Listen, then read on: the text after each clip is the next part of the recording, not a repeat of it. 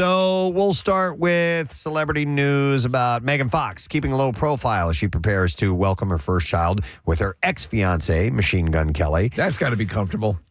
A source recently told people that Fox is done with MGK now and they don't, quote, have much contact. But it's over. The singer fought back the rumors with his own post on Instagram writing, "How can sources say when the sources haven't said anything?" And nothing now, is over! Fox's ex-husband, Brian Austin Green, seemingly called out MGK in a deleted Instagram story, writing, Bro, be honest for once in your life.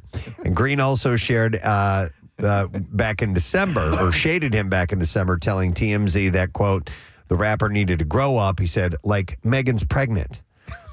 He's right. I'm just quoting this. He's right.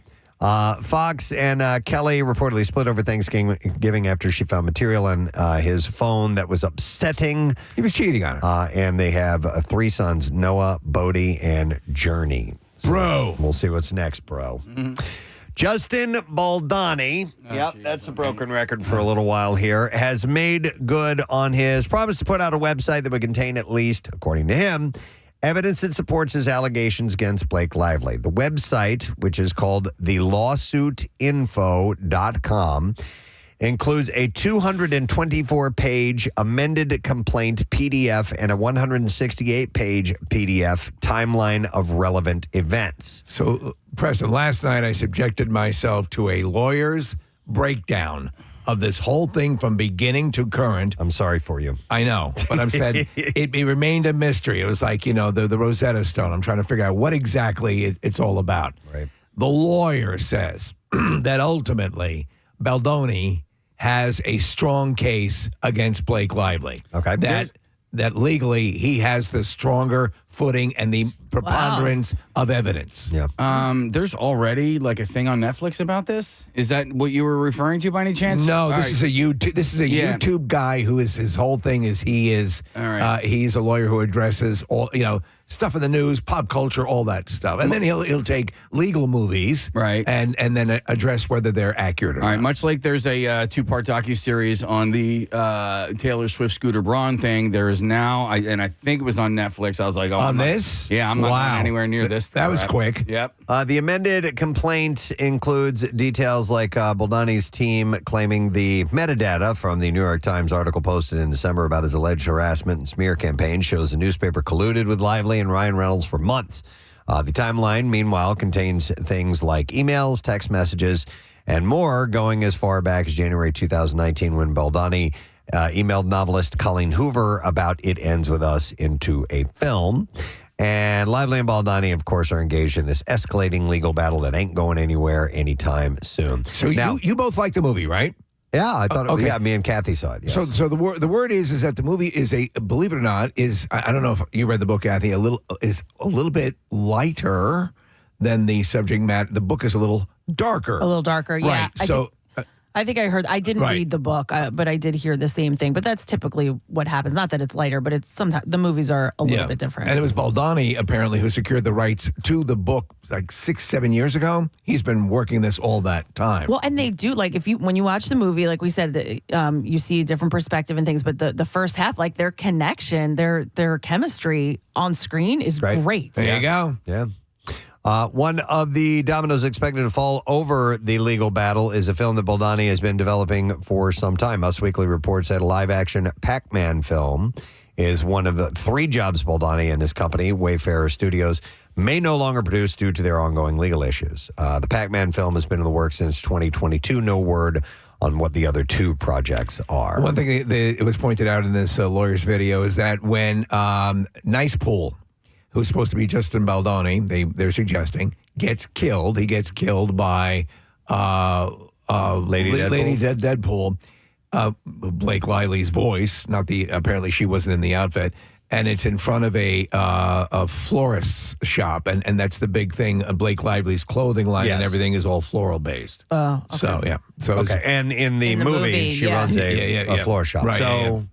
Who knows? What the heck? This random lawyer on YouTube says it looks pretty good for her. And I saw that guy, and he dives into it. Like he reads everything about it. Right. He does different cases. Don't worry, in 5 minutes, another lawyer will say that it's her case. Completely her case. Yep. All right, so I got lots of baby news. All right. So I'm going to zip through these. Congratulations to Milo Ventimiglia and his wife, Jara Mariano. They welcomed their first child. It's been up and down in the last couple months or so. They lost their home in the Palisades and the wildfires, as well as a new house that they had under construction. 2 weeks later, they were welcoming their new baby. So at least they have that. That's a plus. Then Lily Collins and her husband, Charlie McDowell, are proud parents. They welcomed a daughter via surrogate. They jointly posted the good news on Instagram on Friday, saying, "Welcome to the center of our world, Tove Jane McDowell, Tove, or I don't know how you would pronounce that. Hebrew name, isn't it? Yes, I believe it is. Yeah. Don't know.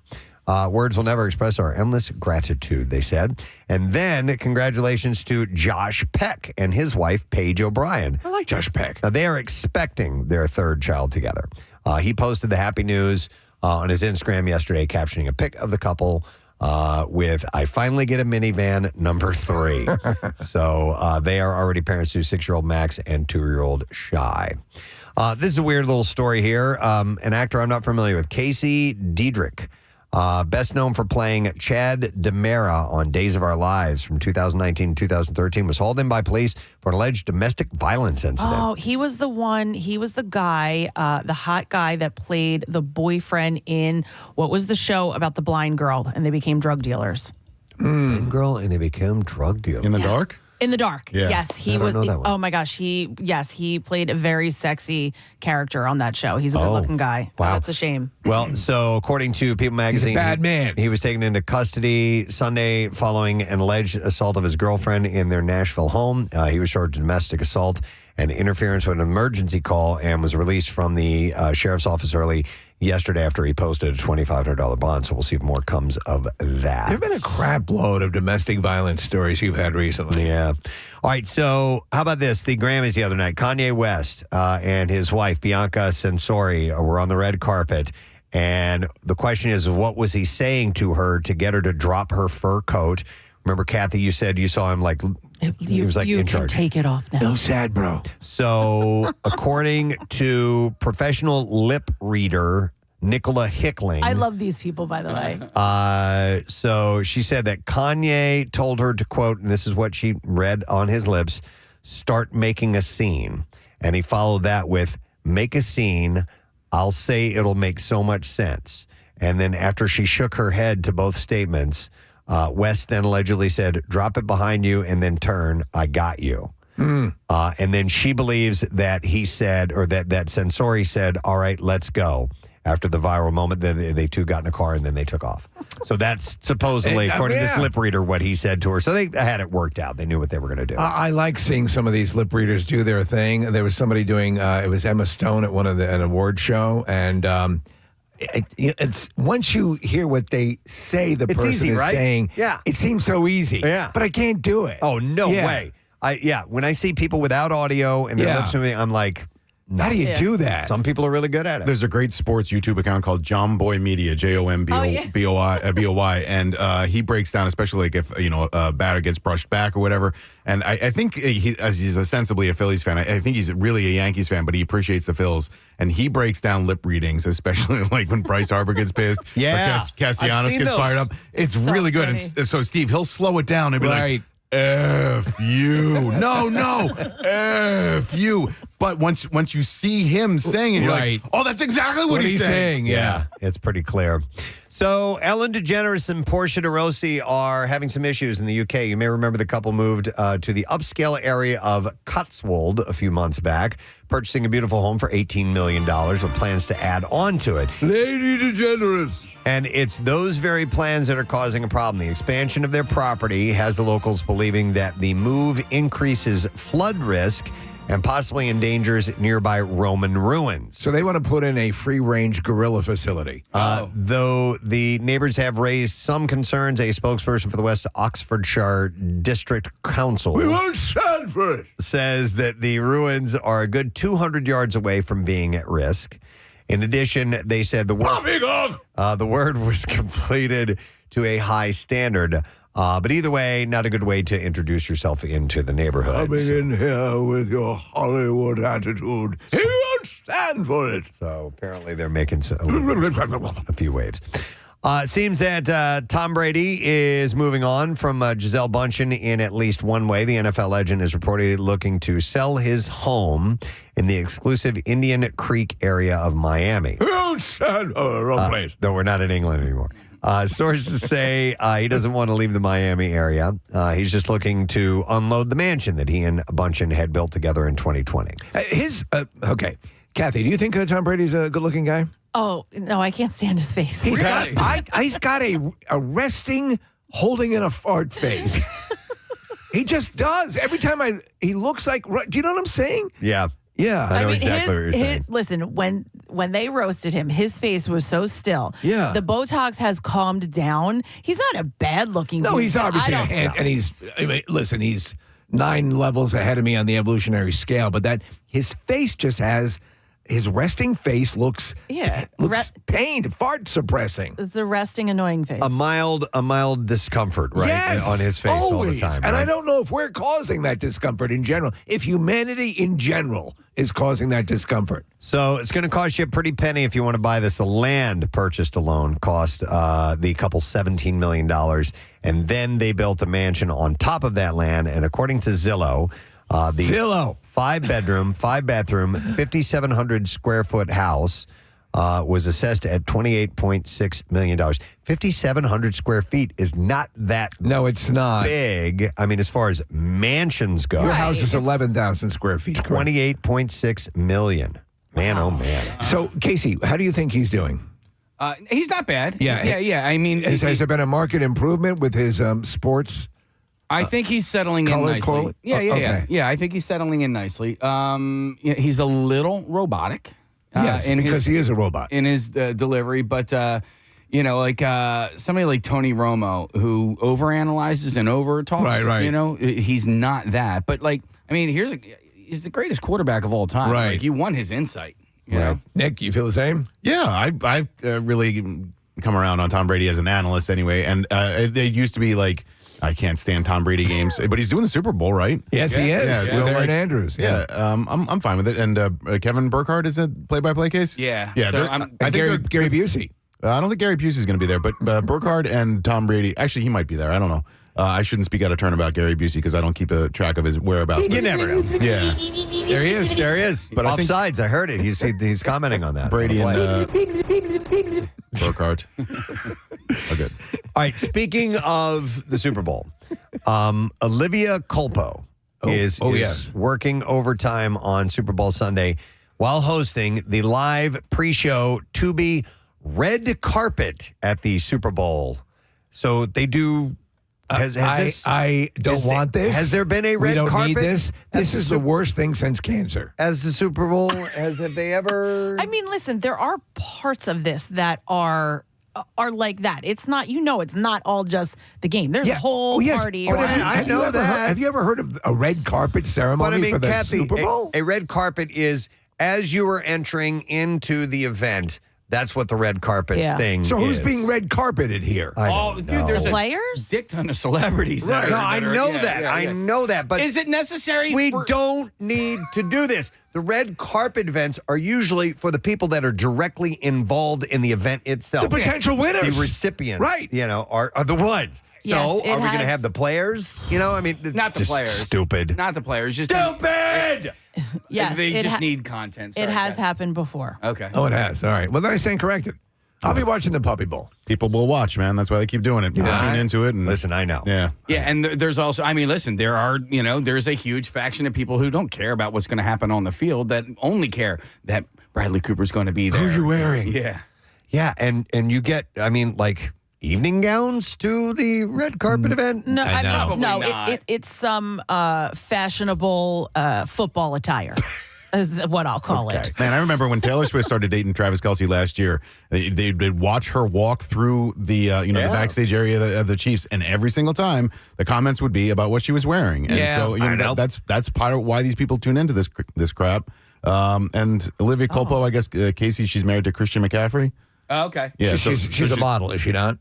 Probably. Yeah. But She's an actress. she has I believe. a link to the NFL. So her she'll be husband's a seen. running back. She'll be seen after the game is over in her guest role on Rescue High Surf, Oh, my God, that show? which is airing after the Super Bowl on Fox. And the show follows the lives of lifeguards who protect and patrol the North Shore waters of Oahu in Hawaii. Think of Baywatch, but less well-written. This is part of Fox's intense Super Bowl coverage, which includes live 4K streaming of the game on Tubi for the first time. Her pre-show will cover celebrity fashion and culture behind America's biggest sports event. So they always play. Go ahead. Sorry, it looks like it's parties hosted by Sports Illustrated, Fanatics, companies like that, and they're having red carpets. So one of the big things is that what show is placed immediately after the Super Bowl. It's a show they want to goose. Sure. And unless I'm incorrect, and Nick, perhaps you can look this up, it's Rob Lowe's game show, The Floor, which is, have you guys seen this show? That's what's coming on immediately after? That's what it looks like. I'm like, wow, okay. You would be amazed at the number of events, sporting events, where there is a red carpet show. The Blackhawks, the Chicago Blackhawks season opener last year, that had a red carpet show. The prelude, to the 2024 Olympic Games, NFL on the red carpet, All-Star red carpet game for Major League Baseball. There's one after another. University of Nebraska for their football team, they had one. Wow. I think insane. we need more red carpets. The Super Bowl ring ceremony, which that would kind of That make makes sense. because now they're not playing; they're just in, They have all that carpet that they just sitting there. They're Kentucky in their- Derby's got one. Case, I always forget what do you call it? Fancy jeans. Fashion jeans. They're in their fashion I got jeans. fancy man. sweat. You know what? Yeah, Hey, fancy you should sweat. have- Hey, Yeah. cardboard classic red carpet. Yeah. beforehand. Absolutely. Aren't we all dressed in our best Who feels like snow doing the work behind that? outfits? Yes, we're going to be dressed in our best snow outfits, but actually, as the sleds come in, it kind of is like a red carpet because the judges are looking prior Yeah. to them getting up to the top. Who are you wearing? Yeah. So, all right, we'll see. Nick, I'm bringing this up for you because you're the one who's watching Severance on the show here. So obviously it's this trippy workplace sci-fi drama. And in the series, there is a self-help book called The You Are. Yeah, Rickon wrote it, yeah. So that plays a central role. And now fans of the series can actually download their own copy of the manual. That's hilarious. 8 chapters of the book have been released digitally via Apple Books.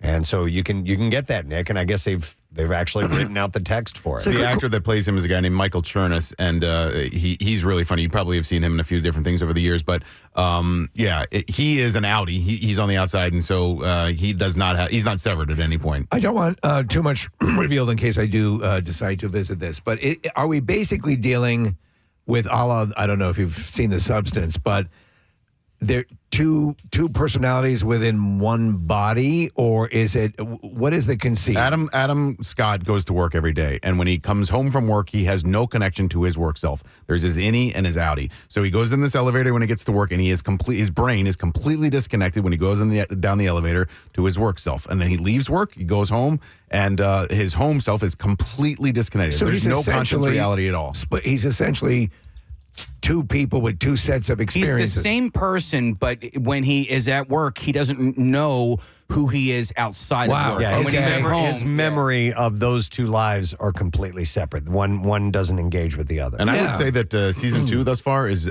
better than season 1. Or Okay. where it left off in season 1, I've really liked where they're taking season 2. Is this almost a commentary on our work / That's exactly what it is. That's what it is. Yeah, it's right? work-life balance, and you shouldn't invest all of your time and energy at work. And do they make the case that there's not enough red carpet events? That's like episode 4, I think. All right. We're ready for clips here, folks.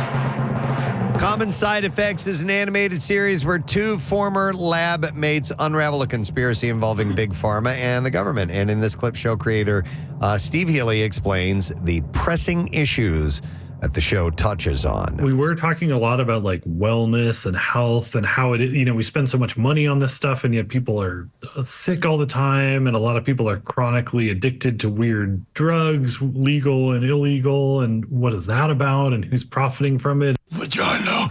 Common Side Effects is now streaming on Max. Here's our next clip.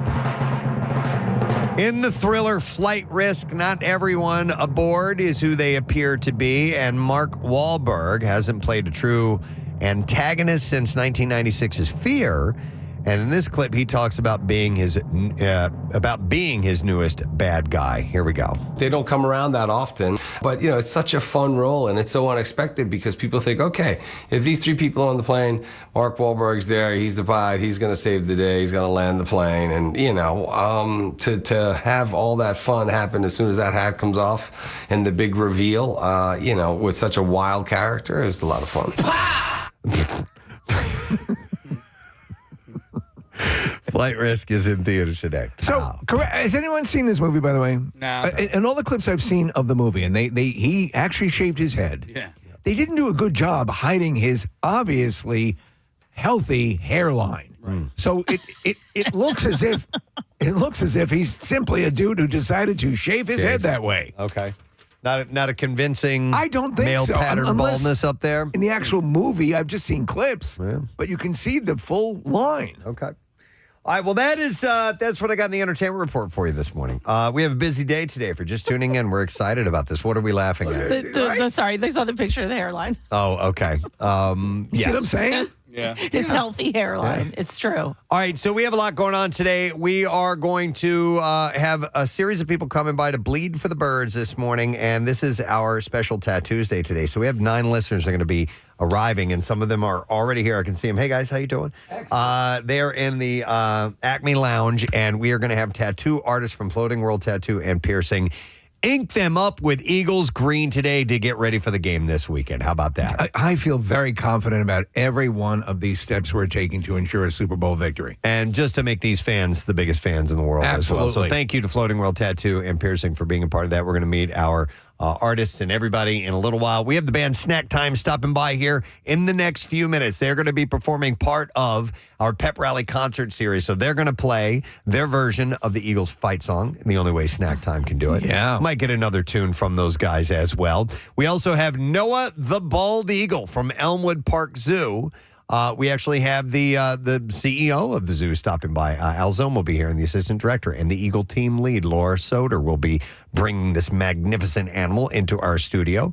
That'll bring more great vibes. And then if we couldn't get more, where our Pep Rally concert series continues, none other than Lizzie Hale is going to be checking in with this morning, and she's going to sing the Eagles fight song as well. So we know how cool she is. Yes. We love her dearly. Mm-hmm. The fact that she's doing this is just that much more amazing. Yep. And Nifty 50s is stopping by, too. So we'll see if we can get some giveaways for you guys on top of all that. So we'll take a break. We'll come back in a second. All of it unraveling live on your radio. We'll be right back. Preston and Steve on 93. By the way, there's a few different things we're going to go through. As I kind of notice these things. Really? Yeah, I think so because around the corner, down a dark alleyway, across an empty field. He is the noticer. This one Nothing gets past Preston Elliott. This one the I noticed. I noticed. On the Preston and Steve show. All right. This one I 6 noticed to 11. because Steve said it to me. All right. Human Steve beings. sent this to him. We as human beings get turned on by many things. Most commonly, we're turned on by other people that Yes. we are sexually attracted to. And animals. There are also people. What? Oh, I'm sorry. No. There are also people who are turned on by inanimate objects. I've mentioned that stuff on the Bizarre File before. Hence people marrying the Eiffel Tower. But this I've never seen. There are certain women who are turned on by themselves. Oh Gee, my I gosh. wonder where a woman like that might exist. Where a woman who would find themselves so beautiful, they would get aroused. It seems almost impossible that such a woman would exist. Yep. They What are you saying? They stare at themselves in the mirror and they think, I'd like to tap that ass. Well, yeah, but then you don't actually get turned on, right? No, these people do. Well, we don't, but you do. According to Yeah. Oh, yeah. Oh, yeah. So beautiful. I'd hit that. According to Dr. Michael Aaron, a New York City therapist and author of Modern Sexuality, The Truth About Sex and Relationships, it's extremely common for a woman to be sexually attracted to herself, and it is called autosexuality or autoeroticism. Yes, so just the visual is enough to get this type of person worked up to the point of being orgasmic? Well, no, not they're not going to stare at themselves and actually have the orgasm, but they will.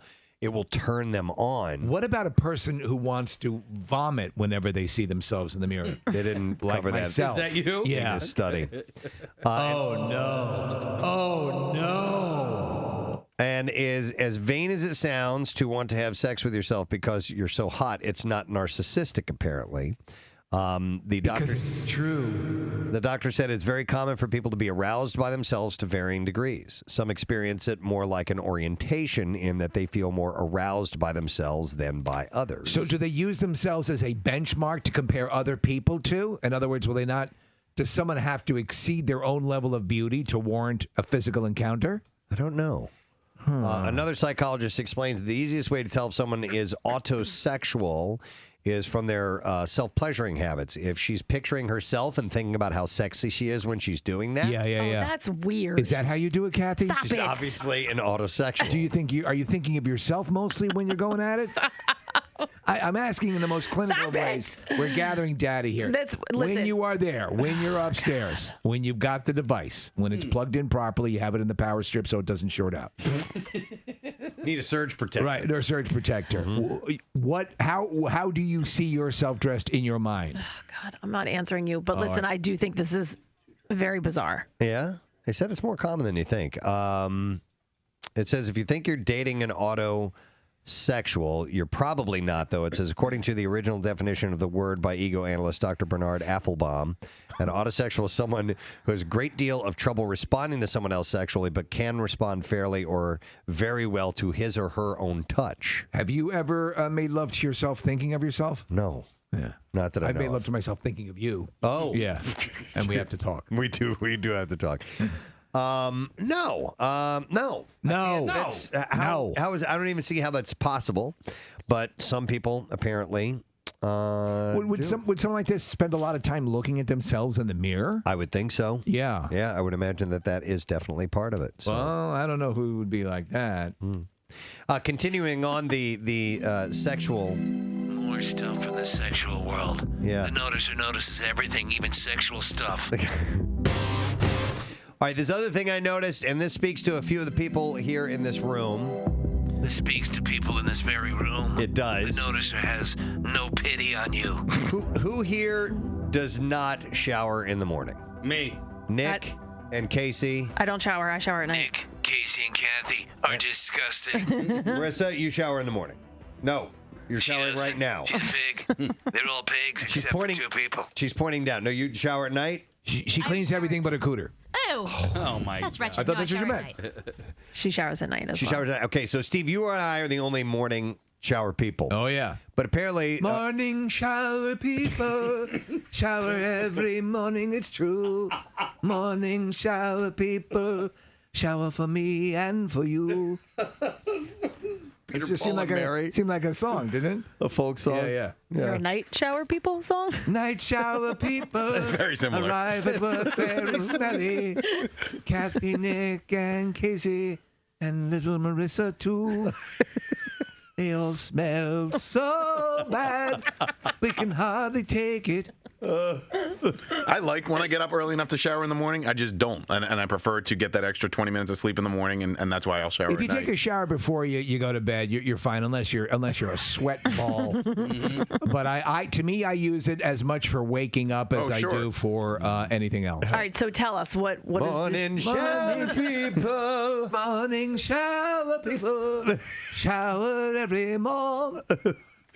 All right, so a recent article at Time.com extols perhaps the single best virtue of evening showering, noting that if you want to improve your sleep, showering at night may be the way to go. Well, guess what? And this is going to be a surprise. I shower at night as well. I know you do.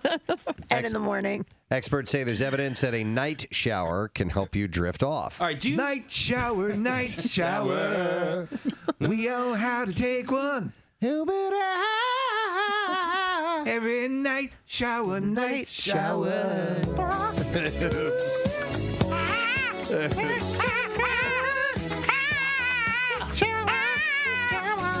Grabbing for the loofah. Getting in the shower. All right, what were you were about to say? I was going to ask if you shower fully. Night shower, night shower.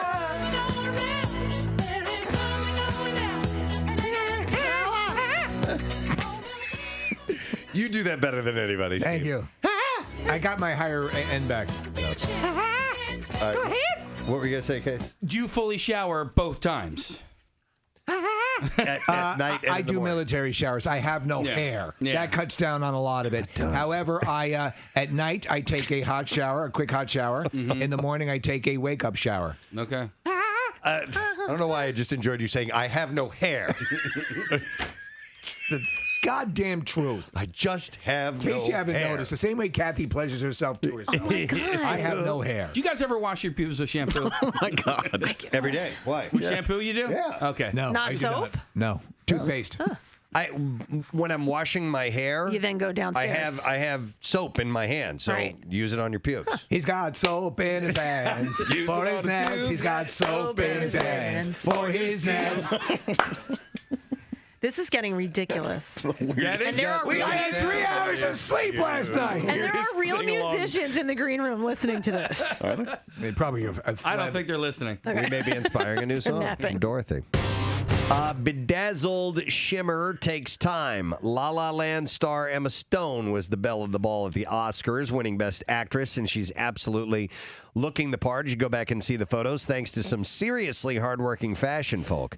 Stone's stylist, Petra Flannery, That's who I use. tells people that her custom Givenchy haute couture gown, custom made by Riccardo Tisci, took a mind-boggling 1,700 hours to make. Oh, Wait a second. Okay. My God. Wait, I mean, you guys don't like to talk about this fashion stuff, but she I do. had the best dress on at the Oscars. She looked gorgeous. She did look gorgeous. But Kathy, I thought it was a really beautiful gown, but 1,700 hours. Well, if you, I mean, there was all kinds of beads on it. The bottom was fringe. I mean, that's all handmade. You know, that's all done by hand. All right, Miss Fashion Maven here. She also had a lot of the of glitter. It appeared glitter in her makeup. Did you notice, like around the eyes and stuff like that? Yeah. Is that stripper glitter thing still happening? Well, I think that she did it a little bit more glamorously, not Okay. so I wouldn't Not like call a it stripper glitter. But she looked great. Whatever she did, she looked gorgeous. Do you think she's I mean, because Preston, that's your style there. Yeah, porcelain skin, red hair. I think she is pretty. I think, once again, some people make her to be this stunning goddess. I Right. just think she's very pretty. Yeah, I agree. Yeah, and she looked good. Riccardo Tisci says it took over 1,700 hours and a team of 11 from the Givenchy atelier. He said it's a beaded wonder. When you see it up close, it's a marvel of various golden color shapes and sizes. It's just incredible. Yeah. You get closer, it's like, oh my God, it's the Ark of the Covenant. I get weak in the knees. How alien is that world to us? Oh, my God. We can't even say the names of the places or the designers. I don't know it. I don't know who these people are. I don't know. I think you'd do great as a commentator on the red carpet. I mean, who's the guy from Fashion Yeah. Gunn? Tim Gunn? Yeah. It's just crazy. Oh, you dominate. No, I don't know. I can look and say, oh, you look nice in that, or that looks like crap. That's pretty. Pretty much I can it, see yeah. your boobies. Yeah.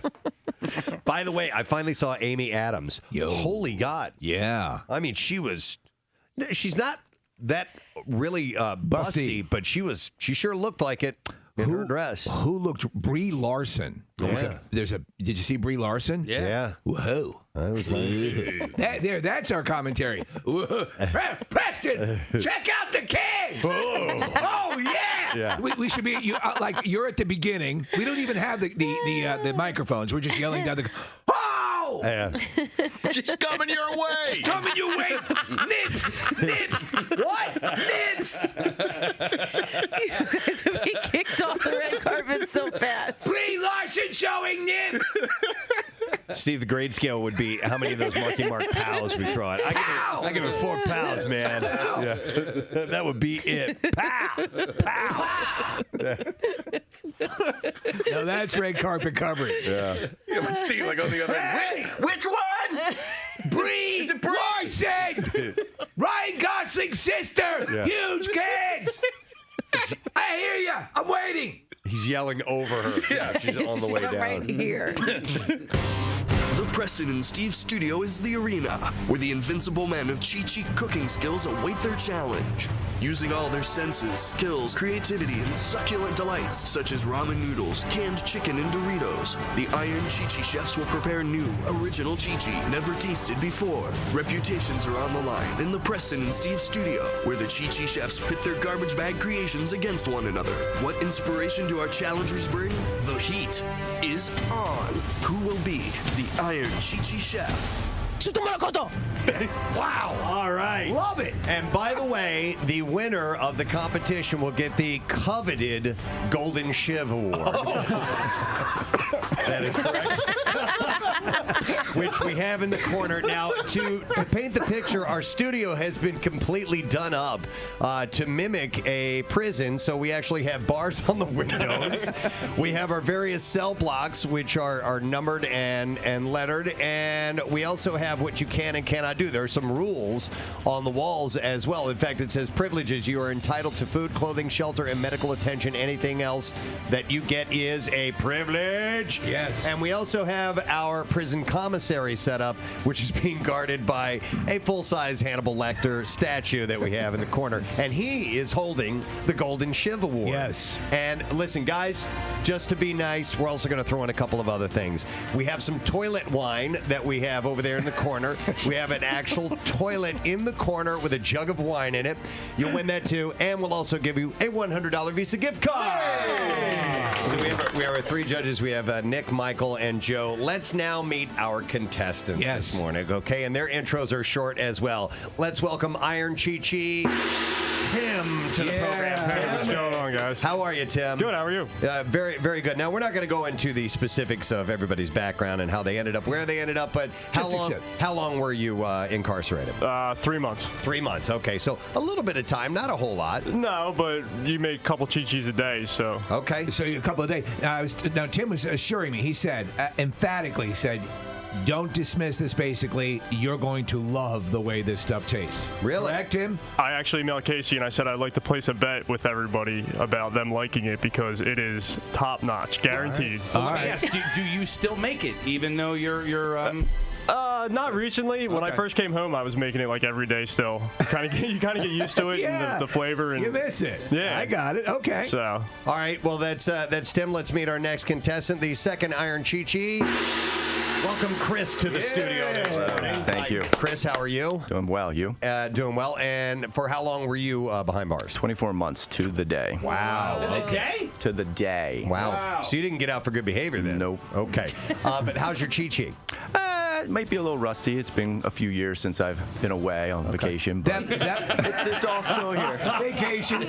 No, Chris, that the fact that you stepped away from it might breed a little bit more creativity and improvisation. A little bit. I have been a cook for about 20 years. That was my main profession. And then, So you're bringing that wealth of knowledge into your Chi-Chi preparation? A little bit. Okay. All right. Fair enough. All right. Well, good luck to you. And let's go over to our final Iron Chi-Chi. This is Mike, everyone. Let's hear from Mike. Hey, how's it going, guys? Good, man. How are you, By the way, sorry for bothering you at work. Oh, it's okay. Good. All right, Sorry to bother you on parole. That's been going for a long time now. So. Mike's actually wearing a prison T-shirt, by the way. I don't know if you guys noticed or not. Mike, if you can turn around. What is DWHCF? George W. Hill. George W. Hill Correctional Facility. No kidding. That's a Delco. Yes. Delco, baby. What pride. What pride. Hold on, they sell T-shirts, or did you make No. I kind of took it with me when I left, even though you're not supposed to. So you robbed the prison. You took something on the way out of prison. You gotta have a reminder to not go back. Yeah. So, but it's not a Marriott. All right. So for how long were you away, Mike? a little over 7 months. Okay. I did 3 different times. One was a weekend, one was 12 days, and the longest was just over 7 months. But you had your Chi-Chi experiences and your Chi-Chi preparation skills are up to snuff? I actually emailed Casey. I told him Chi-Chis aren't even the best thing that they make there. So yeah, he said he was going to make a Stromboli. Wow. They call it a wrap in Delco. It's a Stromboli in where Tim's from. Okay. All right. And by the way, these guys all sat in the lobby together for a little while, and so they were sharing stories. None of them served time at the same place. They were all 4 different places. Perfect. Then we might get 4 different completely. Foods are they're just different regions. Italian cuisine that will give you different tastes. So maybe we'll experience that as well. Okay. Are you guys ready to get started? Yes. All right. Let's Iron Chi-Chi head over to the commissary and get what ingredients you guys need. I see immediately that Tim is going for the cheese puffs and ramen noodles, and Mike seems to be still considering what he wants. Chris has grabbed a lot of macaroni and cheese. We have enough for everybody of every ingredient. So yeah. So I see Chris took all the ramen noodles. There's more up there. That's not right. There's a whole nother. That's good. They're sharing as you do in prison. Yeah, not unlike Iron Chef. I mean, there's a pantry of items that you can go to. Now I see some Cheez-Its are being taken, or no, not Cheez-Its. Is that rice?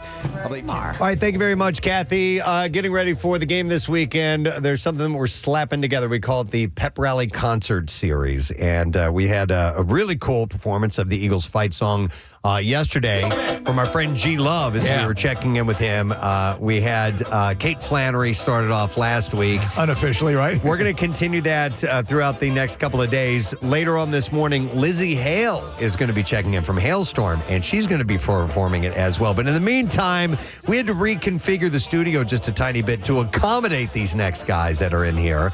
Kathy and Nick have moved to the other side. If you're a regular viewer on our YouTube stream, it looks a little bit different because we are excited to welcome into our studio to perform for us this morning one of the hottest bands in Philadelphia. You may have seen them as the house band for They Call It Late Night with Jason Kelsey. Gang, Snacktime is in our studio. So we've got Michael, Austin, Larry, Eric, and Sam. Step on up to the microphone right here because we're going to want to talk to you. Good to see you this morning, bud. How are you feeling this morning? I'm good, great. man. How are you? You Good. I was telling you guys earlier, your voices used to wake me up in the morning really early, so it was a little triggering, but it's okay. I'm glad to be here. This is back when you were a student? Yep, at University of the Arts. And were you studying music, I assume? Yes, I was. Okay, real quick for snack time. You guys started to hit around 2020. Yep. How long were you together before then, before this started to come together, or was that it? Zero. We basically all called each other August of 2020.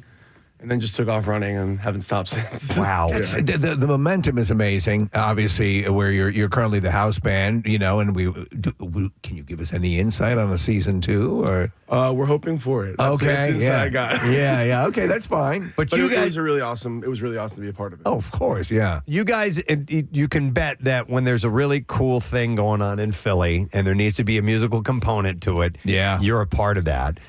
So that's got to feel pretty awesome. Yeah, we're really proud to be synonymous with Philly. And as we've, back in the day when you'd be able to see us 4 times a week, it was awesome. Now we're kind of on tour.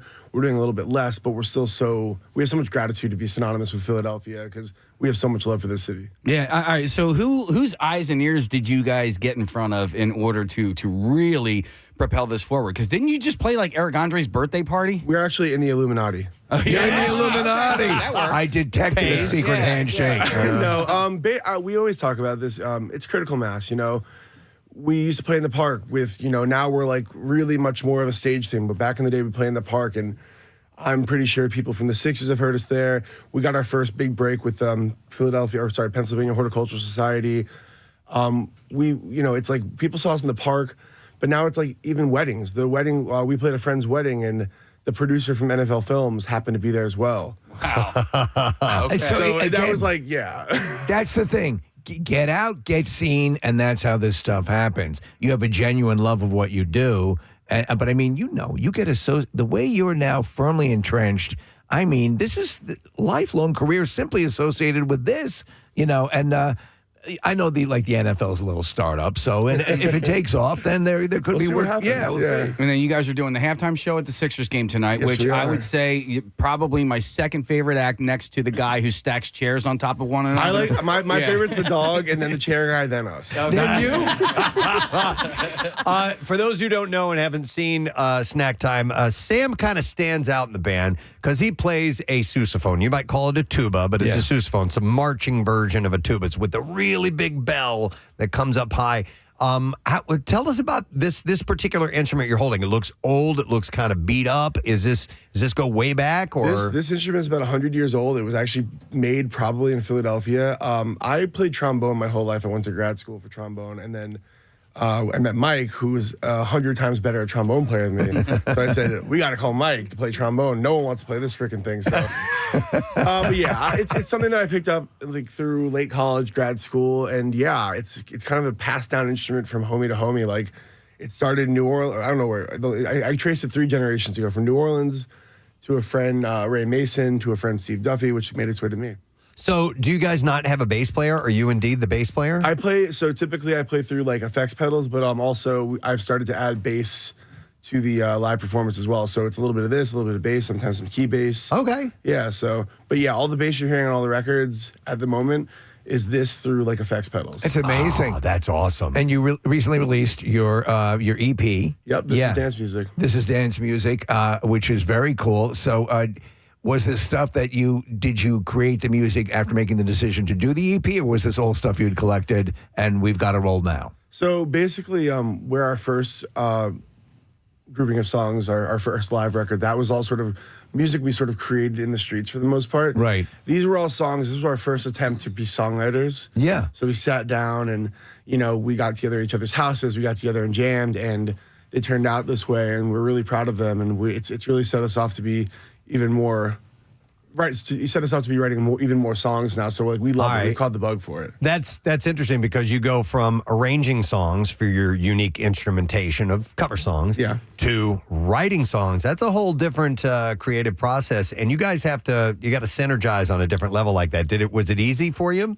You know what? I will say that it did feel easy. All right. It felt really easy. I mean, not to say that we're prolific or good even, but well, if you're happy with your own stuff. We're happy. That's cool. It's been really cool. Like, we all work together, and I know me and Mike will get together, a couple times a month and just sit down and get to my house, and we'll like write songs, and it's really fun. It's been a really interesting development to all of our lives, where I never thought I'd be a songwriter. I'm sure I could speak for everybody else in the band. Anybody else go to University of the Arts? Nope, just you. That's just me. This is a solo guy left over. And one last question, then we want to get your original song that you're going to play this morning, because we'll get the Eagles fight song in a little bit. Did a woman kiss you on the head, or is that a tattoo? So quickly, okay. We were at Red Rocks opening up for Portugal the Man. Yeah. Well, whatever. Sure. A little venue called Red Rocks. And they were doing tattoos down in the green room, and I was chilling, and then I was in line, we're drinking beers, we're hanging. We loaded out. The band is chilling in the van, and they're like, "Hey, dude, where you at?" I'm like, "I'm in line for a tattoo." So I accidentally made them wait 2.5 hours, and no one was really happy with me, but I did wake up in the morning and buy everyone breakfast. Okay. But I got this tattoo underground at Red Rocks. Underground at Red Rocks. And it was, my girlfriend was not there, so this is Google Lips. Oh. Google Lips. I love it. Real quick, I don't know if that's a song title, by the way. Google Lips. If you're still friends with Portugal the Man or not, but if you are, tell them that I said that Woodstock is a perfect album. It is absolutely from start to finish perfect. We have had such an amazing time. On tour, we basically been in the band. We're emceeing the show. We're supplementing with horns and guitars and drums, and John and the squad have really given us so much ability to really feel as if we can impart ourselves on his music, and it's amazing. We've learned probably 4 records at this point from them. We could be a Portugal the Man cover band at this point. No, anyone who sees you, and from all the time that we've known you and seen you, you guys are, at least from our outside perspective, fueled by just a genuine love of what you do. And so I think that's infectious. I think that's why you're exponentially, the popularity is increasing so much. So never lose that. We just try to show the love that we receive. Yeah. Love it. So we want to have you guys step up and play a song for you. We got Austin, Larry, Eric, Michael, Ben, and Sam. And what's the name of the song we're going to be playing? The song is called Together. We released it back last year, and we just re-released it with a mutual friend who's also from the area, Devin Gilfillian. It's called Together, featuring Devin Gilfillian. This is the version just featuring Snacktime.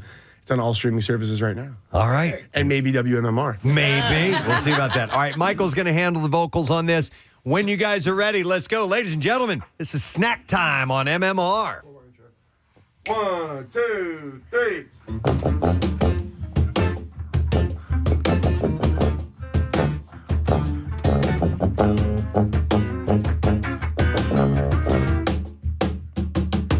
Some days we go through the fire, and some nights are cold and dark. But when you feel that your good has expired, the music is a good place to start. So if you came to party, we'll show you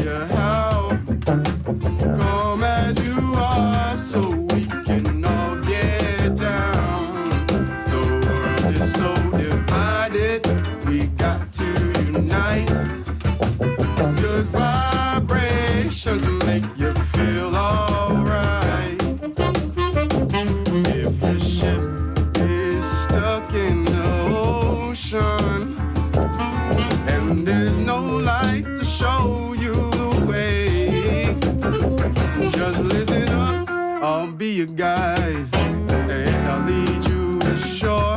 Drop all that baggage, leave it all on the goddamn floor. So if you came to party, we'll show you how. Come as you are, so we can all get down. The world is so divided, we got to unite. Good vibrate, all right. Horns. Good morning, everybody. We're going up. Come on. Come on. I got you. I got you. I got you. You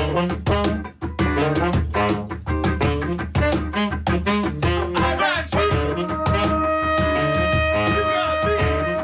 I got you. Right now. Say that. I got you. You got me.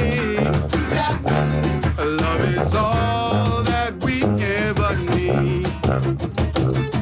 Say that. I got you. I got you. You got me. Love is all that we ever need. Larry Monroe, guitar, everybody.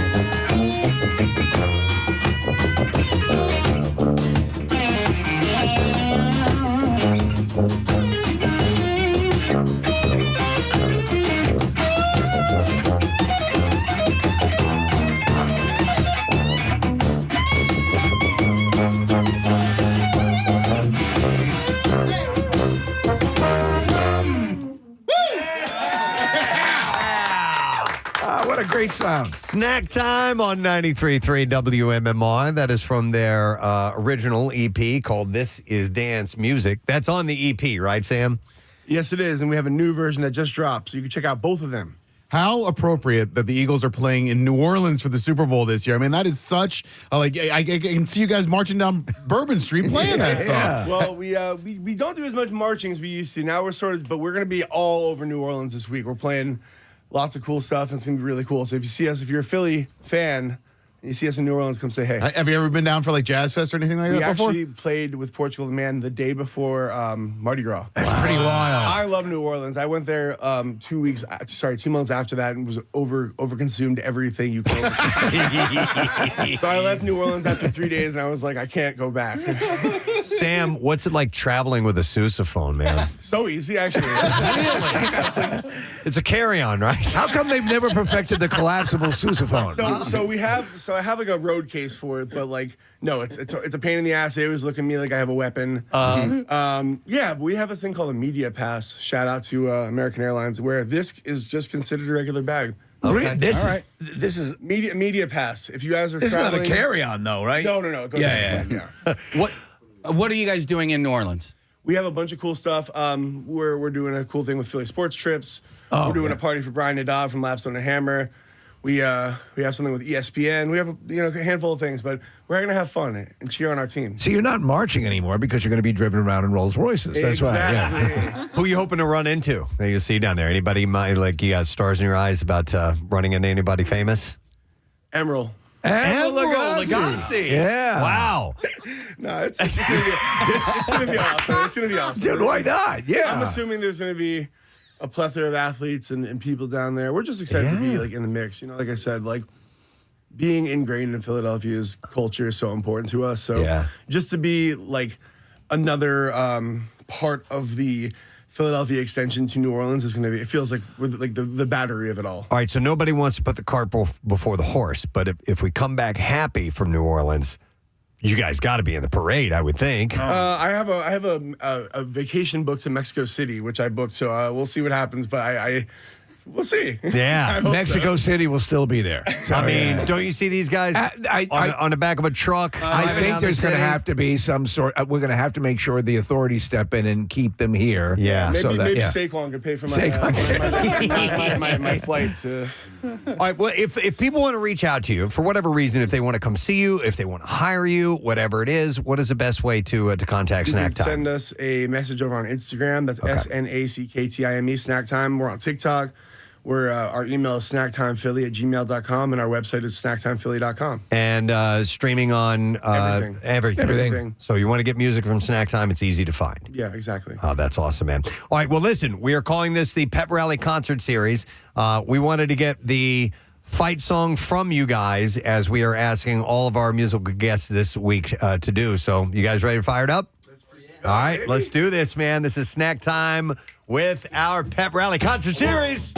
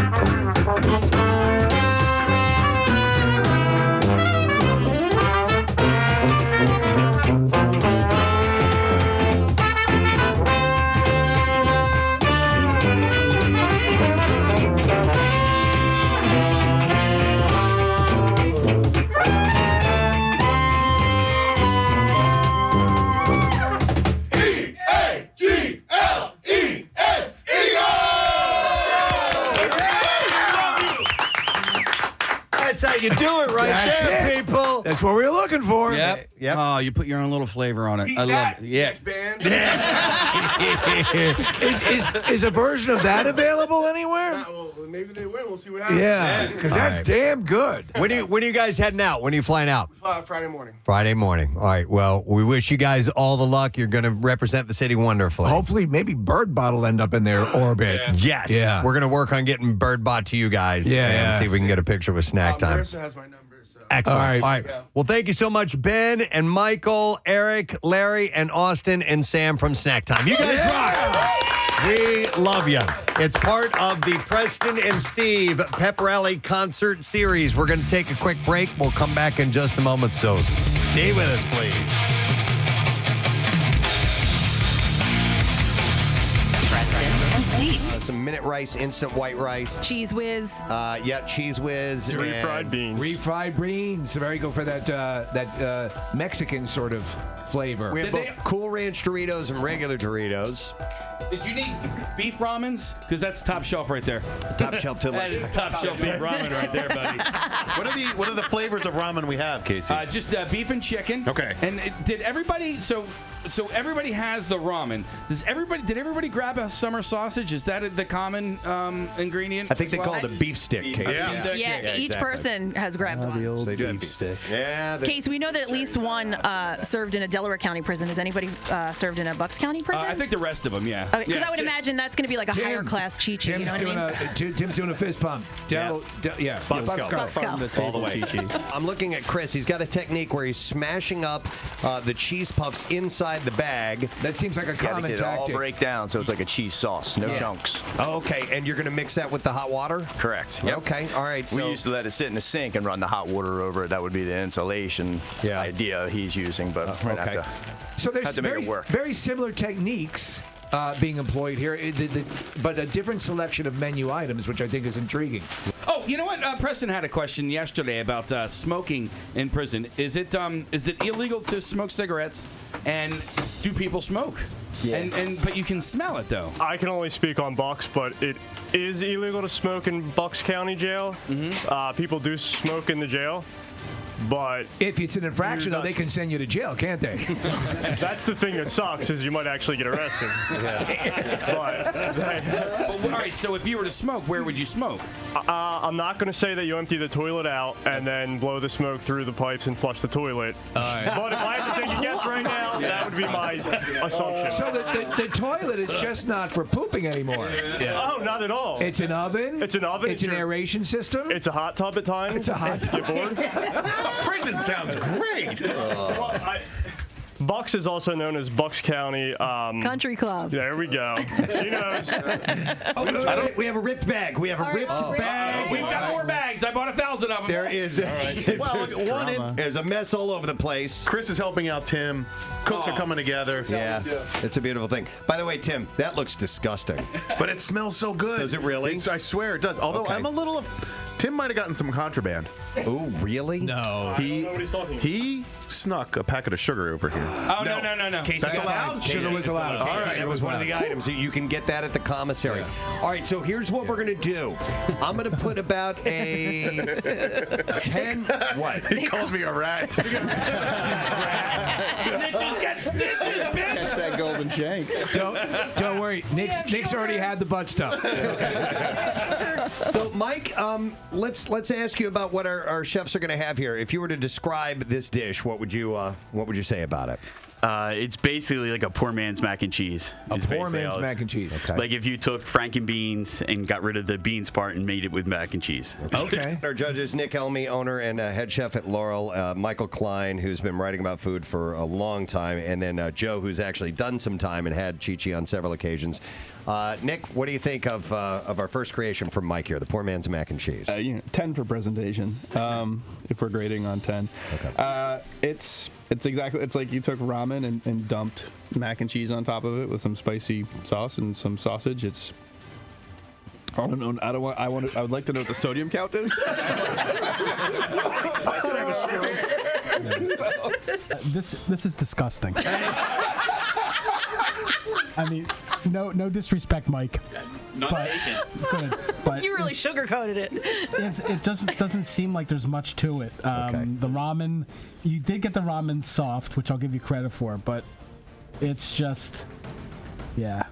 It's just, the presentation though was incredible. Let's go over to Joe, the Chi-Chi master. Joe. All right. Well, from an inmate standpoint, it's pretty bad. Okay.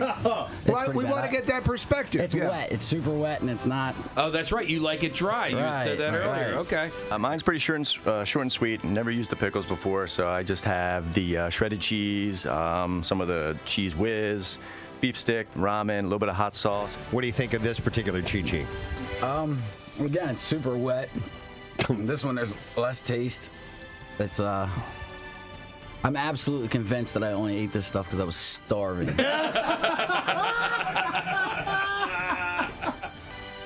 Have you ever had a salt lick?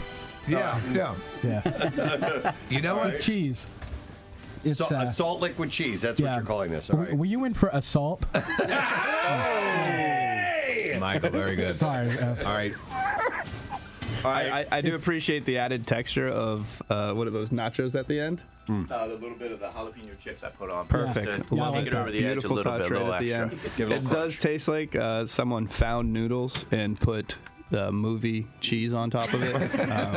But I mean, I like it a lot. Okay, he likes it a lot. Really? Those words came out of your mouth? Chris, write that down. Nick Elmy of Laurel says, I like it a lot.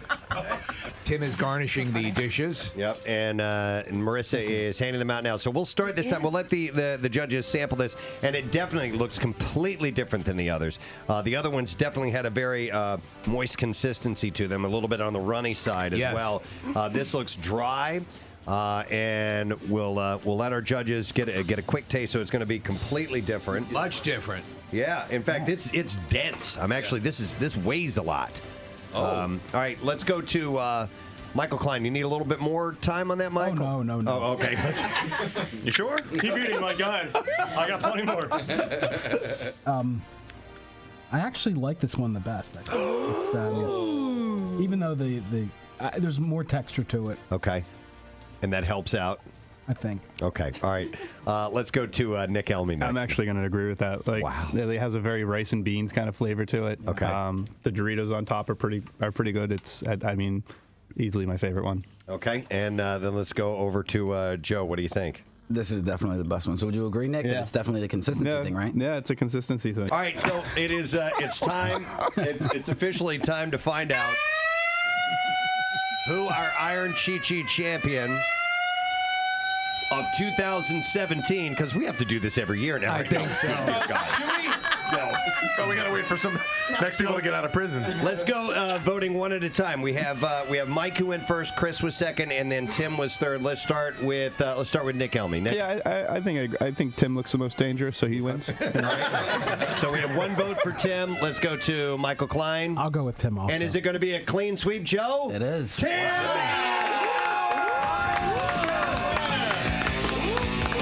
The Iron Chi-Chi, Tim.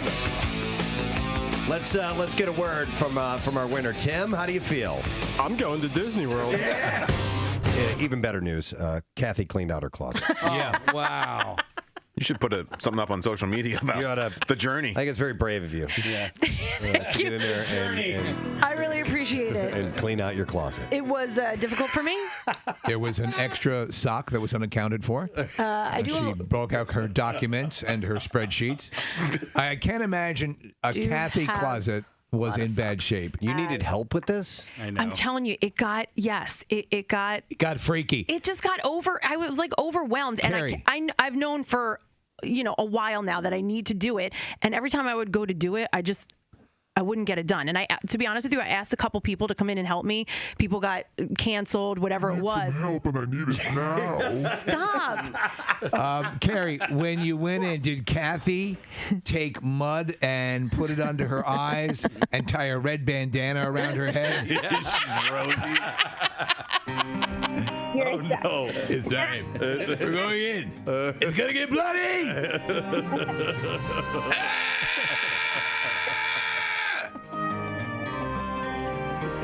Oh Carrie, these are the people I work with. Wait a second. This still has a tag on it. I never wore it.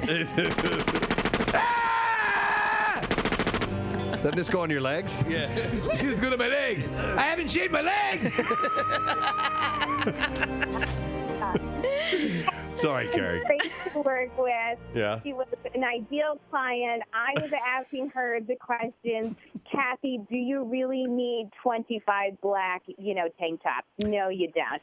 When was the last time you wore this outfit? Do you want to wear this outfit again? Tell them about my sock situation.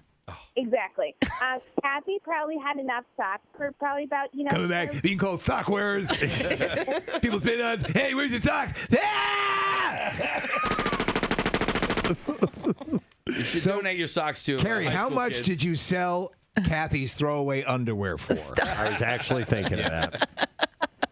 Listen, I had bags of throw it out, bags of consign, bags of donate. I mean, there was a ton of So you stuff. had plans for these. But do you have family members that you'll let do a once-over? Yeah, like I separated it. Yeah. I organized the... So you know who would yeah, like I just... maybe like something? Right, exactly. A couple, and like nicer things. I'm not going to take my junk and try to pawn it off on somebody. Like, you know what I'm saying? There's stuff that I threw out that I'm not, have stains on it, rips in it, like whatever it is. This one has skid marks. Listen, you know that that didn't happen in any of my items. There's some pretty severe stuff. This one looks like an Ohio road map. I kid you not. If you brought in old throwaway panties, we could give them away. We could I'm not absolutely giving away my underwear. We could auction them off for charity. Absolutely. Or like underwear going for it? We could even do like a buck a sniff or something like that, you know? Does it smell like cod or salmon? You do a kissing booth with your panties. Yeah. I did throw away a lot of underwear. Did you?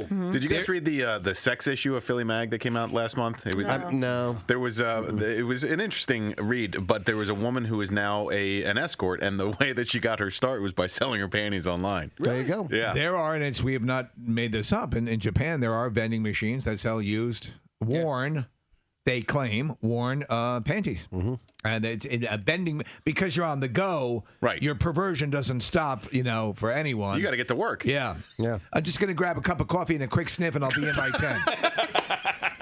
Yeah, that was our meetings at 10. Great. I have time for coffee, a bagel, and a quick sniff. Quick. I'll see you in 10 minutes, Yakamoto.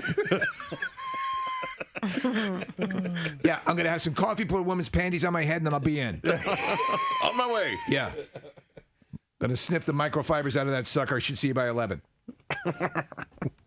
Is that a conference call? Good, then I can keep the panties on my head. Right, exactly.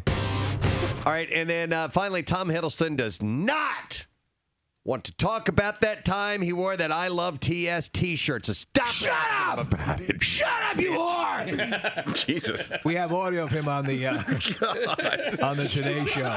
Shut up! Shut up! Stinking whore. God damn it! All right. Shut up! Whoa. All right. So No, he was Savannah Guthrie asked it. I think he does. He toes the line, and he is able to deflect these things, and he's a very nice guy and wants to talk about the industry and all that stuff, but he's trying to keep his private life private. I have a different anecdote, but let's listen to this. Okay. This. Here it is.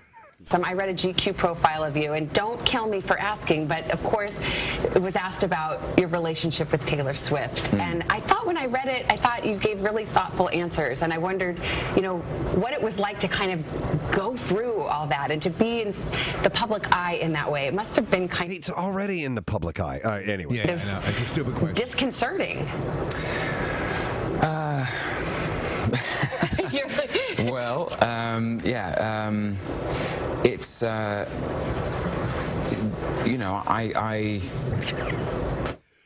Shut up! I'm gonna hit you! make a clear distinction between my work, which I absolutely dedicate myself to, which is for the public. I really believe in that relationship between an actor and the audience. There is no, you can't call yourself an actor without the audience.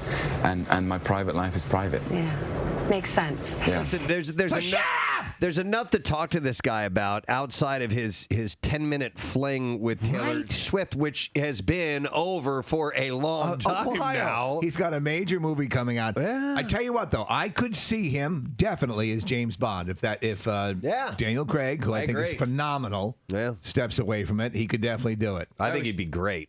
So anyway, in this other interview, the 33 WMMR. Okay, bad news, good news. To pass along. Bad news, Lizzie Hale is not going to be on the show today. Good news, she's going to be on the show tomorrow. Yes. All right, so yes. she had to postpone and move to tomorrow for our Pep Rally concert series, so we will have her on the program tomorrow morning singing the Eagles fight song. We have a few other people throughout the course of the week that are going to be doing that too. I'm very satisfied with the concert series, I have to say. Oh, most definitely. Yes. Yeah, we're just getting started. Quickly, before we do the bizarre file, I had a couple of shout outs. I'm a little backed up. Of course. That's the only way you can generate them. This is from Michael Ego. He says, hey, Preston, my dad's a huge fan, listens every day and always calls to tell me to plug my business. I own a restaurant in Northern Liberties, but wanted to see if it would be at all possible for a birthday shout out. The big man turns 53 this year. His birthday is February 2nd.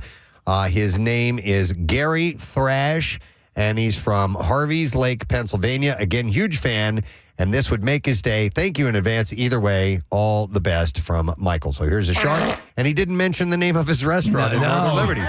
So you know what? Oh, my God. Go to a restaurant in Northern Liberties today. Oh, my gosh. So he reached out and never put the restaurant? He never put the name of the restaurant. Well, we have to find out what it is. He's a managing partner at YDE Concepts LLC. So call them up and ask if any of their employees are associated with restaurants. Okay, and we'll see if we can straighten that out. Another one says, good morning, gang.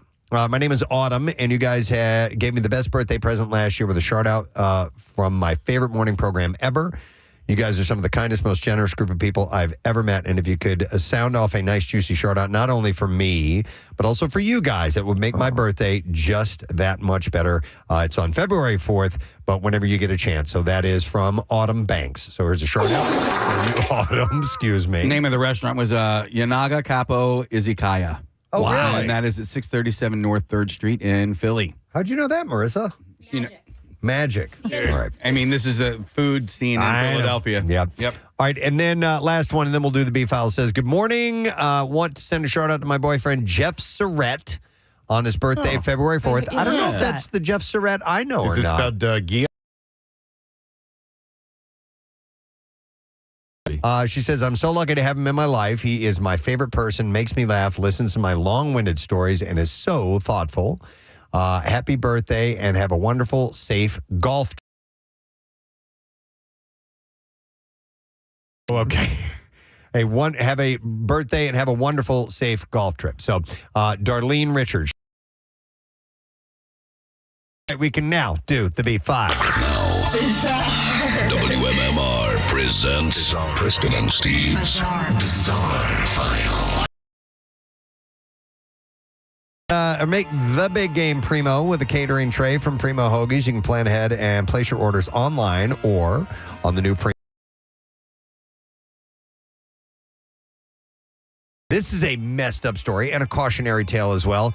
A man had both of his legs amputated after burning himself on a skillet during a camping trip. What the? His name is Max Armstrong, 40 years old, was camping with his friends in Kiowa, Colorado in December, and he burned his thumb on a skillet while cooking pasta for their dinner. He didn't think anything of it, but as the days went on, his left leg started to swell up, his toenails began turning purple, and he was in pain. I mean, you probably would, not make that mental leap from a skillet accident to your legs, ballooning up. Yeah, after 6 days, Max was driven to Parker, Colorado. Once he got into the emergency room, his eyes started rolling back in his head. Doctors quickly confirmed that strep A bacteria had gotten into his burn, and that quickly developed into sepsis, which can be life-threatening if not treated properly. This is why they recommend you never go outside. He was placed into an induced coma for 6 days, and during that time, he was transported to Denver as they had better facilities. When he woke up from the coma December 13th, Max says that his feet were both completely black. Wow. And doctors recommended amputation, telling him that they would be impossible to save.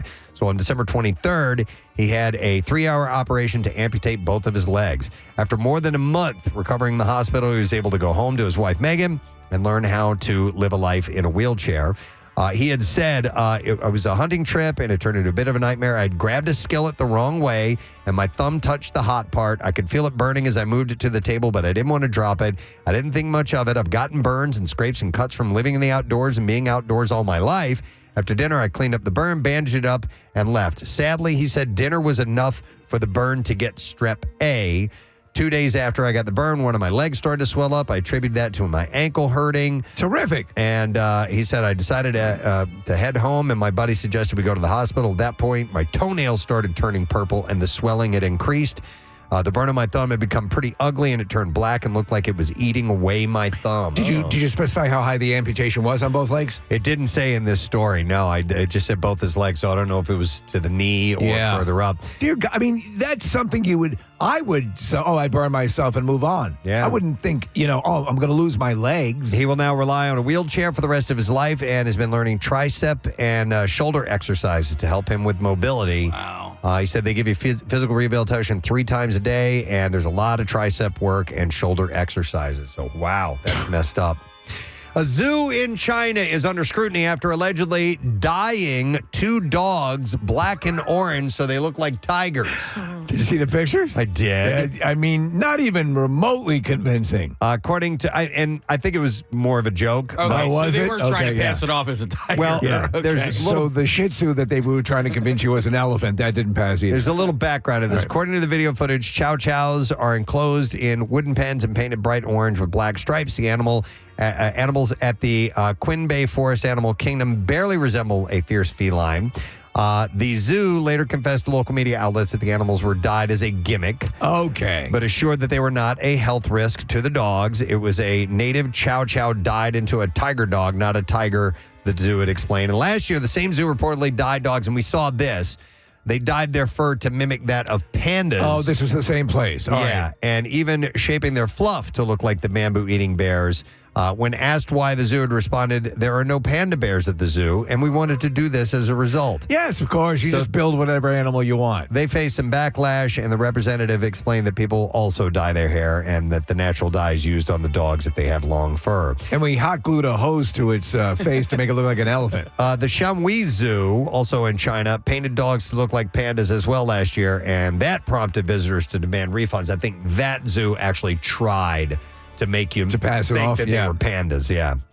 Amy and Brad Hamer were on cloud nine after finding out that they'd soon be welcoming a daughter until the cloud nearly choked them to death. And here's the story on that. Amy said, this is your sign to not do a dry ice gender reveal inside of your home. Yeah. She's a fashion influencer and an expecting mom from the UK. So the clip, which scared up a staggering 5.2 million views, featured the ecstatic sweetheart sparking a smoke bomb before a room full of giddy loved ones. But it was dry ice. Once ignited, or it says here ignited, I don't know. The colorless vapor turns either pink, indicating a girl, or blue, signaling a boy.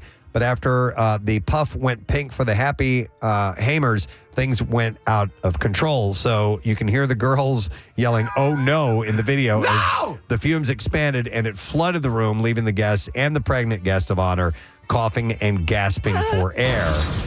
And, of course, there's been a ton of different things that have happened at gender reveals. I think these things they've gotten way out of hand. A daddy-to-be in Brazil recently came close to meeting his maker when a billowing blue fireball briefly swallowed him up during a gender reveal gone wrong.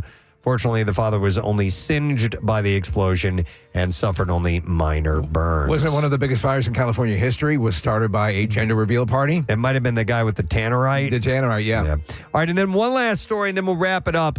A car on the side of the road is a normal sight, a crash car, a little more unusual. But when there's a blow-up sex doll in the front seat of the abandoned car, it's a little more unusual. It's my girlfriend. The doll was posed behind the wheel of the vehicle and looking out the front driver's side window. Police in Swindon in the UK said they hoped the extra attention the new driver was getting the car would encourage the owner to come claim it, but no luck so far. The blow-up sex doll was removed by the police and presumably impounded. So still no word whose that was. And that is what we have in the bizarre file at the moment for you, friends. So we still have a lot going on in the program. In a little while, 9 o'clock hour, we are going to meet Noah, the bald eagle. Yes. It's one of the eagles they have on display when you go to the Eagles game at the link. And they're from he is from the Elmwood Park Zoo, and we have some other representatives coming along as well. Want to take a break, come back in a moment. We'll see what's going on with our tattoos that are in the Acme Lounge as we speak. Thank you to Floating World Tattoo and Piercing for Bleed for the Birds, as our fans are getting their tattoos as we speak. So we'll check in with them, see if we can get a read on Birdbot and a few other things too. So we'll be back in just a moment. Make sure you stay with us. Steve asked him if he regretted the relationship and the publicity and all that stuff. What I will regret is in about a minute when I fart into your mouth. Which I'm going to do.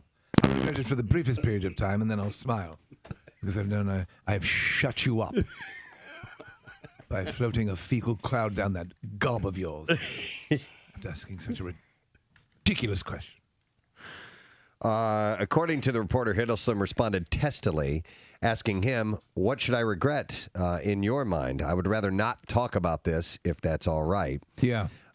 He continued, reflecting, saying, "I'm just thinking about this. Everyone is entitled to a private life. I love what I do, and I dedicate myself with absolute commitment to making great art and great entertainment. And in my mind, I don't conflict the two. My work is in the public sphere, and I have a private life, and those two things are separate." Yeah. And now I'm going to fart in your mouth. Yeah. And now, if you'll excuse me, I'm going to blow an air biscuit down your gullet. Yeah. Finally, it's pretty cool, man. Coming up June 2nd is U2's Joshua Tree at 30 collection, which will be released in numerous CD, digital, and vinyl formats. According to the band's press release, alongside the 11-track album, the Super Deluxe Collector's Edition includes a live recording of the Joshua Tree Tour 1987 Madison Square Garden concert. Wow. Rarities and B-sides from the album's original recording sessions, as well as 2017 remixes from Daniel Lanois, St. Francis Hotel, Jackknife Lee, Steve Lillywhite, and Flood. What would you expect to pay for this amazing record package? He does his own K-Tel commercial. Yeah, he does a commercial for it. Yeah. Hi, it's Bono. You caught me in the living room just listening to some great tunes.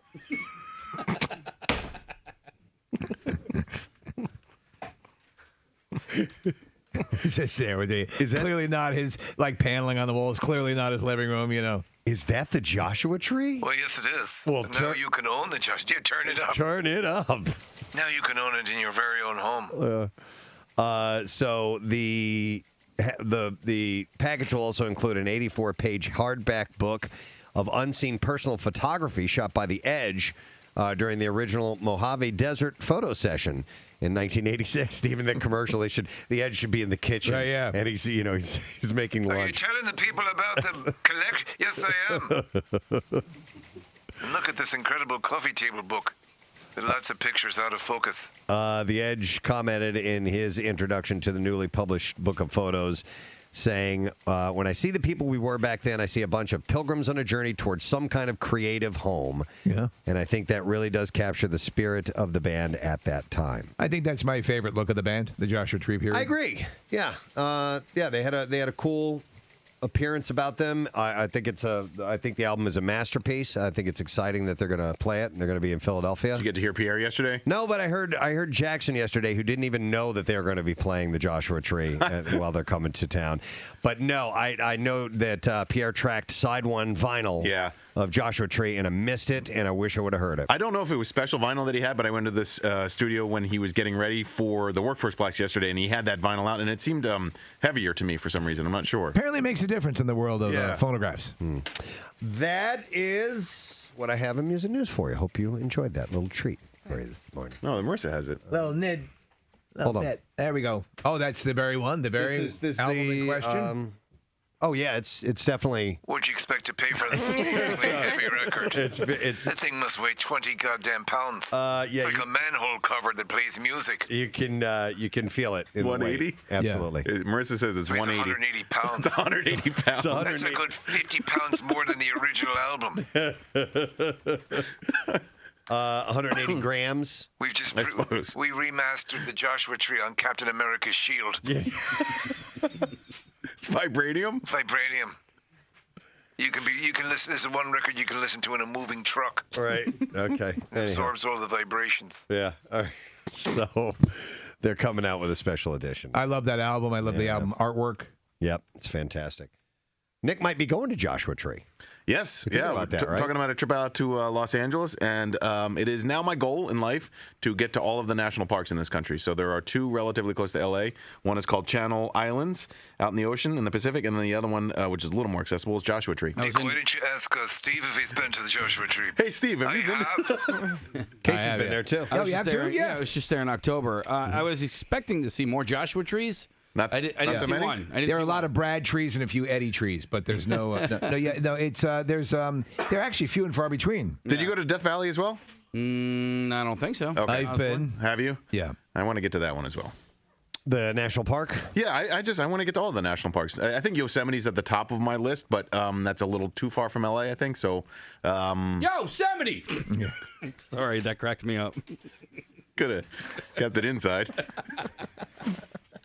Some of your friends may have mental issues that need to be tended to. Oh my God. Hi, this is Bono with a serious message. Sometimes people randomly yell out Yosemite. They need to be corralled and taken in for medication. Casey's justification was he said Yosemite. Yeah. Yeah, it's a park. It worked for me, yeah. But there are certain things that should kick in that, like, to keep you from pooping in public. Right. And yelling Yosemite for no reason. Is like Yosemite a name or something? Yeah, Yosemite. Okay, all right, got it. Get over here. Yeah, you big lug. Amanda Seyfried and Thomas Sadowski secretly eloped on March 12th after less than a year of dating. It's such a secret, I don't care. They are expecting their first child as well. Oh, so he's the dad. The newsroom actor broke the news on the Late Late Show with James Corden Thursday night after Corden noticed his wedding ring. Sadowski said, "We eloped. We just took off into the country with an efficient and just the two of us, and we did our thing. We had a great day, and it was perfect." I actually like him. He's a funny comedic actor and a good serious actor, so I approve of this. Please let them know. The sole guest of honor was Seyfried's Australian Shepherd named Finn. It's an honor to be here. What the hell's that all about? Her Australian Shepherd? Their dog? Oh. It's okay. It's a Monday morning, man. It's all right. No, I thought it was legitimately an Australian. I thought they had a group of well, you know what? I don't know. Sheep. Maybe they do. And they tended them. And of course, I had to leave the sheep for a little while, but I wouldn't miss this for the world. Probably their dog. Kidding. I'm not a dog guy. Obviously. I'm a shepherd. What do you do? Hey, I'm here for the Seyfried wedding, and I'm the only person here. Generally, a guest of honor is not a dog. No. Yeah. So, It doesn't usually make the news story either. And I'm an idiot. They wrote their own vows. And It was lovely. Finn gave a great speech at the reception. I gotta say, I'm afterwards. a little nervous. I've been known more for my shepherding skills and the kind of man who gives a speech at a wedding. But I gotta say, it was quite an honor and a little bit of a shock to receive the invite. Casey, do we have any crowd ambiance of? Just want to say a few words about the couple. Imagine to my surprise, standing out there in the outback playing my didgeridoo, tending my flock, and here comes Western Union. We didn't invite. It was mostly a shock because I'm not even friends with these people, but I'll go anywhere if you provide airfare and a hotel. I understand they'd reached out initially to a soothsayer, but decided to go with the shepherd. All right. They were going to get their German Shepherd to show up. Now that I would have known. That I would have known. It's good to be here. Anyhow, they wrote their own vows.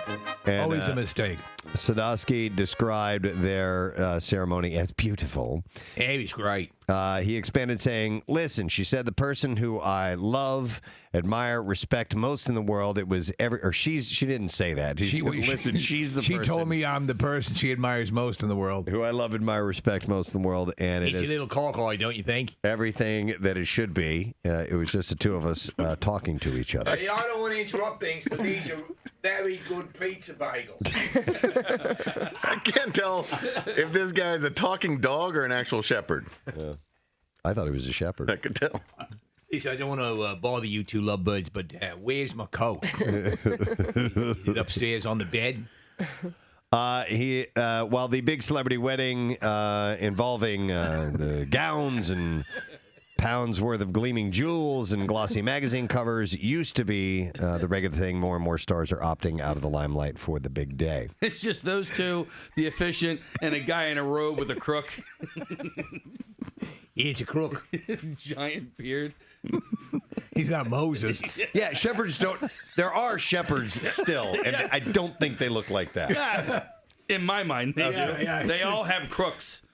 I have no leg to stand on at all to criticize anyone. No. At this point. No, the Australian shepherd. Yep. It's a dog. What's more ridiculous, having a dog? Hell no. I'm here for the wedding. Now they invited me. Well, here's your proof. Look, it's wool all over me. I'd like to play a song I composed for the couple on my didgeridoo. goes something like this. Thanks for attempting to back me up, Casey. Yes, it would make more sense to have an actual human being, as opposed to your dog, be a witness at your wedding. Yeah. How does dog sign man. the witness sheet? There's an ink pad. By the way, I think I'm going to get lucky with the Shih Tzu at table 7. Kathy actually had a family member pass recently. That's why she was gone last week. It's been a bad streak for you, Kathy. Thursday and Friday. Yeah, I know. Seriously. Yeah, my cousin passed away completely unexpectedly. It was very sad. We were all very close with him. He lived with my family growing up for a little bit of time. So it was a little more than just a cousin. We were pretty close to him. So it was sad. So yeah, I flew down to Florida. They sort of did a celebration of life, is what they called it, and I was held at a family friend's house who opened their doors to my entire family and WMMR. All right, being Tattoosday and being so close to the game this weekend, we decided to marry the two together.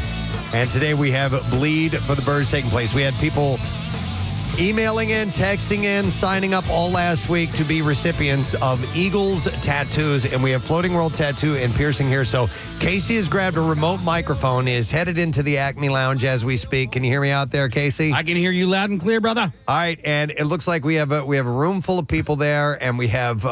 did they bring the tables and everything in with them? Oh, yeah. I mean, these guys, this isn't their first rodeo. I think this might be their second rodeo. So nice. Yeah, they know what's going on. And by the way, guys, now can we get a little bit of Let's go. E-A-G-L-E-S, Eagles! That's what we want to hear. I love it. So are people actively getting tattoos right now, Case? Yeah, in fact, we just had, our first person who is finished, and actually she was the first person here. This is listener Heather, if you want to say hello. Hello. Where's Heather from, by the way? Sicklerville, New Jersey. Oh, you can hear me. Great. All right, Heather. So Casey is, as we speak, we're streaming this. We have Casey on video. We can see this. Where on your body, Heather, are you getting your tattoo? On the rib area. Ooh. Oh, wow. How sensitive is that? I've heard that can be a bit, spicy. It was a little painful, probably more than my other ones. Okay. How many more do you have? I have 3 others. Okay. Are they all sports related or mostly pornography? A little bit of both. Okay. Nice. All right. Describe the tattoo, Casey, if you could, for our audience. Listen, it is just a simple "Go Birds" in Kelly green, in the "Go Birds" font, and Izza is our tattoo artist. Izza, I said it right. Okay, so she's the one who administered the tattoo. Nice. And it looks. Is it all done, Izza? It is done. Oh my God! Great work, man! It looks nice and clean. Yes, it's. You look at something like that, you think it'd take far longer to get it done, and they just turned it around that quickly. It's amazing. How long did it take you to knock out that tattoo? You think? What time is it? So it's 8:22. They got started about an hour ago. Yeah, so maybe 40 minutes or 30 All right. minutes. Not Yeah. bad. Not bad. All right. Excellent. All right. Well, Case, anybody else getting one? I don't hear the awesome noise. Listen, I'm going to put the microphone up to this tattoo needle. I'm standing next to it, and I can't even hear it. Okay, go ahead. Wow, that's quiet. This is Nate Rose. You got a silencer on that thing, or what's going on? I do, yes. Yes, the James Bond tattoo. Well, the one that Izza was using was noisy that I heard earlier. No, it Case. was. So I guess that was Iz's tattoo. And then who was our other tattoo? Amy. Casey, have her fire that thing up just so we can hear what it sounds like. Yeah, do you mind firing up your needle real Just quick? shoot it into the air. Oh, she just unplugged it. Yeah, we chose the absolute wrong time to come Didn't we into this do room. that? I'm like, Casey, the sound is awesome. We got to get a wireless. We got to get a mic in there. Yeah. I want everybody listening to be able to hear what's going on in there, and it's dead silent. Wait, is there another one plugged in? All right, Yeah. go Amy's ahead. gonna. There you go. Amy. All right, we have Amy. There it is. There you go. I love that sound. Nice. Amy's got a noisy one. It is funny because Casey's literally 12 feet away. Yeah. So Amy, who are you tattooing? Who did you just finish, by the way? Okay, so we just did Paula. And so here's Paula. She also got a Go Birds tattoo. It's got a couple of more flourishes on it. It's got some wings on either side of the word go and Go Birds. But here's Paula. Paula, where are you from? Norberth. Narberth. Oh, right around the corner. Paula, is this your first tattoo? No, this is number 6. Number six. Excellent. Any Eagles or Philly sports tattoos yet? No, first one. All right. Well, I like to hear that. And the back of the arm, the back of the bicep, the tricep area, was that painful or pretty good? I felt it, but my arm was asleep, so. I haven't felt anything. My arm is dead, so it's okay. And then the person who's getting tattooed right now with the silencer, this is also we had 2 Heathers and a Paula that were getting tattooed. So this is Heather. Heather, where are you from? Mount Laurel. Okay, so Mount Laurel, New Jersey. We got a lot of Jersey listeners, and then Nate is doing. This is it's like the love statue, but where the O is in love. There's the Eagles, the new Eagles logo. Oh wow, Oh, that looks cool. I love that. What made you decide on that one, Heather? I really like the design. Okay, fair enough. Is it your first? No. Do you have 6 as well? 4. 4. Okay. She looked up and she's like 1, 2, 3. Yeah, 4. Okay. Honestly, the only people who really have like one tattoo are the people who just got their first tattoo. You know what I mean? Yeah. Well, you get addicted, I guess, right? Paula seems a little quiet. Does that change on game day, Paula? Or, Heather, does that change on game day? Yes. I'm screaming at the TV. Okay. You save it up for then, apparently. Boiling apart. All right. Yeah, something happens when you turn a microphone or put a microphone in front of people's faces. They shut up. It happens. She's also getting tattooed. So, can you describe the sensation? I know that when I get tattoos, for some reason, I get chills all over my body. Is that anything similar happen to you? I'm a little sweaty, actually. You're a little sweaty. Okay. Casey, can you towel her off real quick? What's that? Towel her off. Towel her off. Yeah, if you would. Let me get me a towel here. Yeah, like an operating room nurse. Well, I'm loving that this is underway. Yeah. And we have we're going to get 9 people all together. So there's a waiting room. There we go. We're toweling her off now. And as with any top flight tattoo situation, they're always catered by Nifty 50s. Of course. Of course. Nothing better. Absolutely. And listen, I think we should come back out here because we came out here literally as 2 people had just gotten finished their tattoos. Yeah. The only needle going on right now, like we said, has a silencer going on. So I think we should come back out when we get to our next people on the table. All right, we'll do that. Case, come on back into the studio. We'll see you in a half hour. We'll come back out there and meet with everybody again. All right, one of the things that we need to do, we need to talk a little Birdbot. Yep.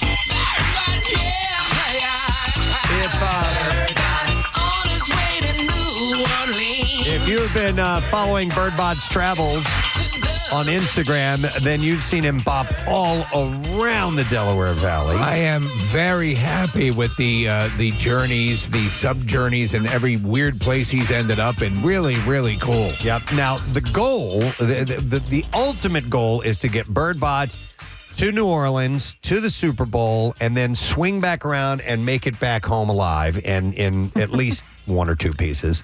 But so far, he's resilient and holding up very, very well. But here's what we need to do. We did have someone who checked in yesterday who's planning on driving to New Orleans, leaving at 4 a.m. on Thursday, and that's not bad. We would really prefer if someone was headed down on Wednesday, so therefore we can kind of follow Birdbot for a couple of days while we're still on the air here, because obviously we only work until Friday. So with the Wednesday departure at the right time, we could conceivably get some Birdbot real-time audio, right, at some location, and have him make the rounds on Friday morning show as well. Yeah, we definitely are going to have him pop up on Fox 29. That's part of the goal, where Mike and Alex are there now, and we'll talk with those guys live tomorrow morning. But we're hoping that someone will reach out to us who is headed down to New Orleans on Wednesday. So we're kind of throwing this out there. Now, again, and I'll say this many, many times, that it is not ultimately up to us. It is up to you, the people who have Birdbot. We put it out into the wild, and what happens is what happens. But we can influence, hopefully, a little bit, and kind of run an honor system. Yes, that maybe you will do what we suggest. We don't really know if you will or not, but for the most part, people have. To get the word out, we'd like to see if anybody is heading down on Wednesday who'd be willing to take Birdbot. So if you are, reach out to us. Go on the Instagram page, DM the people that have Birdbot at the moment, or go on the Facebook group for Birdbot as well. It really works best if he can depart tomorrow. He's been in a fixed location this morning. Preston only makes sense because a lot of times he'll bunk at someone's place. Yeah. He's now in Center City proper. And so he's, I won't give the exact street address, but he's remained motionless for a while. Marissa had a list of all the places he was to yesterday and last night. So he has been traveling. Yeah, I was happy to see that Shades of Grey actually did end up getting getting their hands on. I did too. I commented on their post. I'm like, he made it, because they put out the word that they would offer up a free tint job on someone's car if they brought Birdbot. I don't know if anybody took him up on that or not. But yeah, we have video and pictures of him at 50 Shades. And we saw him. He was at the Rocky statue. Yeah. And just all over the place. And that's exactly what we want. And but if you're holding on to him, please let him go. You know, like if he loves you, he'll come back. He will come back. But you know, this is a community project, and if you're hanging on to him, you're making it not a community project. And what we really are looking for, again, is a departure tomorrow for Birdbot, at least in that amount of time to get him in New Orleans. By the way, the amount of transplants outside of the fact that people are traveling down there, obviously, for the Super Bowl, the amount of people who have moved down there, live in that general area, is amazing. Well, so a lot of Philadelphia and Eagles love down there. And remember, I got a couple of messages from guys in the military, in the Marine Corps, and in the Coast Guard that are willing to take Birdbot on a helicopter ride. Dude, if we could get him on a ship. If we could get an aerial and sea a bit of footage for Birdbot, that would be tremendous. Yep, apparently he made it to the Philadelphia Community College yesterday, the Rocky statue. Birdbot checked in with Pierre at some point yesterday. He was at City Fitness in Fishtown with Sarah. And checked in with Sarah Parker, who was in for Bam Bam this week. So he's making the rounds, and we just need to get him to New Orleans. That's the next big part, by the way. Speaking of the game and everything this weekend, I did see an article, and this is according to Yelp reviews, the best and worst NFL stadiums list has come out. Now, it's got the top 5 and the bottom 5. That's the only part of the list that I actually This is always have. a big point of conversation for sports fans. What are the criteria to make it a best? So USA Today and Yelp came out with a list, and it's based on Yelp reviews from fans. While some stadiums have many more reviews than others, it's the actual rating number, not how many of them the stadium gets, that apparently counts for this particular list. It's not necessarily like prices of food and stuff like Just that. kind of like a general review. Like an overall experience rating, I think. Rating the actual overall facility itself. Yeah, so I have been to the Link. I was at Buffalo Stadium, which is really, really old, but man, did it have a lot of charm to it. They're getting a new one, I think, aren't they? They're getting a brand new stadium, and they're keeping it outdoors because they want, sort of keep with the tradition, I guess. I get it, but I also don't get it because, I mean, winter starts August 1st in Buffalo. But I went to a football game in Phoenix where the Cardinals play. I went to a Cardinals-Texans game. I had never been in a structure that large, right? So you look at it from the outside, you're like, okay, it's a football stadium. And then you go in, you're like, holy moly, this is amazing. And I'll tell you, it was a really great experience. And there was a lot of great vantage points to see the game and everything. What was also awesome about it was that parking was free. I think parking somehow they include with the price of the ticket. What, in Buffalo? No. But Buffalo's got a different parking situation. You can park on the field. No, this is in Phoenix. So I went out to Phoenix for a concert. First of all, the Okchik Pavilion, parking was free there. And then when we went to the football game on Sunday, free parking at the football game as well. On. Okay, how much does it cost at the Link? $45. Well, we park at FDR, $45. But not at FDR, like right there. Marissa, you would know. How much does it cost? Oh, it's $90. $90! If you have an RV, it is $90 and $45 with a car. $45. All right. Still $45. Jesus. I know, but Jesus $45. That's a steal. But at Buffalo, listen, they have parking at Buffalo, but we parked in somebody's backyard. And because it'd be cheaper to park in Buffalo to go to the Link. Orchard Park it's weird because it's just kind of like in the middle of these like farmland neighborhoods. You know, it's not like what we're used to seeing. Right. And when we got there, people just open up their back and side yards, and so we parked up against this tree and make love to our daughter. And made love to their daughter, and Case, that's what Green Bay is like. Apparently, that neighborhood around has just become like all tailgate houses. So you just park on people's lawns, and they open up their houses and sell tickets to tailgate within the houses there. Oh, right there. okay. Yeah. So they can make money off Yeah, of it. so I see. everyone's Like making money of it. Yeah. Okay, yeah. It's like when golf tournaments come to Exactly, town. yeah. People will rent out their driveways and stuff like that. Actually, it's kind of smart. But Case, I really want you to get to SoFi. I was lucky enough to go there last year. It is magnificent. In fact, I really want to see a concert there. It's kind of like MSG, where you can walk on the corridors and still see the game and still see what's happening on like the field that. without blocking the people behind you. Just the way they build it and the angles. Marissa, I heard that SoFi was an incredible place, but that the people that live in and around SoFi or live nearby, they can't stand it because it's driven up the cost of housing. Yeah. That people in that area, whenever a game is there, and I think they had the Super Bowl there 2-3 years ago. It's impossible to get in and out. Sure. Like impossible. I believe it. But there is a sizzler. Okay. A sizzler. Sizzler. Ladies and gentlemen, don't forget there's a sizzler outside. I was hoping to get there this past season because the Eagles played against the Rams, but it was either the weekend before or the weekend of Thanksgiving. Either way, the way where it landed on the counter, I'm like, God damn it. I'm not gonna Was be able to make it. Sizzler where the people were fighting over the steak here, or was Golden it Golden Corral. Corral? That was Golden Corral. Corral. It was like a mess. Sizzler's a step up. Okay. Nick, I'm a little surprised by that because it's in the same parking lot as the Forum. Yeah, So and it's not like it's new. The Forum's been there for a long time, though, Yeah. and the SoFi can seat, 80 or 90,000 Yes, people. true. And so, yeah, it's become really difficult for the people in that area when there's a home game. I hate to break into this conversation, ladies and gents, but we've got a Birdbot update. I want to make sure we go to the phone lines now on our Xfinity mobile guest line. We have the current owner, because it's only temporary, Yes. or I guess best friend for Yes. the time being, of Birdbot. We have Sarah on the line. Hey, Yeah. Sarah, good morning. Yes. Good Hey- morning. Hey, How so are you? we're doing great. So you've got Birdbot. I do. Tell us where you picked them up. My friend actually dropped him off with me yesterday, and the last minute phone call. Hey, Sarah, do you want the Birdbot? And I took him, and I took him to the gym last night because I work at City Fitness part time as a trainer. And sorry, it's a little loud out here. Let me go back in. Yeah. I took him to the gym. He took pictures with my classes, like in my classes. Oh, he was in one of your Got a little- classes? Got a little workout in. He came to my classes. Nice. Yep. What kind of class do you teach? I teach strength training. Strength so training? kettlebell. Okay. Yep. Yeah. Yep. And then the second class that I teach is like a circuit class. So he did both with me and took lots of pictures. And I have proof that he's getting swole for the Super Bowl. Oh, getting swole for the Super Bowl. All right, so what's the plan with Birdbot now? I have to hand him off this morning. He is going back to my friend and then going to an undisclosed location I'm not supposed to say. Why? Wait, you're sending it back to your friend who already had him?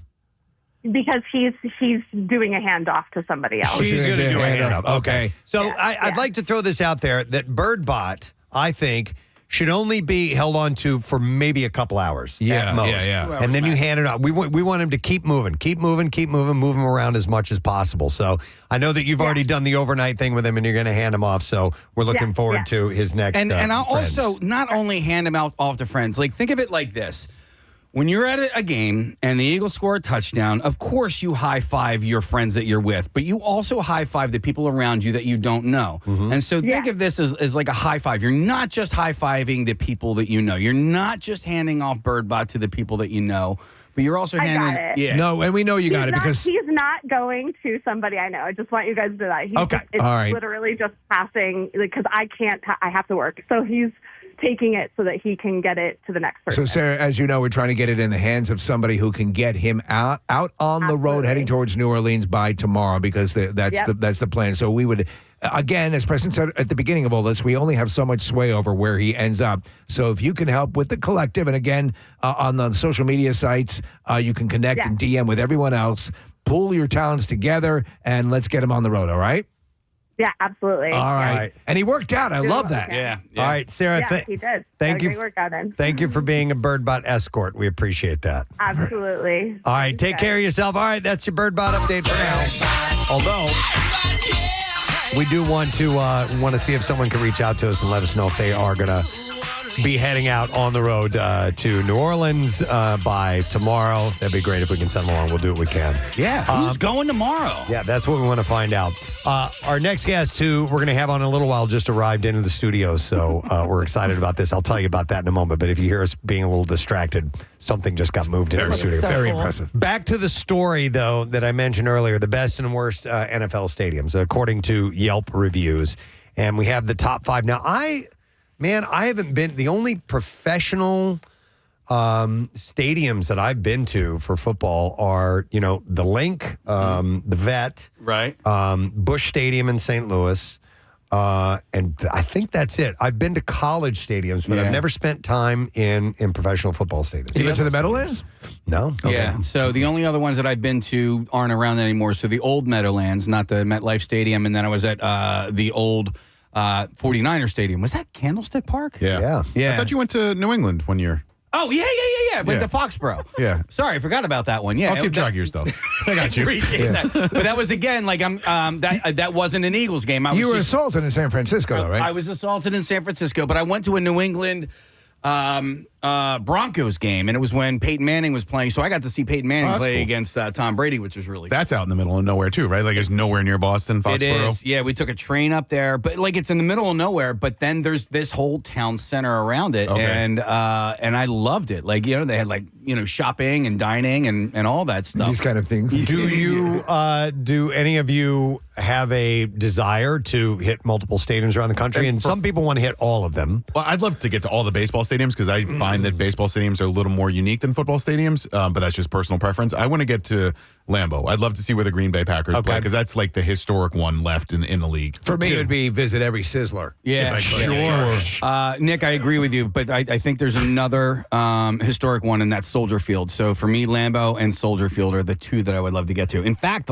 there are plans to just redo Soldier Field, and I love that idea. I thought they just redid Soldier Field. And they want to redo it again. Okay. But that's crazy for a city to just like I know, right? Spend something like $450 million. Millions of dollars on a facility and then just get rid of it. It just seems insane. What kind of crazy city would do that? So here are the top 5 stadiums in the NFL. Number 5 is Neumann Field, where the Seahawks play. Oh, yeah. I've been there. And by the way, these names virtually mean nothing anymore. Yes, other than Lambeau Field and Soldier Field and Busch Stadium, which has always been Busch Stadium. Well, they don't play football there anymore, but I mean, the Gorilla Tape Stadium. There are very few that are, the old name, the old guard. I saw the Seahawks play the Eagles in 2002 at Lumen Field. I don't think that it's always been called Lumen Field, but it doesn't really matter. Right. We had seats right near the top. I went with Chuck D'Amico and then a couple other people that used to work here.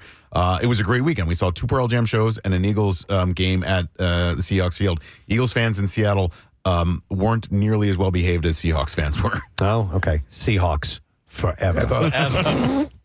I got you. Hang on. All right, thank you, Casey. If you don't mind, I'd like to. Seahawk party. Oh, wait, it's not turned up. Hit it again. Seahorses forever. All right, number 4 on the list is Empower Field at Mile High, so that's Denver, the Broncos Stadium. Number 3 is Acrisure Stadium. The Steelers play there. It's an enema. It used to be. Actually, Bane blew it up in Dark Knight Rises. Oh, sure. I remember that. Yes, I remember vividly. It was part of my plans for a new world order. Could you imagine the Fleet Enema Stadium? How wonderful By that the would way, if you do have discomfort when it comes to defecating, please check into my new type of enema. It used to be called the Fleet Center in Boston, Yes, it did, Nick. Points for you. where the Celtics play. Was that Fleet Enemas? I think it was Fleet Bank, but everybody called it the Enema Center. The Massengeld Center. There was a Fleet Bank, and they just called it the Enema Center. Okay, that makes sense. All right, then we have number 2 on the list is Lucas Oil Stadium. Oh, yeah, that's Indianapolis. Yep, that's where the Colts play. And the number 1 NFL stadium, according to Yelp. Okay. Wrong button. The number 1 NFL stadium, according to Yelp, is Lambeau Field. Wow. Green Bay Packers. I wonder, have they ever updated it? I mean, it's legendary. Yeah. They've had to have improved it over the years. They put in some super boxes and stuff, so there's some luxury places where you can spend a little bit of money, get VIP treatment or whatever, but I believe the Packers and the stadium are still owned by the people of Green Bay. They are. Yeah. They are. Right. I mean, and they will never lose. Stadiums that are committed to the outdoor, Yeah. I get it in one way, but I don't in another way. You'd think they still be sitting on benches Right, and stuff. yeah. It feels that way. So the 5 worst stadiums.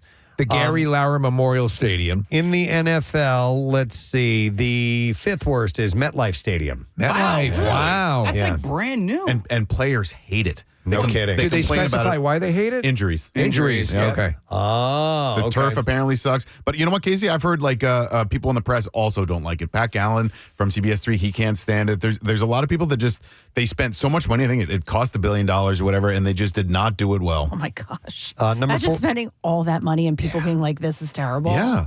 Number 4 on this list is Hard Rock Stadium. The Dolphins play. It's in And Miami. so, wait, hang on. Wasn't that another stadium that they just refurbished? Was it Joe Robbie? Joe Robbie, right? Yeah. And, okay. Joe Mama. According to this list, number 3 is SoFi Stadium in Los Angeles. Wow. That's the worst. As the worst. Wow, and Marissa was just raving about I've it. heard nothing but accolades about Yeah. it. Yeah, Marissa was going on about how They've sold awesome a it ton is. of animas out of that place. What I kind of like about that is apparently when you walk in, you're up high. Yeah. And then you got to walk down to your seats or something like that. I don't know. I don't know.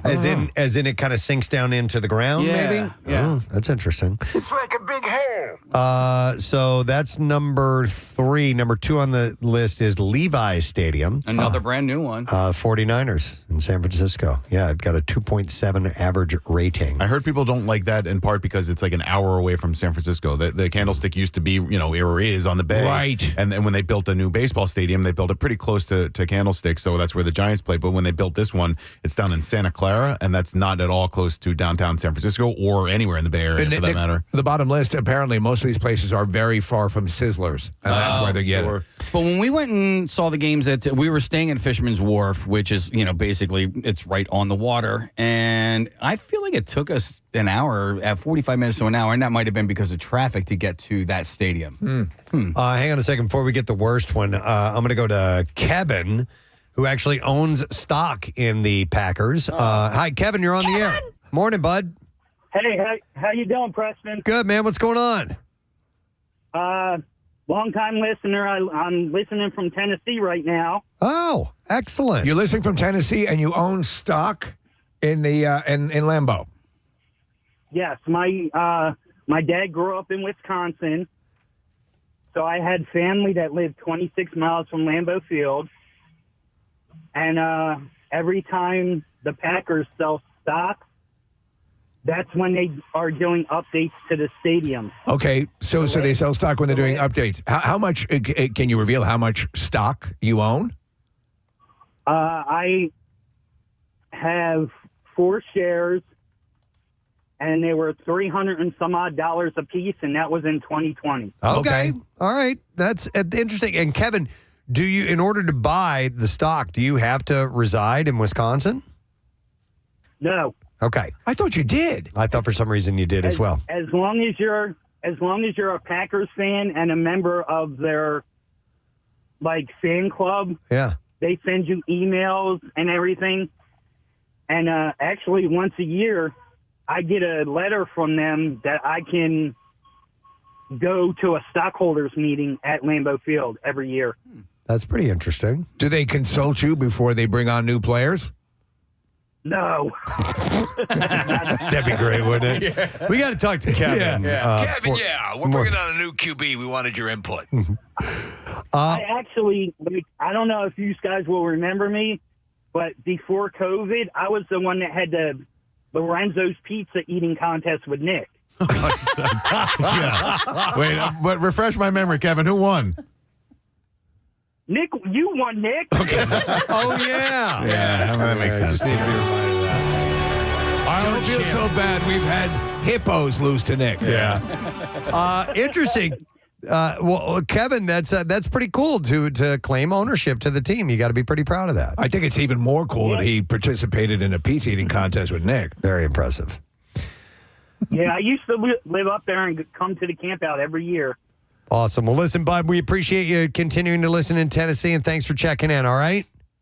All right, thanks, Preston. All right, take care, bud. We'll Oh, see thank you, man. Preston, I did always think that part of the deal with the area was that you were people who lived in the area were the only ones who could be eligible to own stock because that was part of the deal they made with the residents. I had mentioned one of the stadiums, the Hard Rock Stadium in Miami, is listed as one of the worst. And so Tammy is on the phone. She's been there before. Hi, Tammy. You're on the air. Good morning. Hi, good morning. Hey, what's up, Tammy? Oh, not much. I'm calling from Boyertown. Thank you. We're Bills fans. We were at a Bills-Dolphins game, and the one game was so hot. I had to leave. I went up to the common area to cool off. The amount of people that had left the game, the seats were so hot that the one guy, I kid you not, had third-degree burns on his back. He had third-degree burns from the seat? Yes. What Yes. was this a game in September or was it? I believe it was October. Okay. We've been to several. We're Bills fans, so we've been to several in September and several in October.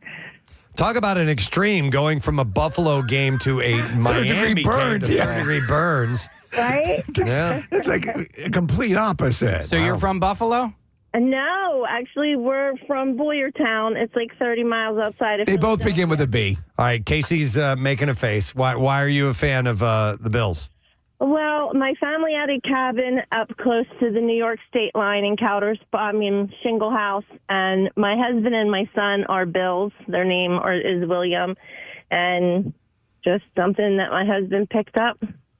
Wait a minute. Were they named Bill and then became fans, or were they already were they fans because they were named Bill? When my husband was growing up, he was a Raiders fan, and then I guess when they moved, he just went with the Bills. That's weird though, because it says here on the call screener that your daughter's name is Green Bay Packers. Yeah. So, do you guys root for other countries in the Olympics as well? Actually, we do. We root for Jamaica because we love Jamaica. Wow. The bobsled team. Yeah. Hey, they like who they like. It's not necessarily because you're born to it, you know? Absolutely. Not in Casey's world. Interesting. All right. Casey's world. Thanks, Tammy. Appreciate it. Wait a minute. So I just and I'm not busting on you I know. at all. But if you're born in an area, you should be holding to the teams that represent that I mean, area. that's kind of how I feel. Okay. You know? Yeah. I mean, All listen, right. I get it. Both of my brothers are huge Eagles fans, but growing up, they were not. They picked the teams whose colors they liked, or Right. somebody, a player that played on there. I mean, my brother Jim was a 49ers fan my entire childhood. So I moved around a little as a kid. You did. You did too, Steve. And so when we lived in South Carolina for a short time, there were no professional sports teams that we had to root for. So you had to adopt from somewhere else. And by default, because TBS was doing satellite, they were the first people to broadcast satellite. Technically a superstation. And so I started watching the Braves games. So I became a Braves fan.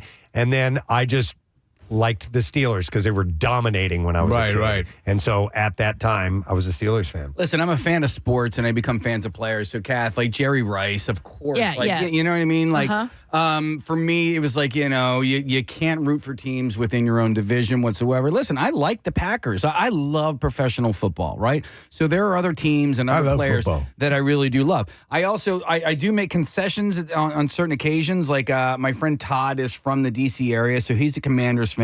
And his son, as a result, is a Commanders fan. Like, I get that. Like, one generation removed. After that, knock it off. But also, Press, I know what you're saying. Like what you like who you like, but I don't have to like that as a result. Right. You know? Yes, I agree. Yeah. I agree 100%. Wow. Jace is going to a Super Bowl party, and their one friend moved from St. Louis, and so the kid's like, I don't know if I want to go to the party, the Super Bowl party. They need someone to beat up. Jason's like, don't worry about it. You'll be okay. There's no football team in St. Louis, so he'll be all right. By the way, the worst stadium, according to Yelp, we didn't get number one, Northwest Stadium, the Commanders. I hear that all the time. Got a And 2.4. It's fairly newish, right? Yeah. How are all these new places dumps? It was Designed it was built by a world-class 10-bell douchebag. Yeah. Dan Snyder was among the worst owners in sports. Unfortunately, he's not there anymore. But Steve, I think a lot of that, like, he wanted to add seats and just cram as many people in. And I'll make a comparison because Jerry Jones is an awful person too. But Jerry Jones built a really nice stadium in Dallas because he wanted his fans to be comfortable. Dan Snyder built a crap hole in D.C. and it's still awful. We're watching a video of a sewage pipe that burst during one of the games, and it's just pouring down on fans. And it's just like, what the hell's going on? Was Snyder? Was he the one that sabotaged the owner's box? Yeah. And all that It stuff? was one thing after another with this guy. They were Just a piece of work. Allegations of racism, sexism. There's a lot of stuff over the years, and he's fortunately no longer the owner. Okay.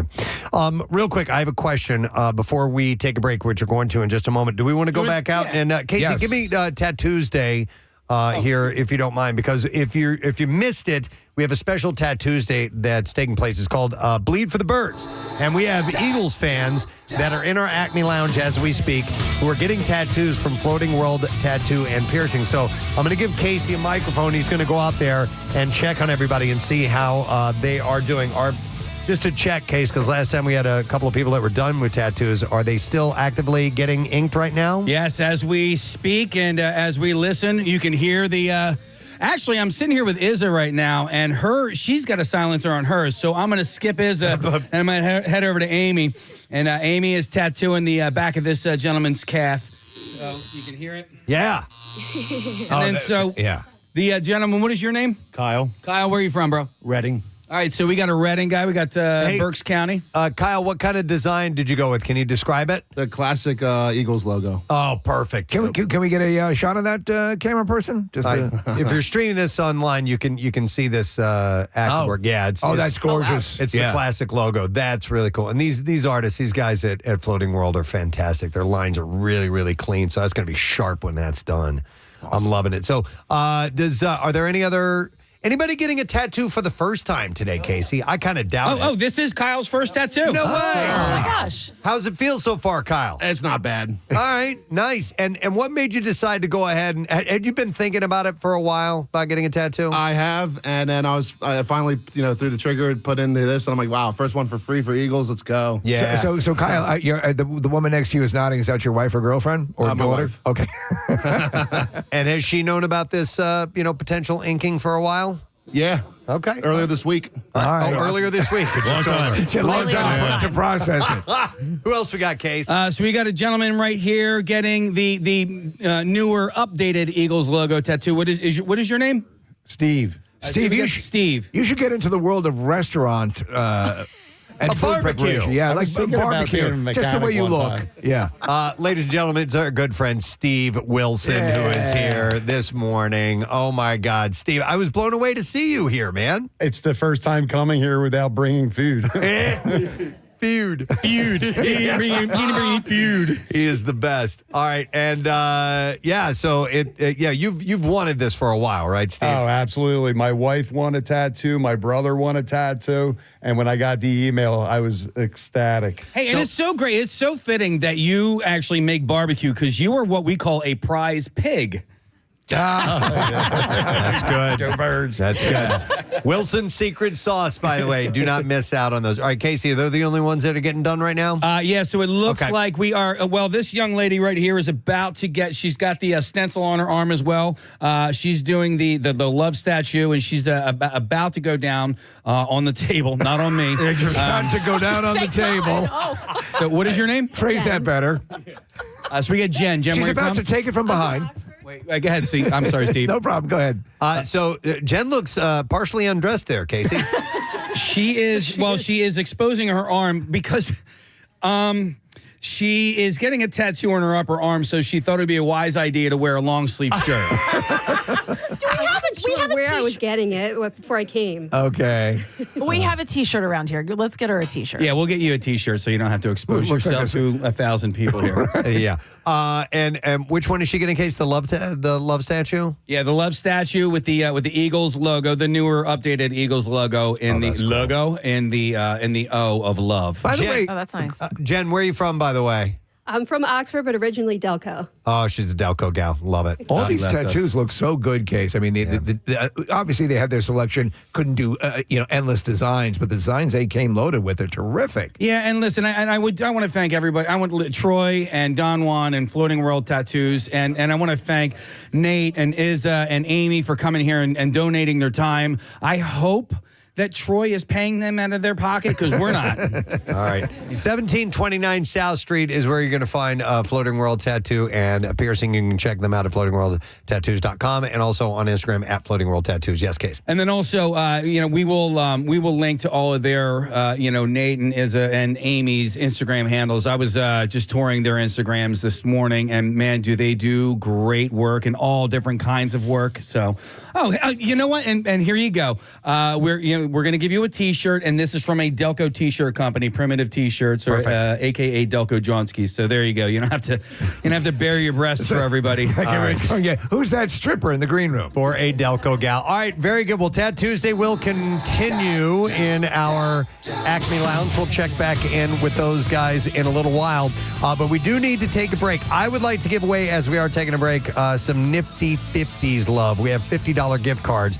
I'll take caller number 17 at 215-263-WMMR. 10-time Best of Philly winner. Nifty 50s is here with mouthwatering burgers, fresh-cut fries, hand-dipped milkshakes, and handcrafted sodas. You can visit one of their 8 local locations. I'm glad they're here today because we have a lot of people to feed. Love it. And don't forget about their new Mint Oreo Shakequan milkshake for you to sample. Yeah. When we come back, I'm looking at him right now. We have Noah, the bald eagle from the Elmwood Park Zoo, here in our studio, which you can see him at the games, by the way. We're going to take a break, and we'll come back with more. Make sure you stay with us. Preston and Steve. Cousins, close friends, and one of my cousin's friends was a musician, so he came out. He actually played some music, played some of my cousin's favorite songs. One of their other friends is a minister. He spoke, and we prayed, and all of that happened, but it happened in someone's backyard with palm trees overlooking the backyard. So it was a different feel. It was nice, and it was definitely, I think, a little more enjoyable than a traditional funeral would be, but I didn't think that, I don't know, there wasn't the keg stands weren't appropriate? Well, there wasn't time really for mourning. Yeah. And speaking of keg stands, one of my stupid cousins and his dumb girlfriend, who was like a mixture of Joan Rivers and the character Magna on Something About Mary. Okay. That's basically who his girlfriend was that he brought. Well, they took it as a party and a reason to just get wasted. And it was I just felt like it was so disrespectful, even though it was sort of that vibe. It wasn't a let's get wasted and party vibe. Right. And unless you're like an alcoholic, and then everything is the let's get wasted and party vibe. Well, and maybe that played a part into it because they to me, they looked like they were high before they even got there. Okay. So I think they had something else going on. But when they walked in, they were like, yo, what is up? Wow. Stop it. I wanted to shove his face in a trash can. How old are these people? Are they? Oh, well, she told the entire party that she was 46. I'll tell you what, she was a minimum 60. Okay, she was not 46, but she continued to tell the party the entire day that she was 46 years old. Well, all right. So there is a scene in Grown Ups in the beginning of the movie because they all get together because their Little League coach dies. Yeah. And David Spade's character, he gets weird. He doesn't know how to act at a funeral. So when he sees all his old friends, he's like, "Hey, what's up, buddy?" He's like, "Oh my God, I'm so sorry. These things weird me out." Casey, that's kind of what it was. And my cousin looked like Panama Jack. Really? Yes. What a mess. And listen, people, had everything. And listen, people, showed up some were in suits, and other women were wearing black, but other people were a little more casual. I had like a long dress on. It really didn't matter, but they were a little over the top. It just was a little much. At one point, they were doing the electric slide in the backyard to not the electric slide music. Yeah. Okay, I was just like, okay, we're enjoying music because his friend is here playing. Sit down. Sit the hell down. This was just those two? Yeah. Just alone doing that? Alone, just the two of them doing the electric slide in the middle of the yard. I know. Sit down. I get that you're trying to go for a more upbeat vibe, but I don't know if I'd know how to act. Listen, and everyone was kind of like, what are they doing? Do we have fun? How well do you, I know they're family, but how well do you know them? I mean, do you only see them at family functions in a great while? This couple? Yeah. Yeah, so I only see him every once in a while. Fortunately, I don't have to be subject to him Panama that Jack? often. Yeah. Panama Jack and his 75-year-old girlfriend. Yeah. So them, no, I am not all that close with. Anybody say anything to him? Well, at the end of the night when she told the widow's wife that she was a bad mother, then people said something to her. Whoa. Okay. No. Wow.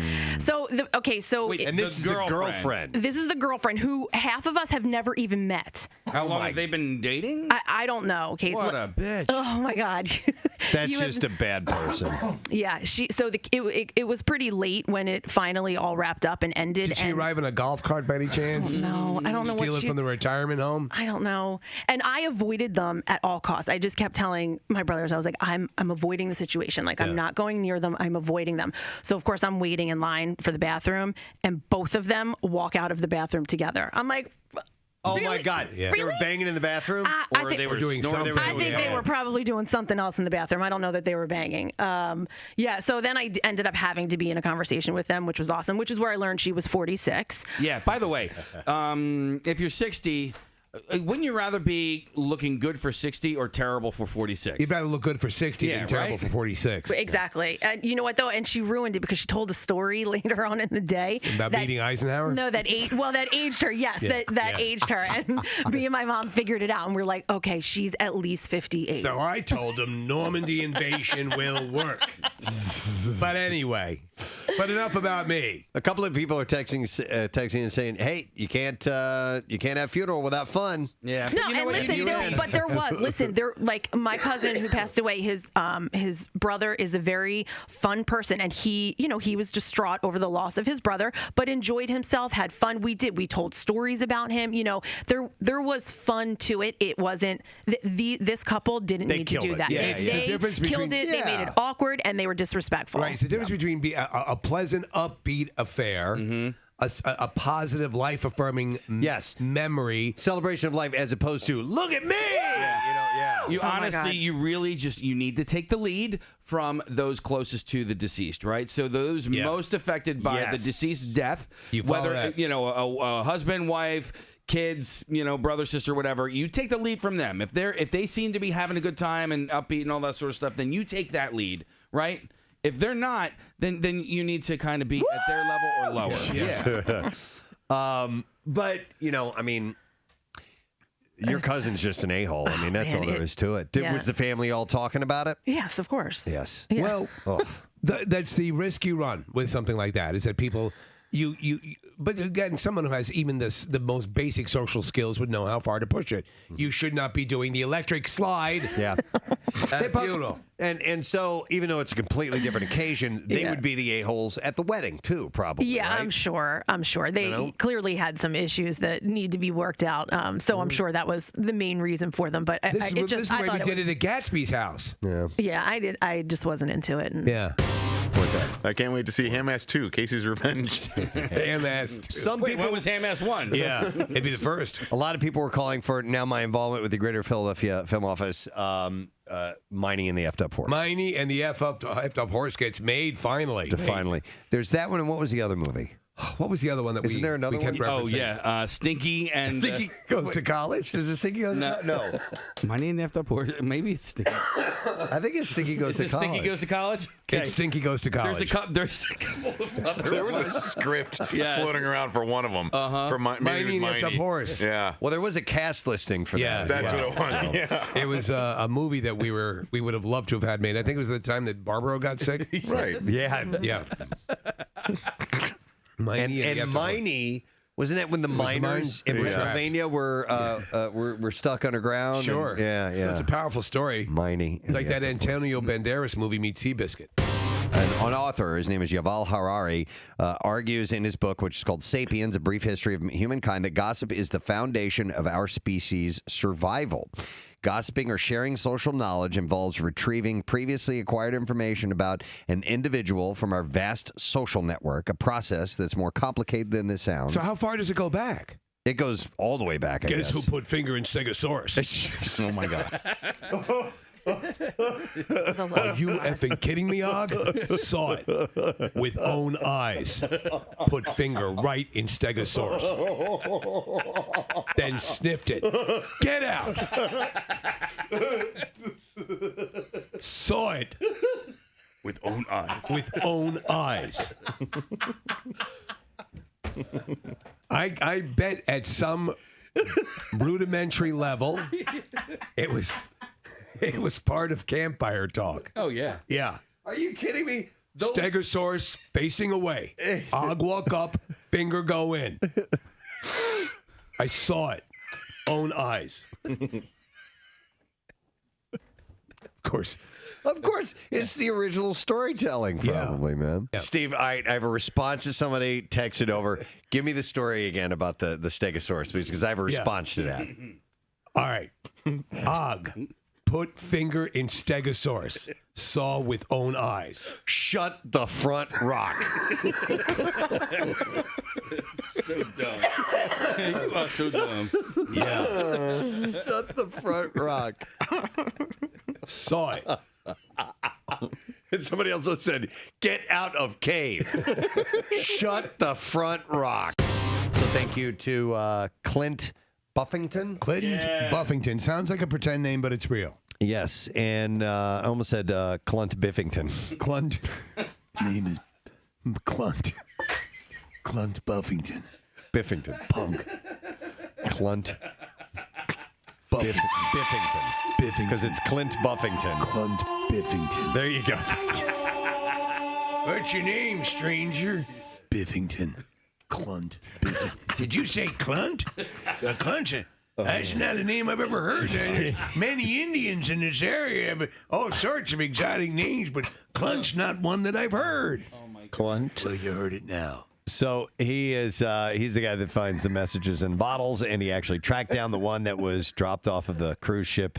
A guy who was on a Carnival cruise ship. He's from Philadelphia and had been floating up there for years, and he found it and got back to him. So that was cool. cramp diffled. Cramp diffled.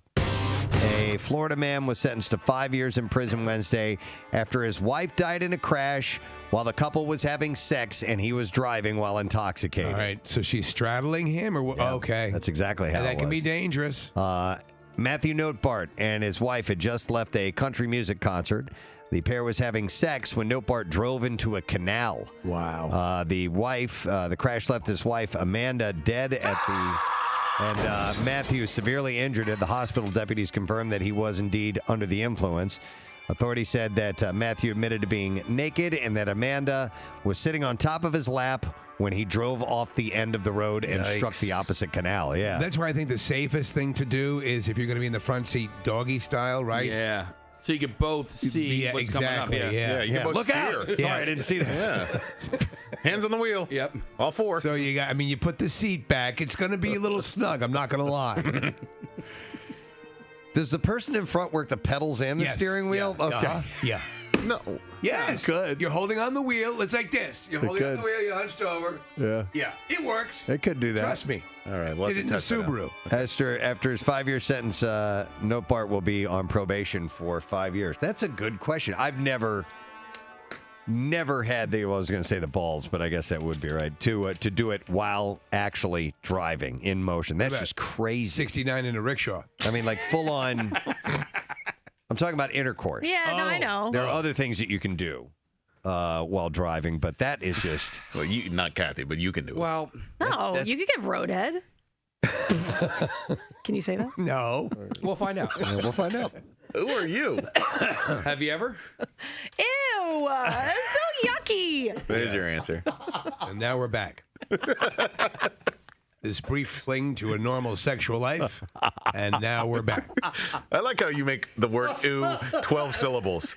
I want you guys to understand. Okay. It's a little emphasis that she puts on it. Some of these texts are crazy. Had a guy friend who was with his wife and finished and yelled hot soup. Hot soup! That's dirty talk for Bill. He said, yeah, right? Yeah, right. Soup. Minestrone. Minestrone, chicken noodle. Chowder.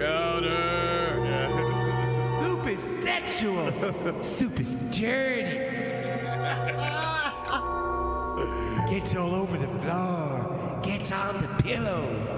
Soup's bad. I miss Bill. Split pea. Stevie wakes up having a nightmare about it. Split pea. Clam chowder. What, honey? You're bathed in sweat. I had a bad dream. Look at the stool, open barn door. What are you saying? He just blurts them out. Oh, dear God. Kathy, here's this story that I promised I would bring up to you. Lipstick? A lipstick. Apparently isn't just a little pop of the color. It can be much more powerful. Bobby Rimmel, a gynecologist and oncologist at Cedars-Sinai Medical Center in Los Angeles, says for cancer patients, lipstick often serves as so cool. This next guest has actually been in our studio for a little while because he had to acclimate to our atmosphere at the moment. So we are happy to bring into our studio this morning a couple of humans and one very cool guest. We want to welcome from the Elmwood Park Zoo, the executive director and CEO, Mr. Al Zone, who is here. Hey. The assistant director of education and the Eagle team lead, Laura Soder. And Eagle aficionado, I just made up that title, Elisa Tyler Ritchie, who is here. Guys, thanks for coming in. Absolutely. We're like hesitant to clap or make any real loud noises because we have the apex predator of the sky here in our studio this morning, and that is Noah the Eagle. And Al, so Noah goes to the Eagles games, the home games, right? Yes, he does. He goes to every home game. He goes to camp. Our amazing Eagle team takes him to every day of camp. So he checks in when the players check in, and he's there till the end. He is the epitome of a good luck charm for the team. So Absolutely. He was there for the Super Bowl, and he wasn't at the Super Bowl, but he was color commentary. Yeah, he's been involved with the Eagles now for over 10 years. Had to have been pretty popular at the pep rally the other day too, right? The pep rally was insane. It was awesome having Noah, Reggie, and B-Dawk in the zoo. Reggie is the other Eagle. Yeah, Reggie's our other Eagle. We rotate them down at the link, and yep. Okay. Oh, wow. Noah just flipped those wings out for a moment there. So, Elisa, what is your job with Noah?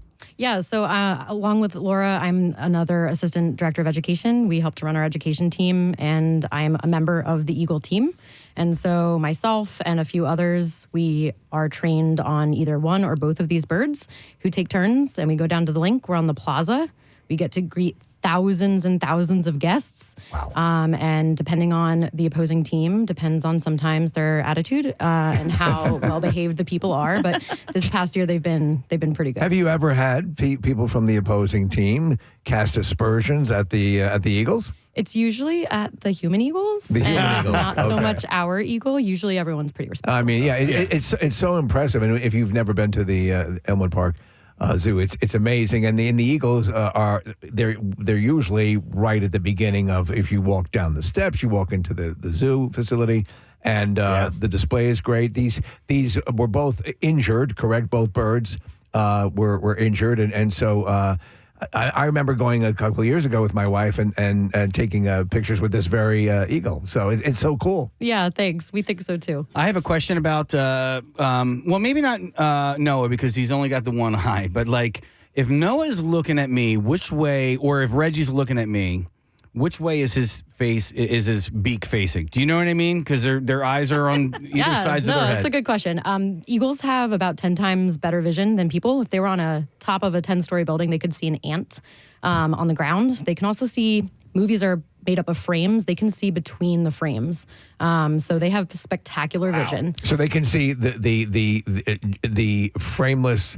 Yeah, that's astonishing. Now, do they look forward? So I'm still not comprehending. Do they look forward, or you know what I mean? Yeah, they look forward as a an apex predator. Yeah, as predators you guys usually look forward, Yeah. and the prey look to the side. Yeah, but they'll turn their heads in order to see. Noah has an unfortunate tick because of the injury that he sustained when he was young. What was that injury? Well, that's what I was going to ask. Is that head movement that he's doing, the slow movement? Yeah, so if you guys are watching live, he has a permanent head tilt. Unfortunately, he sustained a fall about 80 feet when he was only 8 weeks old. Oh. Landed on the ground. So he has some neurologic damage as well as damage to that left eye. And then a few years ago, we found that it was causing him pain and discomfort.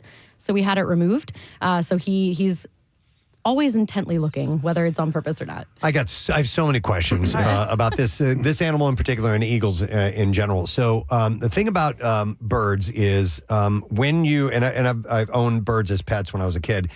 When you hold them, they are way lighter than they appear to be because they have to be able to fly. Their bones are hollow and so on. These things look gigantic. They look like they would weigh a lot. How much does an adult eagle weigh in at? It's my favorite question. I want you guys to tell me what you think he weighs. I would, because he looks like he's going to weigh, like 10 pounds. But I know it's got to be lighter than that. You're so smart. That's just my guess. So I'd say if I were to put a number on it, 6 pounds. Man, you hit the nail on the head.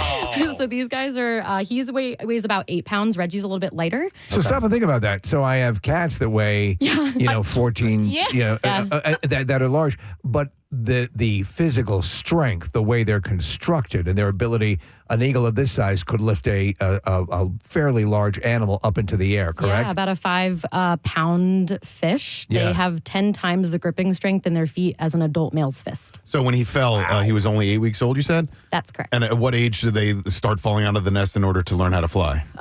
Well, it was clearly a little bit too early for him. We were told that the father was flying down to feed him until hikers found him and rescued him and brought him to a rescue center. If an eagle is born in captivity, do they learn how to fly like normal? That's a good question. It really depends. And then eagles are still protected under U.S. Fish and Wildlife, even though they wonderfully came off of the endangered species list in 2007. They're still heavily protected. The only reason that we have eagles at Elmwood Park Zoo is because they are unable to be released back into the wild, either due to imprint or injury. And all of ours have sustained injuries, so they're living out their best lives at Elmwood. Not that long ago, we were talking about, eagles and osprey and a few other birds of prey that have been taken off, that were taken off the endangered list and have continued to thrive, which is wonderful. In both New Jersey and Pennsylvania, we were talking about. But I was reading about one of the interesting techniques that was used, and had never heard of this before, in that they were early on when they were trying to repopulate, they would remove the eggs from nesting birds, and then they would replace them with artificial ones. And they would still think that they were incubating these. And you guys, the people whose job it is to take care of these animals, would take these eggs and incubate them. And by the way, we know these are fake. It just it makes them feel good. They're earning a check. That's crazy. So they can be fooled by that. Yeah, and it depends on the individual as well. But the whole reason, the number one reason why eagles almost ran into extinction was due to human interference with the use of DDT. And it made the eggshells soft, which made the offspring not viable. The purpose of the fake eggs is at some point, all of you guys hope to be able to run and point a finger at them and go, ha ha. Is that the big thing? The practical joke? Yeah. So how did they, because the turnaround was actually, it had been something that had been going on for so long, and it seemed to actually happen at an accelerated rate. What helped with the full turnaround? The elimination of the use of DDT. It was the pesticides. Yeah, that was really the issue. Banned. Okay, it's wow. It's not banned everywhere in the world, but it certainly is in the U.S. And the conservation efforts put by different government agencies or zoos. What would in the wild? So obviously, it's nature is at once sublimely beautiful and brutal. What would be coming after a bald eagle in the predatory chain? Humans. Just humans. Just humans. Nothing. They fear no other. Unless they're injured. Yep. Yeah. Okay. Humans, really. Wow. I have an interesting little bit of trivia for you guys. Okay. Do you know when the bald eagle was designated America's national bird officially by law? A few weeks ago. Yeah, When? recently. Yeah, it was just last month. Yeah. What? There was an oversight. And Joe Biden signed this last month, and it passed, completely, 100%. But it was apparently an oversight because it was on the national seal, and people just kind of assumed it's the national bird. Well, it wasn't until last month. Wow. Briefly, it was a seal. That was the national. An actual seal. Didn't make any sense. No idea. No, yes, it's wonderful that it went that long without being completely codified. Now, I don't know if you guys have been to the Elmwood Park Zoo recently, but Al, you guys did a lot of work. It looks a lot different when you show up. Are the eagles in that same spot? Yeah, no. So the eagles aren't right in front, Steve, like you remembered. Well, the last time I was there, all the stuff you were planning just sounded super exciting. So where are they now? We just opened up a brand new welcome center, really to educate people on why zoos matter. You actually get to look into our vet hospital, watch us do procedures. You can look into our commissary, watch us prepare all the food for the animals. We also have 3 safe exhibits in there: black-footed ferret, a turtle exhibit, and golden lion tamarins. great gift shop, coffee shop. But then you walk into the zoo. Eagles are currently where our Jaguar exhibits are, not together. Okay, but in their own area. Oh my God! but in their own area.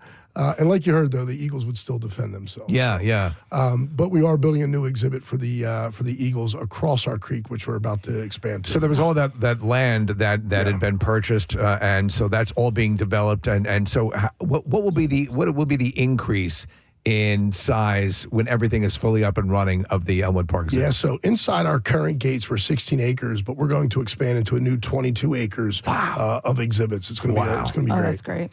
I have a question about Eagles and their moods because they always look pissed off. Yeah. Do they have a playful side to them? It's not the adjective I would use. Okay. I would say that they are fierce and determined, and they're very good at what they do. Noah and Reggie are very different. Noah is a seasoned veteran, just celebrated his 10th season being the official live mascot for the Philadelphia Eagles. Reggie's a little bit newer. I would say that Laura and Rebecca, 2 members of the team, are a little bit more like Reggie. More like Noah, where they're just more composed and together. And Reggie's just got a little bit more spunk and attitude and change, and sometimes chaotic good, like myself. Is Reggie younger than Noah? He is. So 10 he's years kind younger. of the heir apparent when Noah goes to the great Eagle's Bird nest in beyond. the sky. Yes. Well, speaking of that, President, may just jump in. What is the life expectancy Yeah, that's of my the next bull? question. Yeah, so if they're nice and healthy, they can live well into their 30s, if not 40s. And how old is Noah? Noah will be 24 this year. Wow. All And right. doesn't anybody find it ironic that Kathy's the one who booked the birds? Kathy hates birds. She's doing great. I mean, like she doesn't like have a fear of them. She just thinks they're stupid. No. So I don't have a nice But, comment. but listen, no. Let me defend myself for a second. Not eagles or colorful birds, but they were talking about like going bird watching. I can't get behind that. It's okay. We can do it for you. That was just little and brown. That's She doesn't want, There's nothing exciting doesn't about like this. little brown This birds. is Like awesome. sparrows, she could grind up in a wood chipper. The eagle is awesome. Some birds have value.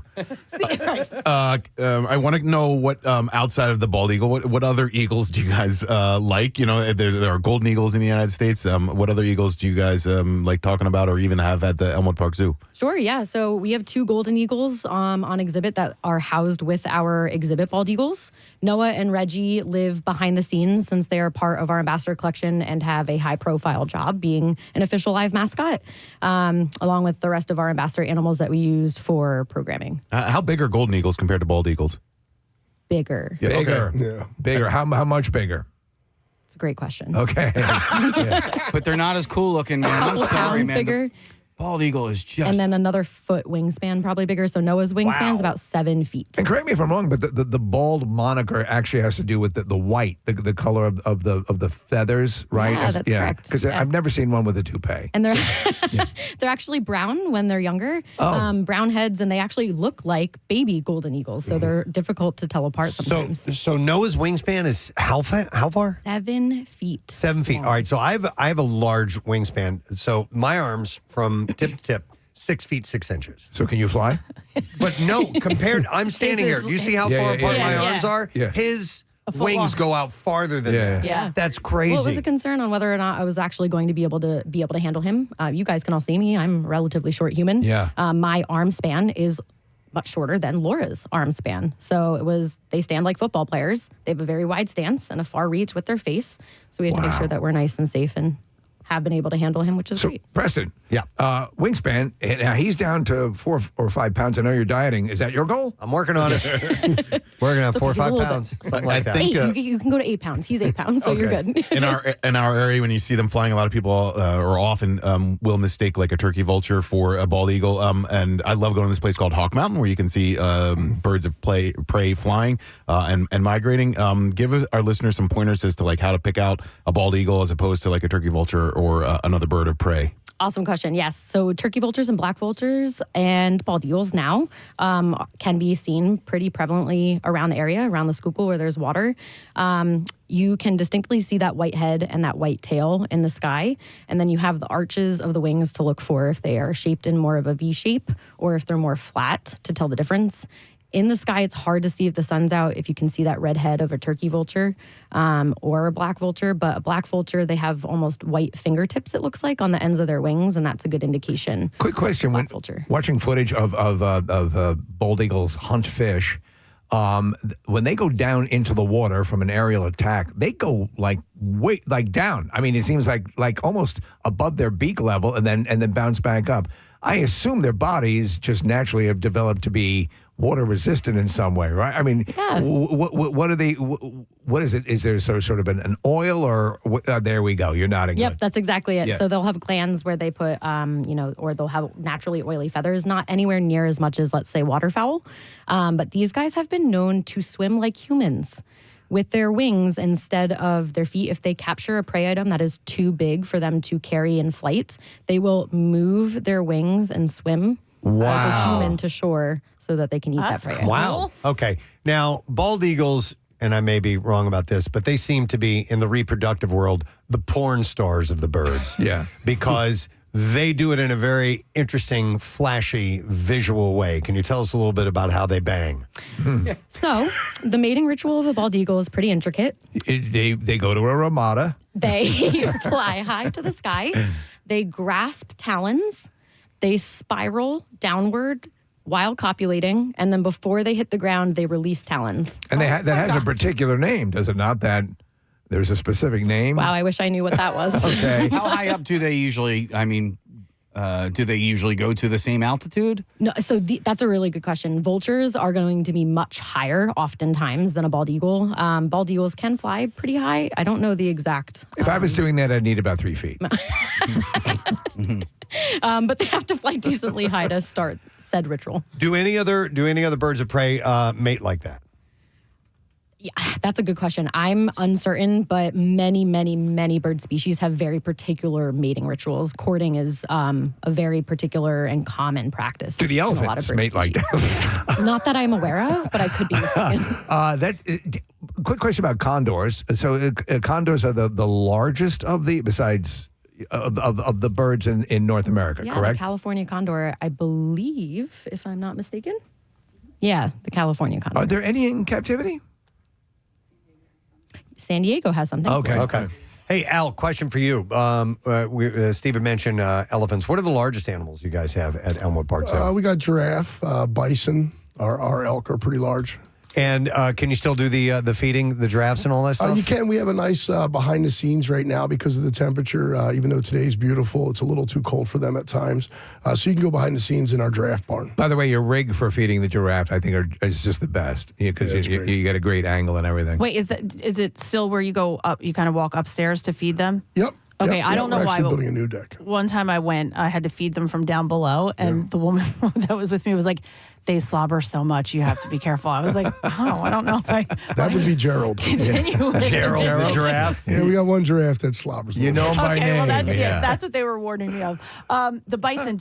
Last time I was there, I thought I only saw one. Do you still only have one? Yeah, we only have one bison and one elk because of the bridge that's coming in. We're getting ready to expand, so we're not adding more bison or elk to those exhibits until that gets in. Okay, because I kind of thought he looked lonely. Like, doesn't he need a friend? Our staff does a great job of keeping him enriched, and he loves the public when they're there. All right, okay. Yeah, Have you guys, any of you guys done the ropes course or zip lines there? No, I never did it. They're really, fantastic. I know. I really want to do it. Jace is like old enough and can handle that stuff now. So And I that's want to do it. expanding too, right? On the other side of the creek. We're actually going to shut it down for a little bit as we do the expansion. All right. Okay. Yeah. And we went, oh my God, like 8-9 years ago. It's been a long time since I've done the course, but it was impressive. And we've done a few of those before. Well, I was at the zoo once, and Jace was smaller. Jace is my son. And I was like, I really want to try this. I could hear a woman up above. She goes, "They didn't tell me it was this hard." She goes, "I want to get down." I was like, okay, we might not be ready for this yet. By the way, we've said it, and I know Kathy will agree with me on this. For some reason, the Elmwood Park ice cream is so freaking good. I know. Is it still there? What's Of course. What is it? Of course it's still there. What's the name of brand? the brand? Well, so it's our local, it used to be Petrucci's years ago. It's now done through Tosco's. Okay, all right. Whatever it is damn good. Yeah, they're great. And then they have the brew. What's the brew pub? Zoo Brew. Zoo Brew. Yeah, we have our own beer through Von C as well. It's great. So what's the plan for Noah and Reggie on Super Bowl day? You guys do anything special? We're gonna celebrate. So we had the big pep rally. Yep. We had Birdbot there, which was awesome. Yes. A little over 3,000 people came out to the zoo. It was How did great. Birdbot behave himself? Was he good? Oh, he was great. All right. He was great. Yeah. And then we're gonna celebrate just like everybody else. Excellent. Yeah, we're ready. Excellent. All right. We're ready. It's a lot of Nice. beer, I guess.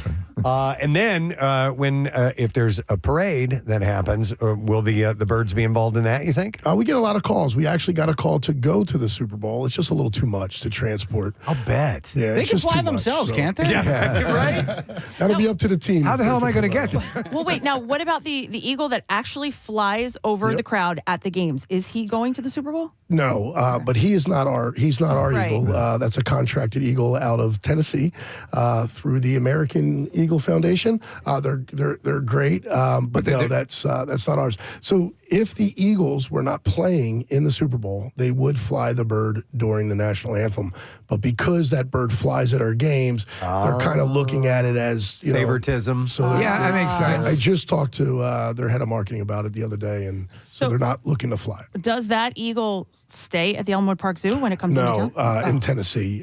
They bring it in just to fly it, and they bring it back. And then it leaves right away. It leaves right away. Okay. All right, so leading up to the game this weekend and this week, if people want to come and see Noah and Reggie, they can come by the Elmwood Park Zoo? You have to schedule an appointment for that. Okay, all right, through the wasn't site because they work so hard and they have excruciating schedules. They are off exhibit. They're not on exhibit. They stay behind the scenes because they're worked like all of our other education animals. Okay, but yeah, you can go to our website. There's different experiences to book that kind of stuff. The last time I went, my wife and I, and we had an appointment, and you learn a lot. And you guys are always so informative because, as you can see right here with this segment, we have a billion questions, and you guys are always very helpful. So. Yep.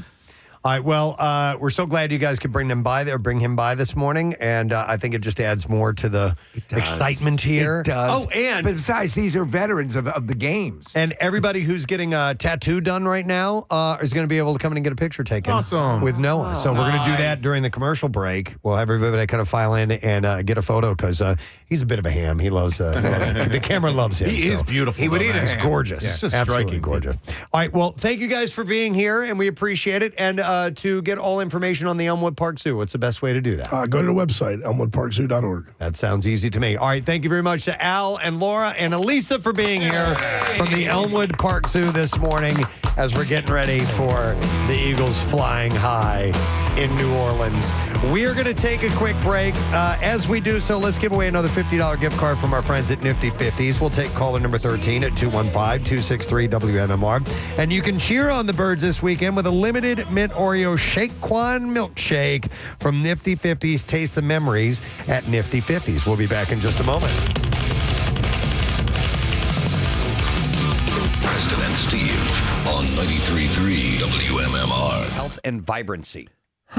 And says that lipstick helps restore a normal sense of self that a patient can lose during an incredibly difficult cancer treatment and help them feel like themselves. I was never a lipstick wearer. I never wore lipstick until, I guess as I aged, I started wearing it more. So was it your first rainbow party that? Stop it. So, yes, I think it does help you, feel better about yourself. And especially if, maybe if they're going through chemo and they've lost their hair or whatever it is, just that little bit of lipstick, I could see that It'd make helping you feel them. wonderful. Look, I've got a whole bag of lipsticks here. So, all right, put on something. anybody? I just did. Let's hear it so people can hear your how much lipstick you have. Oh, okay. You have your bag there? Yeah. Pour it out on the table. Okay. Here. This is Kathy's Wow. Cosmetics array. What is your I'm going out and I want action with an illegal alien? What's that lip? Now, what is your I want to, as Preston says, you want to just feel your absolute best. You want to look sexy. You want to be sexy. Well, listen, it depends on the time of year. Say you're going to like a police function and there'll be a lot of guys in uniform there. Well, in that case, I'd wear this lipstick. No, it depends on I wore darker lipstick throughout the winter, and I just got my spring colors. So there's a lot of blushes and roses in there. Those type of colors. Do you love watching? I love watching my wife put on lipstick. Yeah, I think it's very sexy. Come on, guys, let's put on some lipstick. You have food in your mouth. How am I going to put lipstick on? Let him eat first. He needs to eat. A little bit of chaw. By the way, I'm so mad. Why? Because my bagel was supposed to have butter on it. It had cream cheese. Is that what you were gesturing to me about? Yeah. Oh, well, I thought it was yours. Oh my God! Can you put it on for me?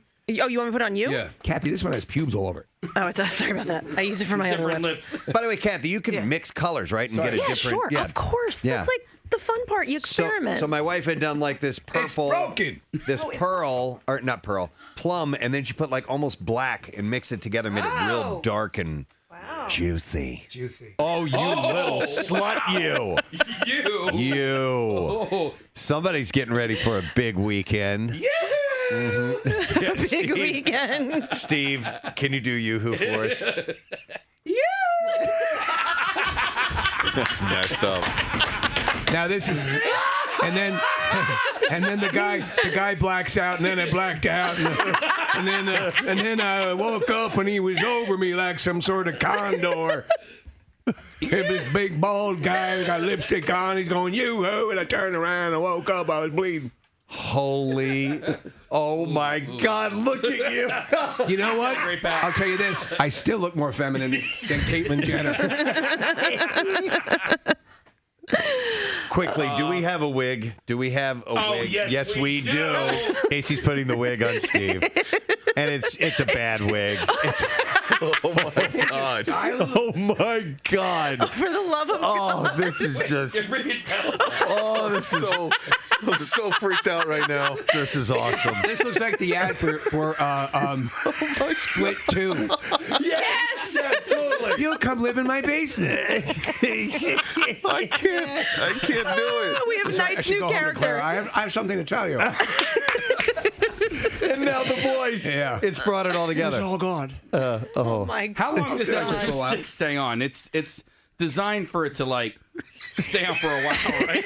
Well, what Steve has is going to stay on for a long time. Because he has an important appointment later on today. What is he? What do you have? We're closing on the house. I forgot about that. Did you imagine? Oh my God, dude.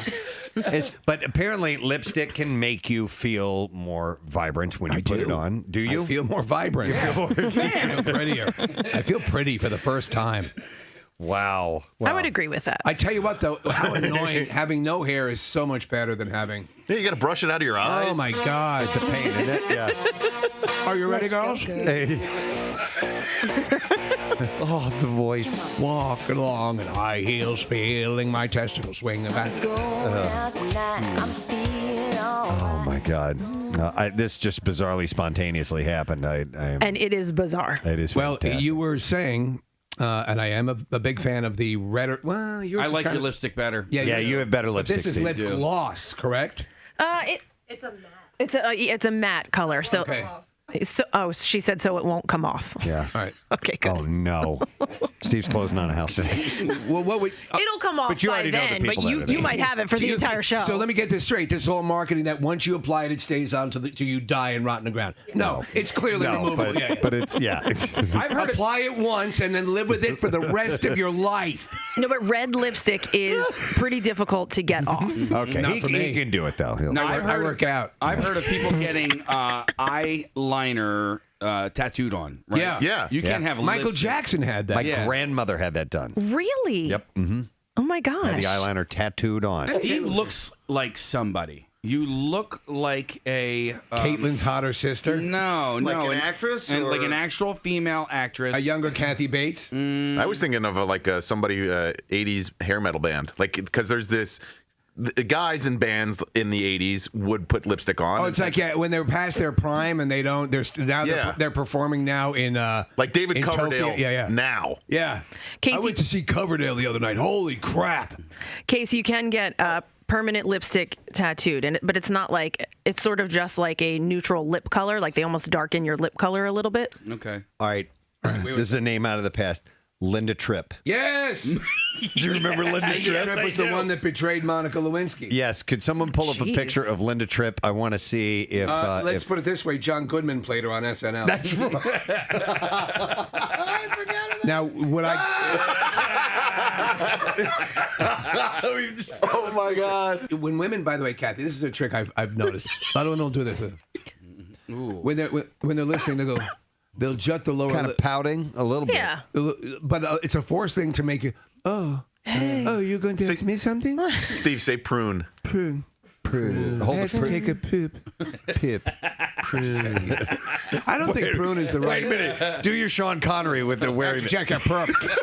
Check this picture now. You have indulged your perversion. I will not make your pancakes. You're better looking than Linda Tripp. Yeah. You are? The reason that we were going there is because a guy that has been on the show several times, is a South Jersey native, and you've heard us talk to him on the air and talk about him many times. The composer, Michael Giacchino, invited us out to be a part of something really cool. He is currently, or was currently, scoring the film Spider-Man Homecoming. And he was doing it at the 20th Century Fox Studios, and invited us all to be out there if we wanted to be in the studio while they're recording the music for the movie. That's amazing. So Nick and I took advantage of it. There were some other commitments, and that's why not everybody could make it. But I'm telling you, this guy, number one, for those who may not be familiar with Michael Giacchino, has composed the music for some of your favorite movies. And just start with some of the Pixar stuff, The Incredibles, Up, Inside Out, and then you move over to things like Planet of the Apes. He has also done the Star Trek films. J.J. Abrams and he did all the music for Lost. He started in video games, so Medal of Honor. Yeah. A bunch of series of video games that he did, and he is the guy. He did Rogue One. He did.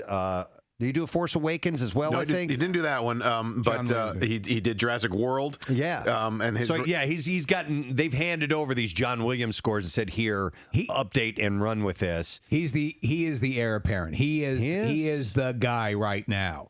And the fact that he is as nice as he is, and a friend of the show. Yeah. And friends of the show never invite us to do cool stuff. Yeah. I mean, I guess they know we'd be an embarrassment. Yeah. So that's pretty much our prohibitive factor. But this was so cool that you got to go out there. So he invited us out, and he also said that it was cool if my entire family came along as well. So it was me and Nick and my 3 kids and my wife. Rochelle just had to pretend that she was Steve. She was me. That's it. Yeah.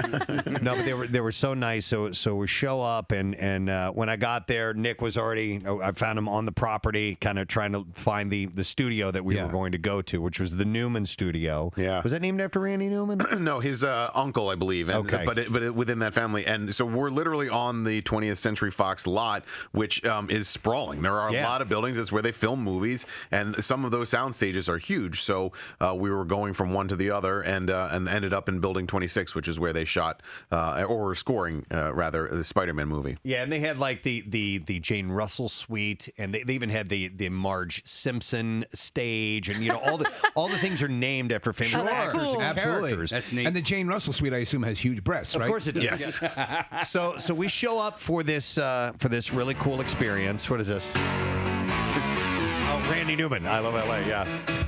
Who, by the way, he does tons of movie scores. Academy Award winner. Absolutely. He did Toy Story. Yeah.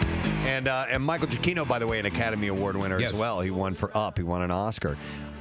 So anyhow, so we show up, and we're not sure what to expect. And you feel out of place, and you feel like you shouldn't be there. Well, we just follow the instructions on where to go, and eventually we're standing outside the store, and it says studio. There's a big red light and everything on it, and it wasn't going on. So we just walk in, and boom, we're in this recording studio. What are you doing? We're halfway. Oh my God! So we kind of sheepishly walk into the control room. Who are these idiots? Steve, I was afraid that was going to happen. I mean, everybody was so nice and kind, but this is not where we work. This is where they work. Yeah. They're friends of mine. I invite. Michael, God damn it! That's $50,000. Get him out of here! That guy's head is blocking the screen. Thanks, Kev. It's funny. Casey had pointed this out before. Noah, the eagle, came in here. Our friends from Elmwood Park Zoo brought in this gigantic case that houses him and brought him in and let him kind of acclimate. They had this little sliding door that would open almost like a speakeasy, like you look through to go, it's me. And they open it up slowly to let him get used to the area. I thought the balloons might freak him out a little bit. Yeah. So we had the balloons that were done by Balloons by Victoria. Kathy's cousin Vicky did this amazing, huge display, which you can see in the background here. And I thought maybe that might freak him out a bit, but he was totally cool. Wouldn't it be cool if every morning prior to news, we wheel in that black thing and Kathy's in there? Oh, my God, that would be And great. we slowly open the door up so we can just see her eyes. You have to wait until I'm in a good mood to let me out. I thought it was funny, though, because, before the break started, we had him here, and we were all, like, whispering. Yes. We're like, okay, don't want to disturb. Oh, my God. Don't want to disturb the bird. We all applauded like, Meanwhile, guys, he goes to Eagles games. Yeah. Right. I know. I was trying to think of that. Yeah. Hey, look at the bird over there. Totally. Yeah, so that was really cool. And another exciting thing, and I haven't pointed this out much, it's been sitting here this whole time. One of the things I'm looking forward to next week is that we get to open up this envelope that Casey placed here. Yes. Casey's premonition of the game. It's a vision that came to you. This is not a prediction. This is a premonition. It's a premonition. It's not a because I don't like to predict. I think I have bad luck with predictions, but I just had this number. You said you had a dream and cousin Balky. No, but I did have a dream. Man, listen, I've been having dreams about the Eagles for the last week and a half or so, and I had another dream last night. I don't want to say what the dream was. It doesn't really matter because it's just a dream. But like. Yeah, these guys are in my conscious, my subconscious. Is it feeling good? I listen. This is the best team in football right now, like hands down. Do you know what I mean? Like, but you have to play the game. You have to play the game, and I'm sorry, but like we have the best team in the NFL right now. I respect where you're coming from also on this because you have taken. And you've caught crap for it for trying to take a metered approach throughout the season. And if you're here at this point now and you're saying this psychologically, I think, I trust you. It bodes very well. I agree with everything you're saying. So here's what I want from you. On Monday, win or lose, I don't want you to indicate one way or another what might be in this envelope. I want you to stay completely stone-faced about it because I have a feeling that this is a winning score in here because Casey never would have written down a losing score. He never would have written that down. I think that would go against everything, he would every write fiber of his being. Yeah, he'd write red rum. We'd have to look at it backwards. But I'm assuming this is a win, and if they do win, I'm excited to see what this envelope holds. Have you heard the Rocky II comparisons? No. With the Eagles. So in 2004, the Eagles played the Patriots in the Super Bowl and they lost. And then a few years later, they played the Patriots in the Super Bowl and they won. 2 years ago, the Eagles played the Chiefs in the Super Bowl and they lost. Okay. The theory goes that because of Rocky, because of the statue, because of Philadelphia, that this year, when they play the Chiefs, that they will win. This is the sequel. That was the one where Adrian was in a coma. Wait, that's a coma, Rock. You're reading that wrong, buddy. Because I thought with medicine, maybe she could be in a semi-coma. Yeah. So that's an interesting analogy. I think Rocky II. Yeah, I love all the stuff. Not only is it Saquon Barkley's birthday on Sunday, but it's also Cooper DeJean's birthday is on Sunday as well. And if you added their oh my God, their numbers, their jersey numbers together, it equals 59, and it is Super Bowl 59. By the way, I'm just going to refer to it as Licks from now on. I like that. Yeah. I like it as Licks. Casey had sent us a text and we should just call it Super Bowl Licks. Yeah. L-I-X. Yeah. Very cool. So, quick question, Preston, and I don't know if anything has come in as far as because we've been putting out the clarion call for Birdbot for people to offer, and to sort of and again, as you've pointed out very accurately, we can only try to massage Birdbot in the right direction of a trip down tomorrow to New Orleans. Have we heard anything? I don't know. Marissa has been quite busy today and probably hasn't had a chance to surf all of the social media accounts to check on that. But, I mean, last check, we had somebody who was going down at 4 a.m. on Thursday, and that will work too. Yeah. Ideally, we'd like to get somebody on the move on Wednesday, but nothing yet, Marissa? Yeah, we're still have people that are leaving Thursday. A lot of people are loving Helen. Helen's whole crew. Yeah. Okay. Yeah. Oh, my God. Yeah. Listen, I was thinking about that. Even though the timing's not right, Helen is such a perfect person to take care of Birdbot and follow through on Birdbot's mission. If we could get box of crackers, Carl. Oh, my God. On that RV. So their crew has a name. I think it's 3 Babes and a Bill. Three Daves and a Bill. Okay, All right. nice. I got an email from our friend who is the Atlantic County Commissioner, Amy Gatto. She used to be the mayor of Mays Landing. She's called into the show. Yeah. And she wanted a ruling, a superstition ruling from me. And I was just kind of messing with her. I just want to say this on air. Like, don't take anything I say with a grain of salt. But she said in 2018... Don't take it with a grain of salt, or do take it with a grain? Okay, everything, yeah. Or don't. I don't know. I'm not good with words. Don't put a monkey in my wrench. Yeah. But in 2018, when the Birds won, she was with her dad in a Maine cabin to watch the game. She went to Arizona in 2023 solo, and they lost. Unfortunately, we sent our condolences to Amy and her whole family because her dad died unexpectedly last January. But she says that she's like, am I allowed? She asked me, am I allowed to go to the Super Bowl? She said, I already have a flight, hotel, and rental car booked, and also have a cardboard cutout of her dad all ready to travel with her. But she's hesitating on pulling the trigger on a ticket because of what happened in 2023. You can go.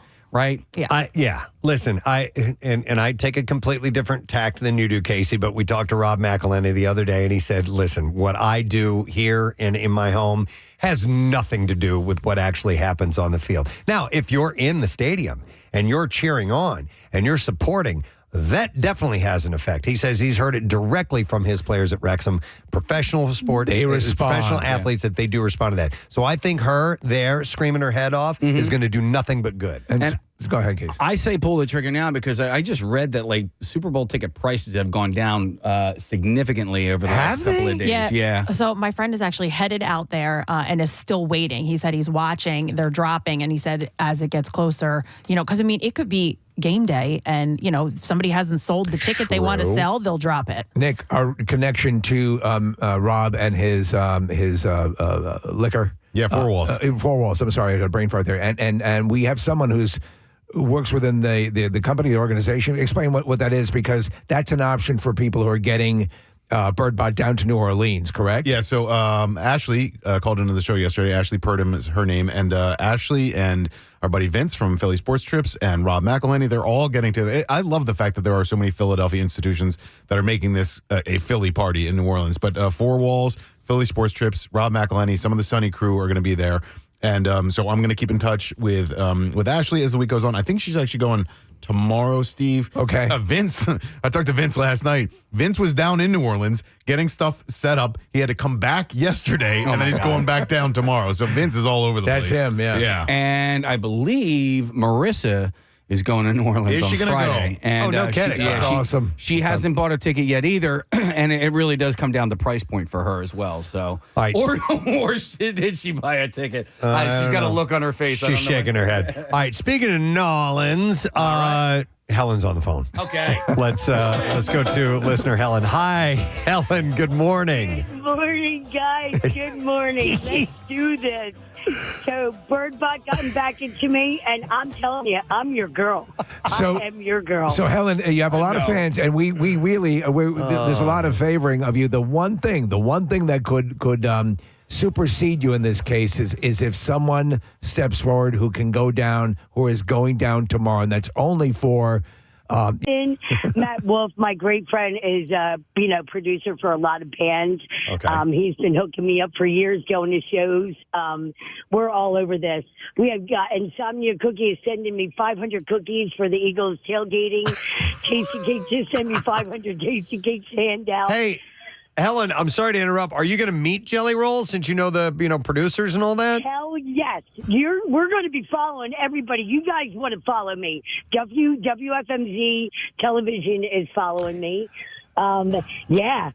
We're doing everything that they want us to do. Just to make sure, your time of departure is tomorrow. Is 4 a.m. Thursday. 4 a.m. Thursday. 4 a.m. and rolling right through. We got 4 adults that are fine to drive, and we're on top. All right, with a projected arrival time of when in New Orleans? We're fine to drive. We're going to probably arrive at midnight.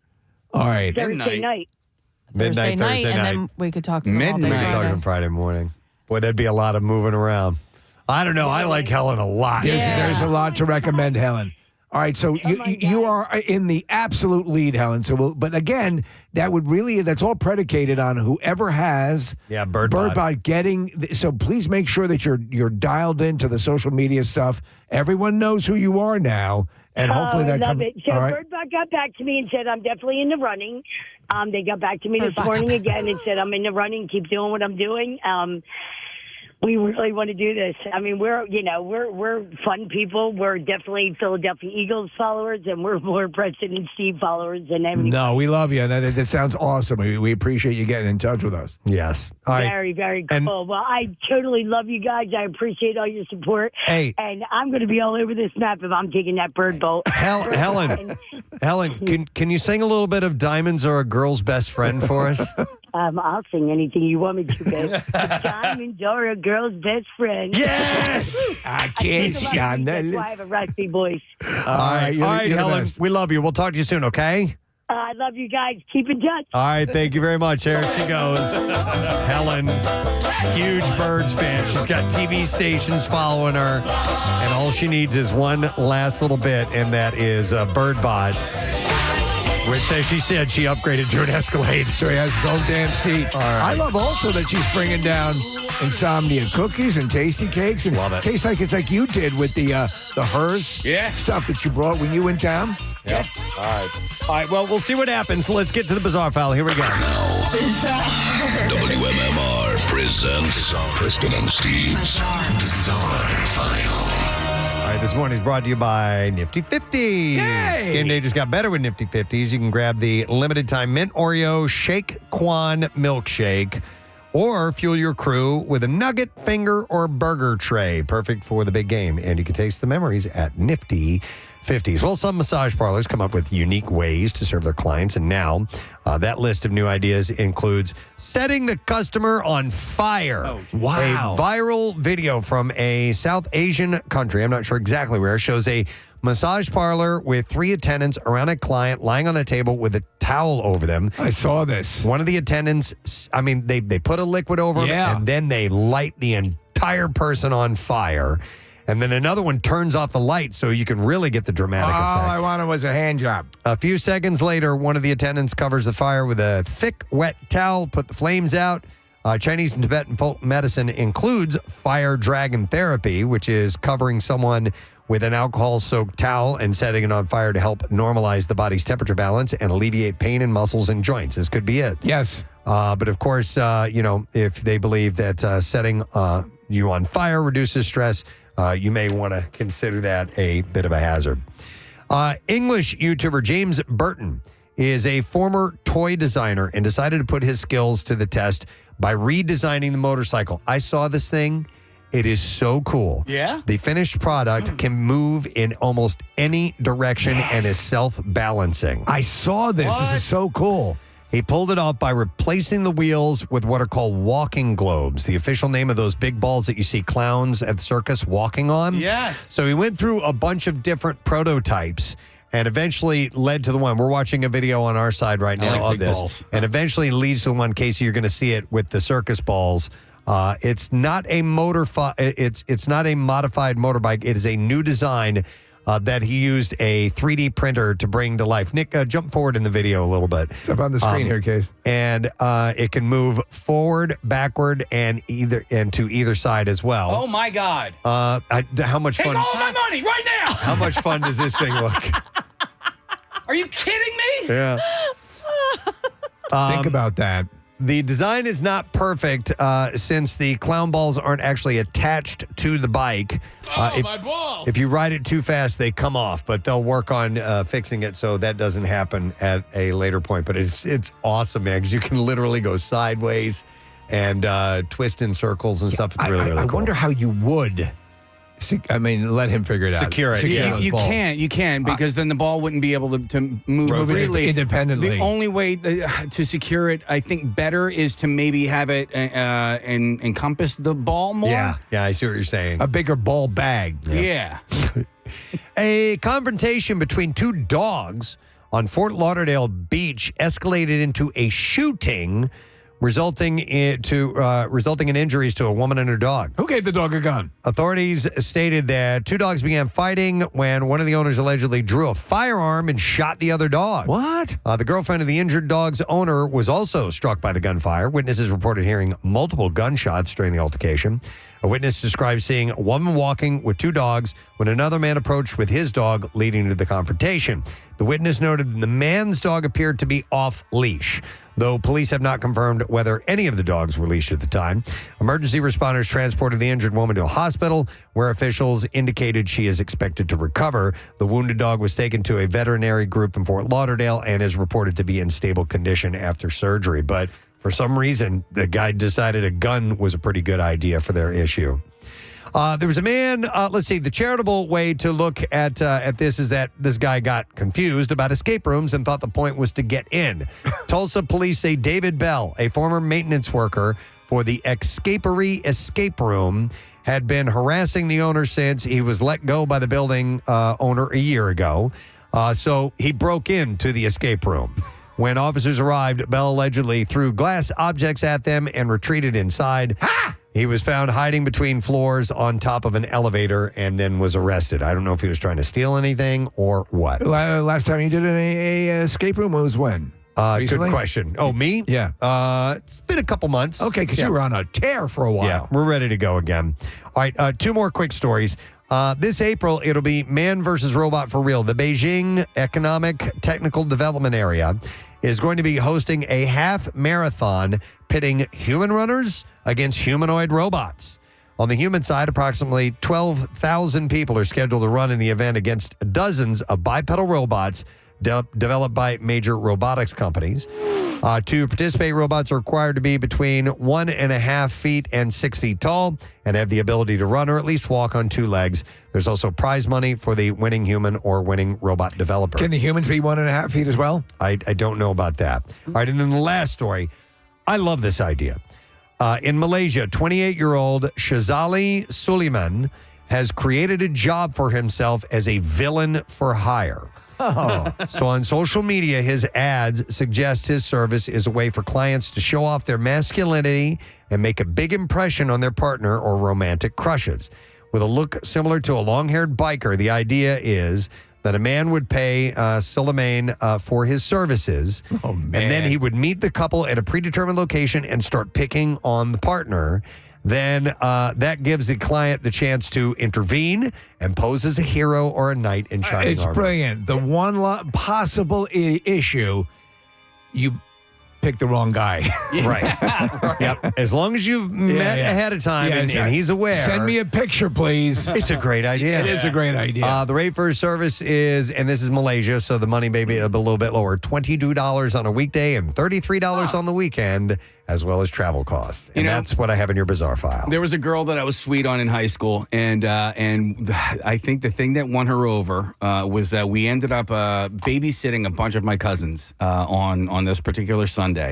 And I think she saw me interacting with the kids. Being very paternal? Dude, she kissed me that night. Really? Yeah, I swear to God. In a special place or on your mouth? No, just on my mouth, which at that time was very special. Still is. Yeah, it still is. Yeah. But no, seriously, I pined after this girl for a good month and a half, 2 months, something like that. But I was such a puss and what, And you eventually ended up pitching some woo. Yeah. All right. Woo pitcher. Yeah, woo pitcher. So, I mean, yeah. No, I think there's something to be said for that. And the old gallant, defending someone's honor, paying to have a fake I love altercation take place. A fake villain. Yes. I love it. All right, we have another break to take. Let's give away our final $50 gift card from Nifty 50s. We'll take caller number 12, 215-263-WMMR. Now, make sure that you download the Nifty 50s app today. You can order your Nifty 50s favorites with just a tap and bring the deliciousness of Nifty 50s straight to your door. So get on that. We'll come back in a second. A lesson question, trash and music news are up next.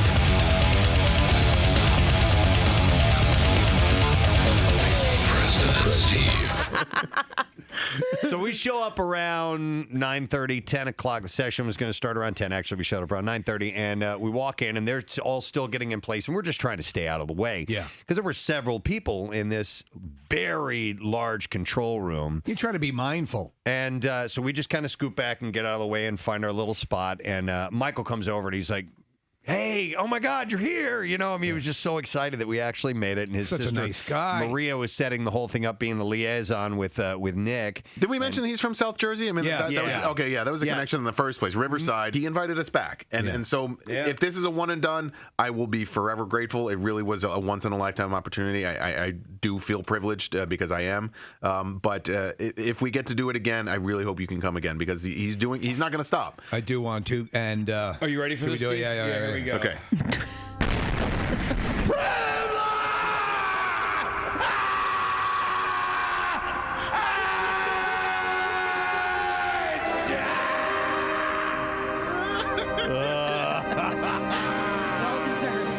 Slightly privileged. Jesus. Very privileged, actually.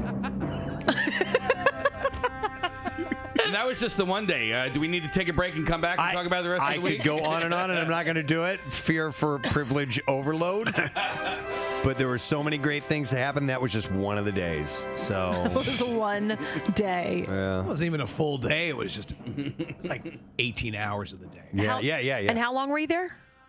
6 days, I think, just shy of a week. Oh, for the week, I was there Saturday I took the red eye in, so I did Easter with my family in LA and got back this morning. When did you do Joshua Tree? I did Joshua Tree on Friday, and I've mentioned this on the show a few times, but my goal is to get to every national park in the country. I'd never been into Joshua Tree before.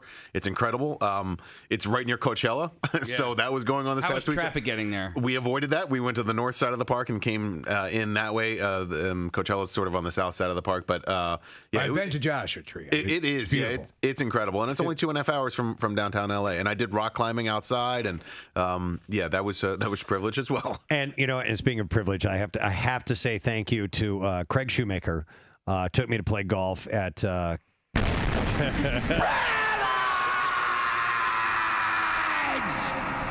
Calabasas Country Club.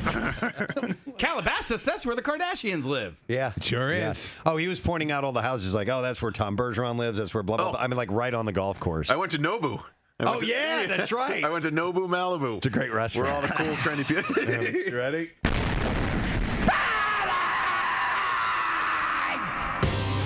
And Arizona, this is legit. An Arizona police department shared photos of the swearing in of its newest and most unusual officer.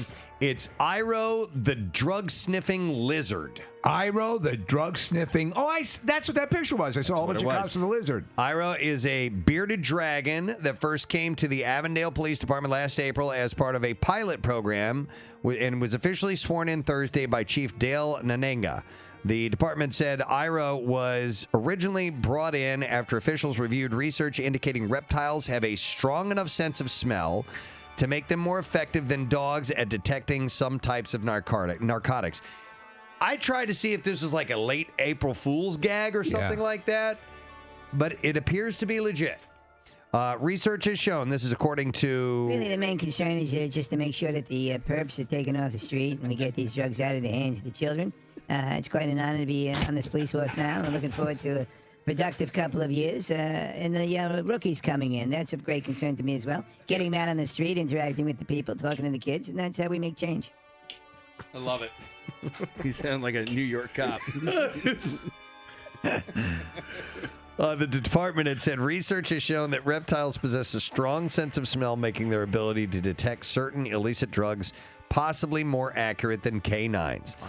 They said our pilot program, drug-sniffing bearded dragon, will be assisting officers in the city. Please help us welcome Iro. Did they put him on a leash? I don't know how they go about. I mean, I think it's a baby Bjorn.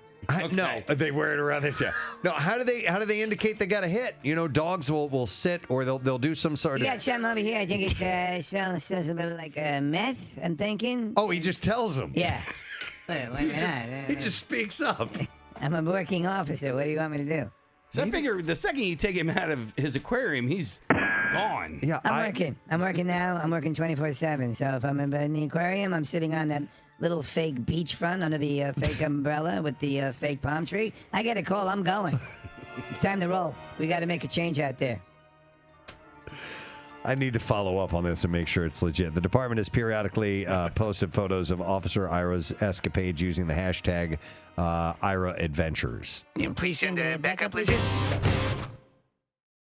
Listen, yes, heading off to college, there are some warnings that definitely need to be given. And part of that is a huge part would be, obviously, if you're going to have sex, it's got to be safe sex because that's where you can really have some serious problems. Have it on top of a safe. Yeah, on top of a safe sex. Make sure that you do it's that. the best. No, I know what you're saying. You're exactly right. I think that you don't want to put you want to put caution, not abject terror. Fear, yeah. I mean, because you're just going to... Do you want them going through life scared? Like, no. You want them to find a mate to spend the rest of their lives with. Right. Let me go to, hang on, Josh wants to comment. Hey, Josh, how you doing, man? Hey, Gadzooks, guys. Gadzooks, buddy, what's up? So, growing up, I mean, I'm only 25. I'm not old yet. But back in high school, I wasn't a serial dater, but for some reason I always used to get those strict Italian dads. Okay. And the one thing that always softened them up, I mean, they're the guys that look you dead in the eye and goes, you're dating my oldest daughter, and all you have to do is look them back square in the eye and don't back down. And they soften up right away. So it's a test almost. I want you to know you're dating my oldest daughter. And I want you to know it's all finger stuff right now. I respect that. You have finally have the balls to tell me what I always know is happening. They appreciate the honesty, right? In fact, I call her the bowling ball. Dear God. No, that's you are a man's man who can admit to that. I want, if you can, to tell me the various things you achieve along the way. Yeah. Like a video game. Yeah. I bring this story up for one reason only. It involves Roger Ailes. Which is my favorite. I want to fart in your mouth. Oh, my God. If you have not seen the most recent Daily Rush videos with Roger Ailes' voice, I've watched it like 15 times. He's so jowly and so disgusting.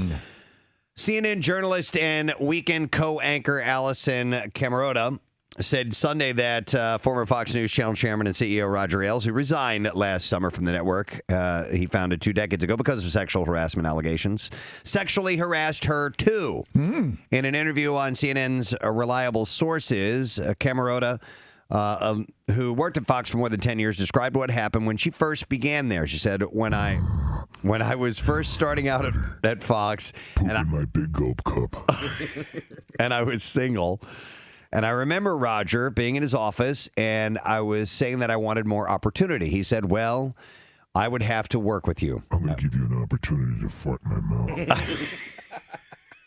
That's your first opportunity. Are you gassy? Yeah. She said, smells like hickory. You from the South? It's simultaneously hilarious and disgusting. Yeah, so disgusting. She's saying that he said, I would have to work with you on that case, and I would have to work with you really closely, and it might require us getting to know each other better, and that might have to happen away from here, and it might have to happen at a hotel. Oh, man. Do you know what I'm saying? And I said, yeah, I think I do know what you're saying. Yeah. Do you really know? And then he invited her to hop up on the desk. I want to wear your ass like a CPAP mask. Direct.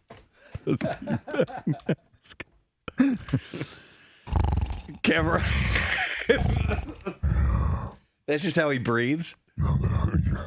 Yeah, her cheeks are like caving in as he's inhaling. Is it too hard? Change my diaper. Oh, there's a lot in there. You know the beginning of the season when you get that soil delivered to your home? Mulch? Is that what it smells like? It's like mulch. It's like a pile of mulch. There's a prize in there for you. Oh, God. A contract to do weekends here.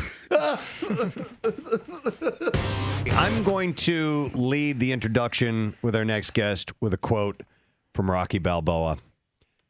Man, you look good for an older guy. Ladies and gentlemen, Carl Weathers. Oh, my God. Preston. Yes, sir. Thank you for that, I think, kind summation of what's going on here. You look damn good. Look at this. Now Steve's going to jump in on it. No, now. are we correct? Are you coming up on 70? Oh, jeez, man. Why did you have to go there this early in the Because it morning? defies line. Yes. I would not. You look really good. You look good. Yeah, I don't go that way, but I just All right. might. Well, Yeah, well, yeah, hey, man, you know what? Whatever happens, okay? I may not be included, but you're okay. You're okay with me. Man, we've been wanting to meet you for a long time. This is a really special treat for us. Thank you so much. Great to be back in the city of brotherly love. You are a Philadelphian. Regardless, you will always be an honored citizen of this city. That is one of the nicest things anybody has ever said to me, Steve. I appreciate that. And it's the truth, because we were talking about this earlier, and obviously you are at the cornerstone of so many pop culture great moments in all of our lives. But the Apollo Creed was essential for Rocky, for that movie. Little Talking Heads on 93.3 WMMR. Once in a lifetime. It's 18 minutes after 10. Preston and Steve show. Our word of the week prize this week is a full setup from our friends at the Piccadilly Inn, and it's a $500 big game package. You'll feed everybody. Everybody's going to be happy. You need those letters collected in order to make the word. We'll give it away on Friday. We'll get today's letter coming up a little bit, not too far from now. Let me see. You know what? Before we dive into lesson question, trash, music, news, stuff like that, I think we need to send Casey back out to the Preston Steve Acme Lounge, because we do have our special Tattoosday taking place today. And this one we are calling Bleed for the Birds. And we have had a variety of people come through here and get tatted up with fresh Eagles ink from our friends at Floating World Tattoo and Piercing. How many cases out in the green room now, or out in the Acme Lounge? How we doing, Case? How many people left? We're down to our last 3 people. So we were tattooing 9 people this morning. We were trying to do 3 an hour, and we're down to our last 3 as we speak. All right, we're going to say hi to some people here. Yeah, so you know what? We have Black listener Chris right here, who is wearing... Sean, sorry, my bad. He's wearing his old Black listener T-shirt that we got. If you remember, it's purple with the black font. And so, where are you from again? Plymouth Meeting. He's from Plymouth Meeting. I thought I recognized. Yes, that's right. Him earlier. I said hi when he came in to meet the bird. What kind of design are you getting, Sean? Which one of those is it? The Eagles logo with his tongue out. With his tongue out. I don't think I saw that one. No, me neither. I'm looking at the flash sheets and everything. And well, let me go here. Heads up for a second, Sam. Let me just go to Izza. Did you do some flourishes on this, or? Oh no, this was Nate's design actually, but it's sticking right here on my light. But I love it. It looks like it has maybe some sort of Japanese flourishes on it, or because I'm feeling like a dragon or something like that. Oh yeah, I definitely see that. It's definitely American trad type of tattoo, but American what? Traditional? Trad. That's the way the cool kids say tradition, Yeah. Who's got time to use all of those syllables? Ishinal takes forever. All right. Who else we have in there, Kate? Well, let me go over, because she was saying that was Nate's design. So let me hop over here to Nate. Nate, so that's your personal design? It was. I wanted to draw something up a little out of the box, a little silly, a little fun, and really glad that he's getting that. It's nice. Case, ask him. I did not think someone was going to get it, but here we are. Ask him what the most popular tattoo of today has been, because everyone has had the opportunity to make their own selection. Of today? Yeah. Probably the love sign. I just did 2 of those in a row, and now I'm doing okay. But actually, I've seen 3 Go Birds, and then we'll come over to you in a second. But you're doing a Go Birds on this young lady. What is your name? My name's Beth. And Beth, where are you from? I am from Harleysville. Oh, hey, Beth. Hi. Probably run into you from time to time. I work at a bar right up the road from your house. What bar? Weird. What bar The is it? Dutch. The Dutch Cottage Oh, you Tavern. work at the Dutch, of Yes, course. I do. Nice. How long you been there? Many, many years. I've lived in Skipback since 2016. Fantastic. All right. Well, we'll grab a beer and a burger later on or something. They got good stuff there. All right. Well, glad you're in for the tattoo. Who's this guy? All right. So what is your name, sir, and where are you from? My name's Randy from Bridgeton, New Jersey. All right, Randy from Bridgeton, New Jersey, and he is getting. So we have, I think, 2 of the the most unique tattoos of the morning. You're getting a swoop tattoo. Yeah. And do we know who? I'm asking the tattoo artist who designed the swoop tattoo. That's Amy. So Amy, she designed this. There you go. Hi, how are you doing? Oh, and from what I understand, hey, Amy, you have been the tattoo artist that has done a whole lot of the Preston and Steve Show tattoos, right? Yeah, I love doing them. I love seeing what people come in with and how they're going to hide the PS in there. Because that's the key. They have to have PNS or Preston and Steve somewhere in the tattoo. Yep. Some people hide it. Some people are a little more blatant about it. But I love it. You do great work. Thank you. I appreciate that. No problem, man. All right, Casey, I think we're doing solid. We have the rest of our tattoo recipients here in the studio with us right now. Yeah. So we're about ready to wrap up, and Casey's out in the Acme Lounge. But I'm loving this, man. We're getting it's perfect. We're getting as tried and true as you can get as fandom goes. So it's only Tuesday, and I feel that we have made as complete an effort to make everything turn out correctly as we possibly can, and we're only adding more on. Yep. All right. Well, we're going to move on with business as usual. I got a lesson question. We are going to give away a $50 gift card for Sweet Lucy's Smokehouse in Northeast Philly. And the question that I will ask is a restaurant-related question. Sorry, I have the tattoo music still going.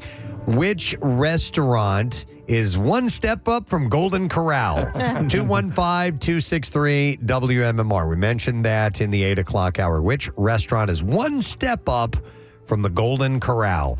215-263-WMMR. Let's see if you heard it. We'll do the trash while you call in. The trash business is a gold mine. 93.3 WMMR with Preston and Steve's Hollywood Trash. All right, what you got for us today, Steve? Well, John Irwin, better known as the voice of He-Man, has died at the age of 88. Sadly, Irwin had just begun work on a contemporary retelling of He-Man called Dayman. Hey! Rapper Finesse 2 times, I know you're a huge fan, Preston, has a warrant out for his arrest after making terroristic threats against a woman outside a Texas smoke shop. He's a good kid who's just misunderstood, said his father, Finesse, 1 time. Oh, my God. And finally, Amy Schumer revealing she stopped using Ozempic after losing 30 pounds because she had a, quote, horrible experience. Schumer says she'd gone to her CVS to pick up the medicine and was jumped by a gang of diabetics. Let us see if you happen to know the lesson question this morning. Which restaurant is one step up from the Golden Corral? We'll go to Jody, see if we can get a winner. Hey, Jody, morning. Good morning. All right, Jody, do you know which restaurant is one step up from the Golden Corral? Is it Sizzler? Sizzler. That is correct. All right, Jody, hang on. Got yourself a $50 gift card for Sweet Lucy Smokehouse in Northeast Philly, and you can order catering for the big game from Sweet Lucy Smokehouse. Treat your friends. Philadelphia's best authentic hickory smoked barbecue, and you can score big on game day with delicious smoked meats, homemade side dishes, salads, and desserts. Visit Sweet Lucy Smokehouse off the Cotman Avenue exit of 95, and you can order online at sweetlucys.com and go Birds. Now, Preston and Steve's Music News on 93.3 WMMR. Brought to you this morning by Worldwide Stereo. Transform your home theater into the ultimate game day experience with an epic TV or home theater upgrade from Worldwide Stereo with 0% financing. WorldwideStereo.com/football. Turning dens into super boxes since 1979. Well, I was happy to see this, and I think I might try to make this happen if I have a moment or two to go see them. But Blues Traveler and Gin Blossoms are teaming up for a co-headlining tour this summer with Spin Doctors joining them on many of the dates. That's a pretty good bill. Is that right out of, the 90s grunge scene or what? And those are the big shows that are, those big collection shows are really taking off. Yeah, so Blues Traveler, Gin Blossoms, Spin Doctors, 30-day tour. A Horde tour, essentially. It's kind of like that. Yeah, Hordes are going to love it. So, Horde. Oh, I'm sorry. Horizons of rock developing everywhere. So, they're going to be in Atlantic City at the Ocean Casino Resort on July 19th. That's a Saturday night. You could do that. I could make that happen. Tickets go on sale to the general public this Friday, 10 a.m. local time. Well, they may not have won more Grammys this time around, but the spring leg of the Black Keys Tour is set and ready to go. The No Rain, No Flowers Tour is going to kick off the spring round on May 23rd. Tickets will go on sale Friday at 10 a.m.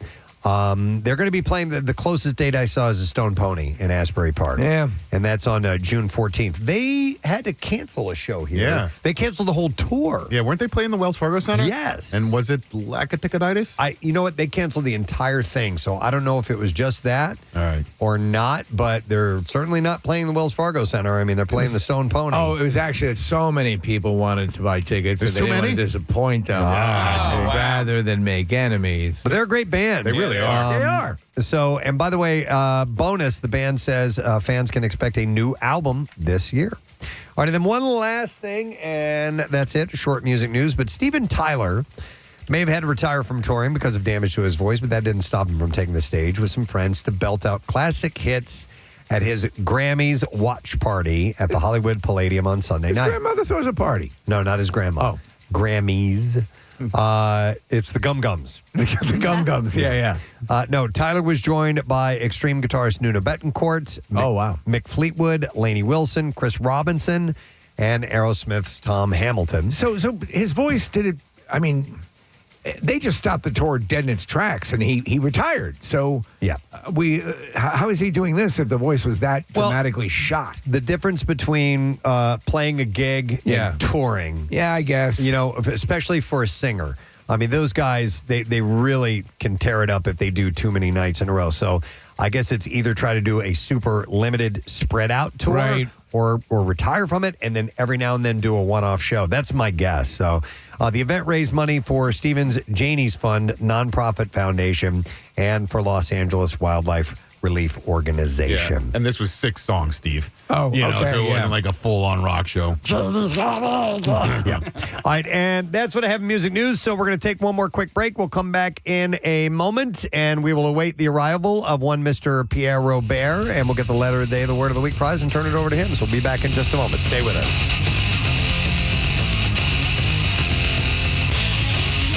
Provided a heart and a performance that was so essential for that all to work, and you know the counterbalance too. You weren't a one-dimensional character, and I think it's you, the actor and the person that you are, that made us really say, this is a good man too. You know what I'm saying? Yeah, and that made it more complex. Well, you know, if you just brought a tear to my eye, because not only was I pop culture, but I'm an artist. I'm an artist. Thank you, man. Yeah, Thank no, you. it's true. Look, I am so, first of all, I'm appreciative of that, you know, those compliments. I got to say, though, man, I had such a great time in the movies, all those Rocky movies and many other movies I've done, but we were very blessed to have such a great cast, you know, and to have such great words for Apollo Creed to say, written by Sylvester Stallone. We had great direction in the first movie, John Avildsen, but in the subsequent movies, Sly was directing, and he is a great director. I maintain this to this day, and he's heard me say this, and he probably would like try to knock me out for saying this, but honestly, as good an actor as he is, I think he's a better director. Hey, Carl, I have a question about 2 different characters you played in 2 different types of movies, but they have a similarity, and I'm talking about Dylan in Predator, and then Chubbs in Happy Gilmore. I don't know if anybody made... I love it. They have similarities. Okay. Well, they do. I know where you're going. Yeah. I know where you're going. All right, so then I don't even have to go there. That's right. Damn alligator bit my hand. Oh my! So the alligator bit your damn right hand off, and the predator shot your right arm off. Yes. Was that done on purpose by by whom? By Adam Sandler. That's a good question. I never asked Adam that. You know, I really never did. But I seem to have this propensity for losing my appendages. Did you get to keep any of the props? Did you get to keep? Man, what a fool I am, because I didn't. Neither of those movies. Well, that's not true, because from Predator, the only thing I have is this beautiful knife that was forged. We all had these knives that were made by this great knife maker, and I don't remember his name right now, but it's beautiful, right? So, no, I didn't keep the arm I wish I had, and no, I didn't keep the damned hand that the damned alligator bit off. I'll tell you what, that Predator arm, if you were to hold that up, just without me knowing, I would have said, yep, that's Carl Weathers' arm. It looked pretty real, didn't it? Well, you know, they took the mold of the arm, man. My guns had to, you know, like stand out, and all the sinew and these muscles had to stand out while the gun's pumping while it's in my hand, and the arm's jumping up and down, you know. Dude, that handshake between you and Arnold when you first see each other. It is classic, isn't it? It is classic. Man and man. By the way, I have coined that the man shake. Yes. That is not a handshake. That is a man shake. Carl, have you ever been to a sporting event in Philadelphia where they've done Rocky montages during the sporting event itself? No, I haven't. It's amusing and it gets you going, you know. But the scene that comes to mind is when you and Rocky are running on the beach and then you end up hugging one another. Yes, because it's sort of comical at this point. There are a lot of people who look at that and think, these two guys like each other. They really like each other. Yeah. But you guys are in such phenomenal shape at that point, too, you know? So it's like, it's one of those things where you can't help but giggle a little. Well, you know, the thing about it is, I think somebody asked me a question about, you know, whether Rocky was, I think it was your competition or one of your competitors, and it was Eisen, you know, and he was asking about, you know, what people think of that show, and his thought was that it's really not a sports movie; it's a love story. Yeah. And I think there is a lot of truth in that, and I say it's actually both, because it's set so well and rooted so well in this role in this world of sport and in boxing in particular. But what makes the thing about sports, in a way, all about love, is that it's not romantic love, but it really is about men loving competition and loving the competitor because of what you go through to be at the top of your game. How much did sports help set you up and prepare you for the process of becoming an actor? Oh man, it's prepared me for life. Yeah, you know, in my mind, and maybe others feel differently about it, but there's something about teamwork, number one. To be on a team, you learn something about that from a very early age, what it takes, what your job is on that team, how to be your best at your job, how not to let others down because you have responsibilities, you know, you have assignments on that team. But speaking of the best, I mean, I think a lot of people would agree that during the 80s, Tom Selleck had the best mustache, but I think you give him a run for his wait a minute now. Wait a minute. I gave him a run for it in his 80s. Okay. No, yeah, Tom, I know. Tom's reputation, not only as an actor, but as an actor with a mustache. Yes, it sets him apart. I got to give him props for it because that's a bush, man. That's a bush. Okay. Yours is the most rocking. Yes. Listen, we are just absolutely elated that you came by here today. We love you. We love your work. And as Steve had said so eloquently, you're a member of this city, this community, you know, just because of the relationship and with the Rocky films and what it means to this city and everything. So we're just really happy that you're here. Thank you. We appreciate Preston. it, man. Yeah. I'm always, you know, and every time I come here, there's so much hospitality. People really kind of open their arms. And of course, if Apollo Creed's walking down the street, you're going to get a little attention. Just a little bit, you know. So, you know, I mean, you know, props to Sly for taking us home with running up those steps, man. If it, you know, there's running up those steps kind of like sets the tone for everything when it comes to Rocky, you know.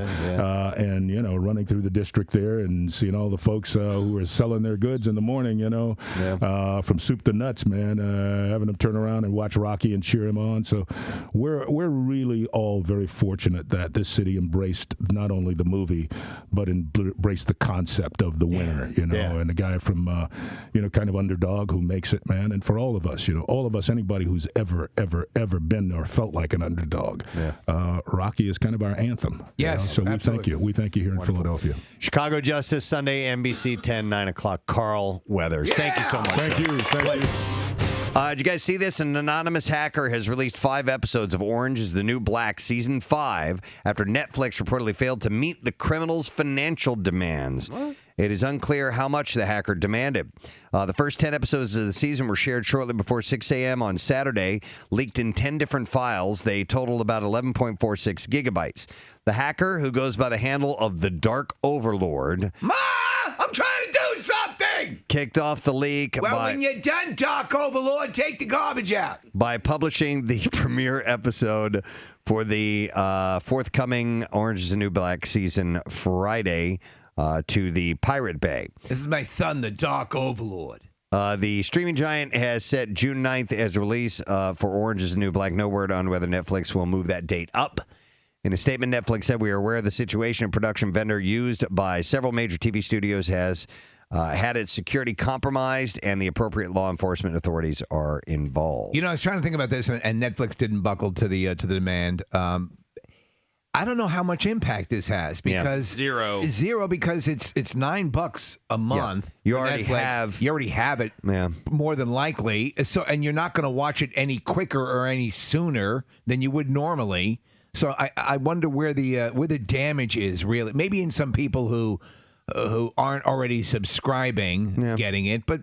It is what it is. I guess piracy still remains to be a really big problem. For me, it holds no fascination. I'd rather just fork over the however many dollars it is to watch the actual official version of something, and I can wait until Friday. Yeah. I don't need to see it on Monday before it comes out. What are you going to do? Watch 9 episodes? Yeah. Well, the hacker isn't stopping with that show. The cybercriminal claimed via Twitter to have unreleased shows from ABC, Fox, National Geographic, and IFC as well. Okay, tell me of Game of Thrones and maybe I'll listen. Right. This is the Dark Overlord. I have your Capuchin Monkey special, and I will upload it if my demands are met. From National Geographic. Your special concerning the Watusi women of Puka Buka will be released to the world. If you do not yield to my demands, I'm the Dark Overlord. Capuchin I know. There's the extortion there. In a message posted Saturday, the Dark Overlord wrote, This is the Dark Overlord, your 1-hour special concerning FIFO, the zebra who can tap dance. Will be released to the world. The Dark Overlord wrote on Saturday, it didn't have to be this way, Netflix. You could have avoided it. You're going to lose a lot more money in all of this than what our modest offer was. We're quite ashamed to breathe the same air as you. We figured a pragmatic Someone's gotten a little carried away with their Dell laptop. Yeah, we figured a pragmatic business such as yourselves would see and understand the benefits of cooperating with a reasonable... Warning, one of my favorite moments of MMRBQ last year. A lot of favorite moments at MMRBQ last year. And those were definitely one of them. Let's make more memories this year. Yes. May 10th, that's when the show is. WMMR.com for all the details. And you'll be able to share stories of all the things you said and did at that particular day and event. So love for you to be a part of it. Today has been one hell of a day. I would like to thank a few people that made this broadcast what it was. I want to thank, first of all, the band Snacktime. Yeah, they were great. We had all of them come by this morning. They played one of their original songs. They played the Eagles Fight song. That is part of the PEP Rally concert series that we're doing this week. Every day we're going to try to get a musical performance, one or two if we can, of friends and celebs that are going to belt out the Eagles Fight song. So that was a good way to have that carry on today. Then I would like to thank our friends at the Elmwood Park Zoo this morning for bringing by Noah, the bald eagle. So thank you to Al Zone, who's the CEO and director, Laura Soder, who is assistant director in education and Eagle team lead. And also thank you to Elisa Tyler Ritchie, who is here. I want to thank Nifty 50s for bringing by all the food that they brought. They came loaded for bear. Yeah, and I got to tell you, listen, I've been going to Nifty 50 since they opened. Oh, no. Hey, in the morning. Look who's here. Ladies and gentlemen, sorry, but we were interrupted. We're in the company of greatness. I accept your nomination. And I shall be a great mayor. I have no effing idea what I'll do, but I can tell you this. I will be the best mayor that you've ever had. And our boys in... Blue. Thank you. Yeah, they almost part. They almost got it. And the people that stood up and gave a round of applause to Pierre Robert, our tattoo recipients. This morning... for Bleed for the Birds, and thank you very much to the wonderful people at Floating World Tattoo and Piercing. They are the guys that have been handling the Preston and Steve Tattoosday for a number of years now. I mean, we have an army of people out there sporting Preston and Steve tattoos. I want to thank Amy and Nate and Isa for being our tattoo artists this morning, and you can go to @Floating World Tattoos and see their artwork. Amy Ferreira Tattoos is her handle at Instagram. Nate_Rose_tattoo for Nate. And then Iza is IZA.TATTZ, Tats. You can find them on Instagram and all their work. And they're at 1729 South Street. And so thanks, guys, for doing that and bringing these fans to another level in their love of the birds. I think that's all the thank yous. Oh, and by the way, yes, Lizzie Hale was supposed to perform today, and I'll reiterate what we have coming up tomorrow, but she's going to join us tomorrow. Excellent. You know what's funny is that, reading the email from her handlers, like, she wanted to do this right, and they had late practice last night, and she's like, she wants to do it right, so she's like, can I have another day? All right, We're like, no, absolutely. she's dialed in. It's so cool to see that case. Yep. All right, so letter of the day, my man. Sure. All right, we'll do that, and then we'll see what you got going on. Preston and Steve on 93.3 WMMR. Now, the Daily Letter. All right, and the Preston and Steve show is brought to you today by the letter R as in reality. All right, and we have this $500 big game package from Piccalilli Inn to feed 35 to 40 people this Sunday, and it comes with the wings, tails, the mac and cheese, the salad, all this stuff, just tons of things, and you have to make the trip to the Pick. The Piccalilli Inn does game day catering better than anybody with ready-to-go pick packs. Your guests are going to cheer for you. You can get 30 tails or ears for just $59 and visit them on Route 206 in Shamon, New Jersey. Yep, Shamon. Or Piccalilli.com, and you need to order now to get your goods for the game this weekend. What's up, man? Could you arrange for a standing ovation for me every day? Every day. It makes you feel good, doesn't it? It was lovely. Thank you. Thank you all. I'm sure you were put up to it by these people, but nonetheless. Actually, it was Steve Wilson's idea. Yes. God bless you, Steve Wilson. You great, great man. You great, great man. You will put him in your administration once you become mayor. You'll be chief of vegetarian ribs. Yes. Yeah, it's going to be. We're going to have some parties down there in City Hall. I'm going to paint City Hall maybe half pink and half orange. And then with some green for the sports thing, and then some blue. Yeah, and I think it's gonna lift off like a rocket ship. Yeah. I want to hear that speech when you say, and of course it's green for the sports thing. Yeah. What do you think about when they let him up here? Like, because this past weekend it was that brilliant green, which and the lighting that they installed looks fantastic. It's gotten better and better over the years. Yeah. I mean, when they won the thing to go to the thing, I was down, just trying to be specific. Yeah. I was down there, and I mean, the whole city is lit up. And again, whatever lights they're using really are marvelous. If they win the next thing to win the thing, do you think you're going to go back into the city to cover the thing? Yeah, I will go down to be near the thing if the thing happens. Okay. If I'm there and the thing doesn't happen, then I'll just keep drinking. But I have a number of taverns that are very near Broad Street. I did it when they won the thing last time, and it was only 2 bars away from Broad Street, and I wound out there. I've never quite seen anything like it, because were you there when that happened? Not for the Eagles. No, you were the there Phillies. for the Phillies. Yeah, in 2008, I went to Broad Street. The first thing or the second thing? The thing in 2008 for the other thing with the other sport. Yeah, the other thing. Yeah, and the other guys. Thing. Yeah, there's this thing and that thing. Right. Get it straight, okay? And so for that thing, that's when you said we did it. Right. Yes, and this thing. I did it! Dulcet tones.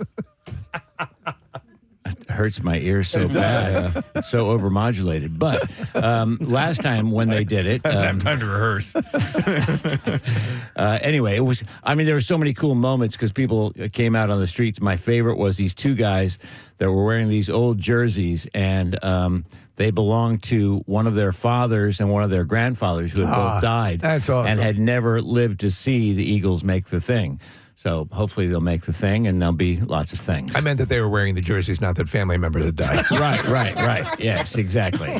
They didn't like Weekend at Bernie's. Right. So we have on the show today, Back on Track, which is where I like to be. We have blocks of Alice Cooper. She laughs. And a block, it's Alice's birthday today. It's Noodle's birthday from the Offspring. Get a block of Offspring on. And Dropkick Murphys. All right. We will be ready, sir. I want to thank our... Yeah. We had Mr. Bot people calling in yesterday. Oh, yes, we heard that you got contacted. Yeah, I had a lot of fun with Bot people. So I heard from the guy Ryan, and then we had Sarah on, who was the next recipient, and then he was going to take the Bot back to the hospital where they treated his girl for cancer, and she's doing great. So Mr. Bot has been making the rounds. I don't know where he is, but if you have him, feel free to call in with me. I can tell you where he is. He's at the...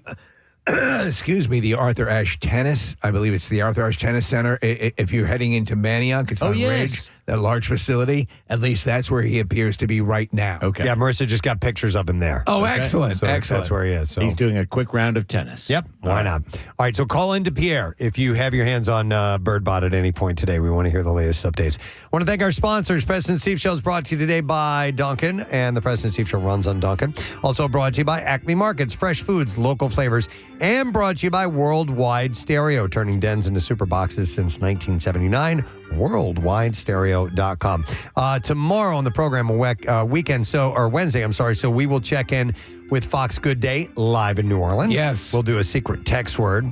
We will have, like I said, Lizzie Hale checking in to perform the Eagles fight song, part of our PEP Rally concert series. And as part of that as well, the Academy of Vocal Arts will be in our studio. These guys are great. They are opera singers. Yes. They are amazing. They've been here before, and they will sing the Eagles fight song. We'll get them to sing some other things, too, as well. And we got a game we're going to play tomorrow. We got a bunch of things happening. So that is it. We are done. Ray John, have yourself a great day, and we will see you later, gang. Thanks for being here. Bye-bye.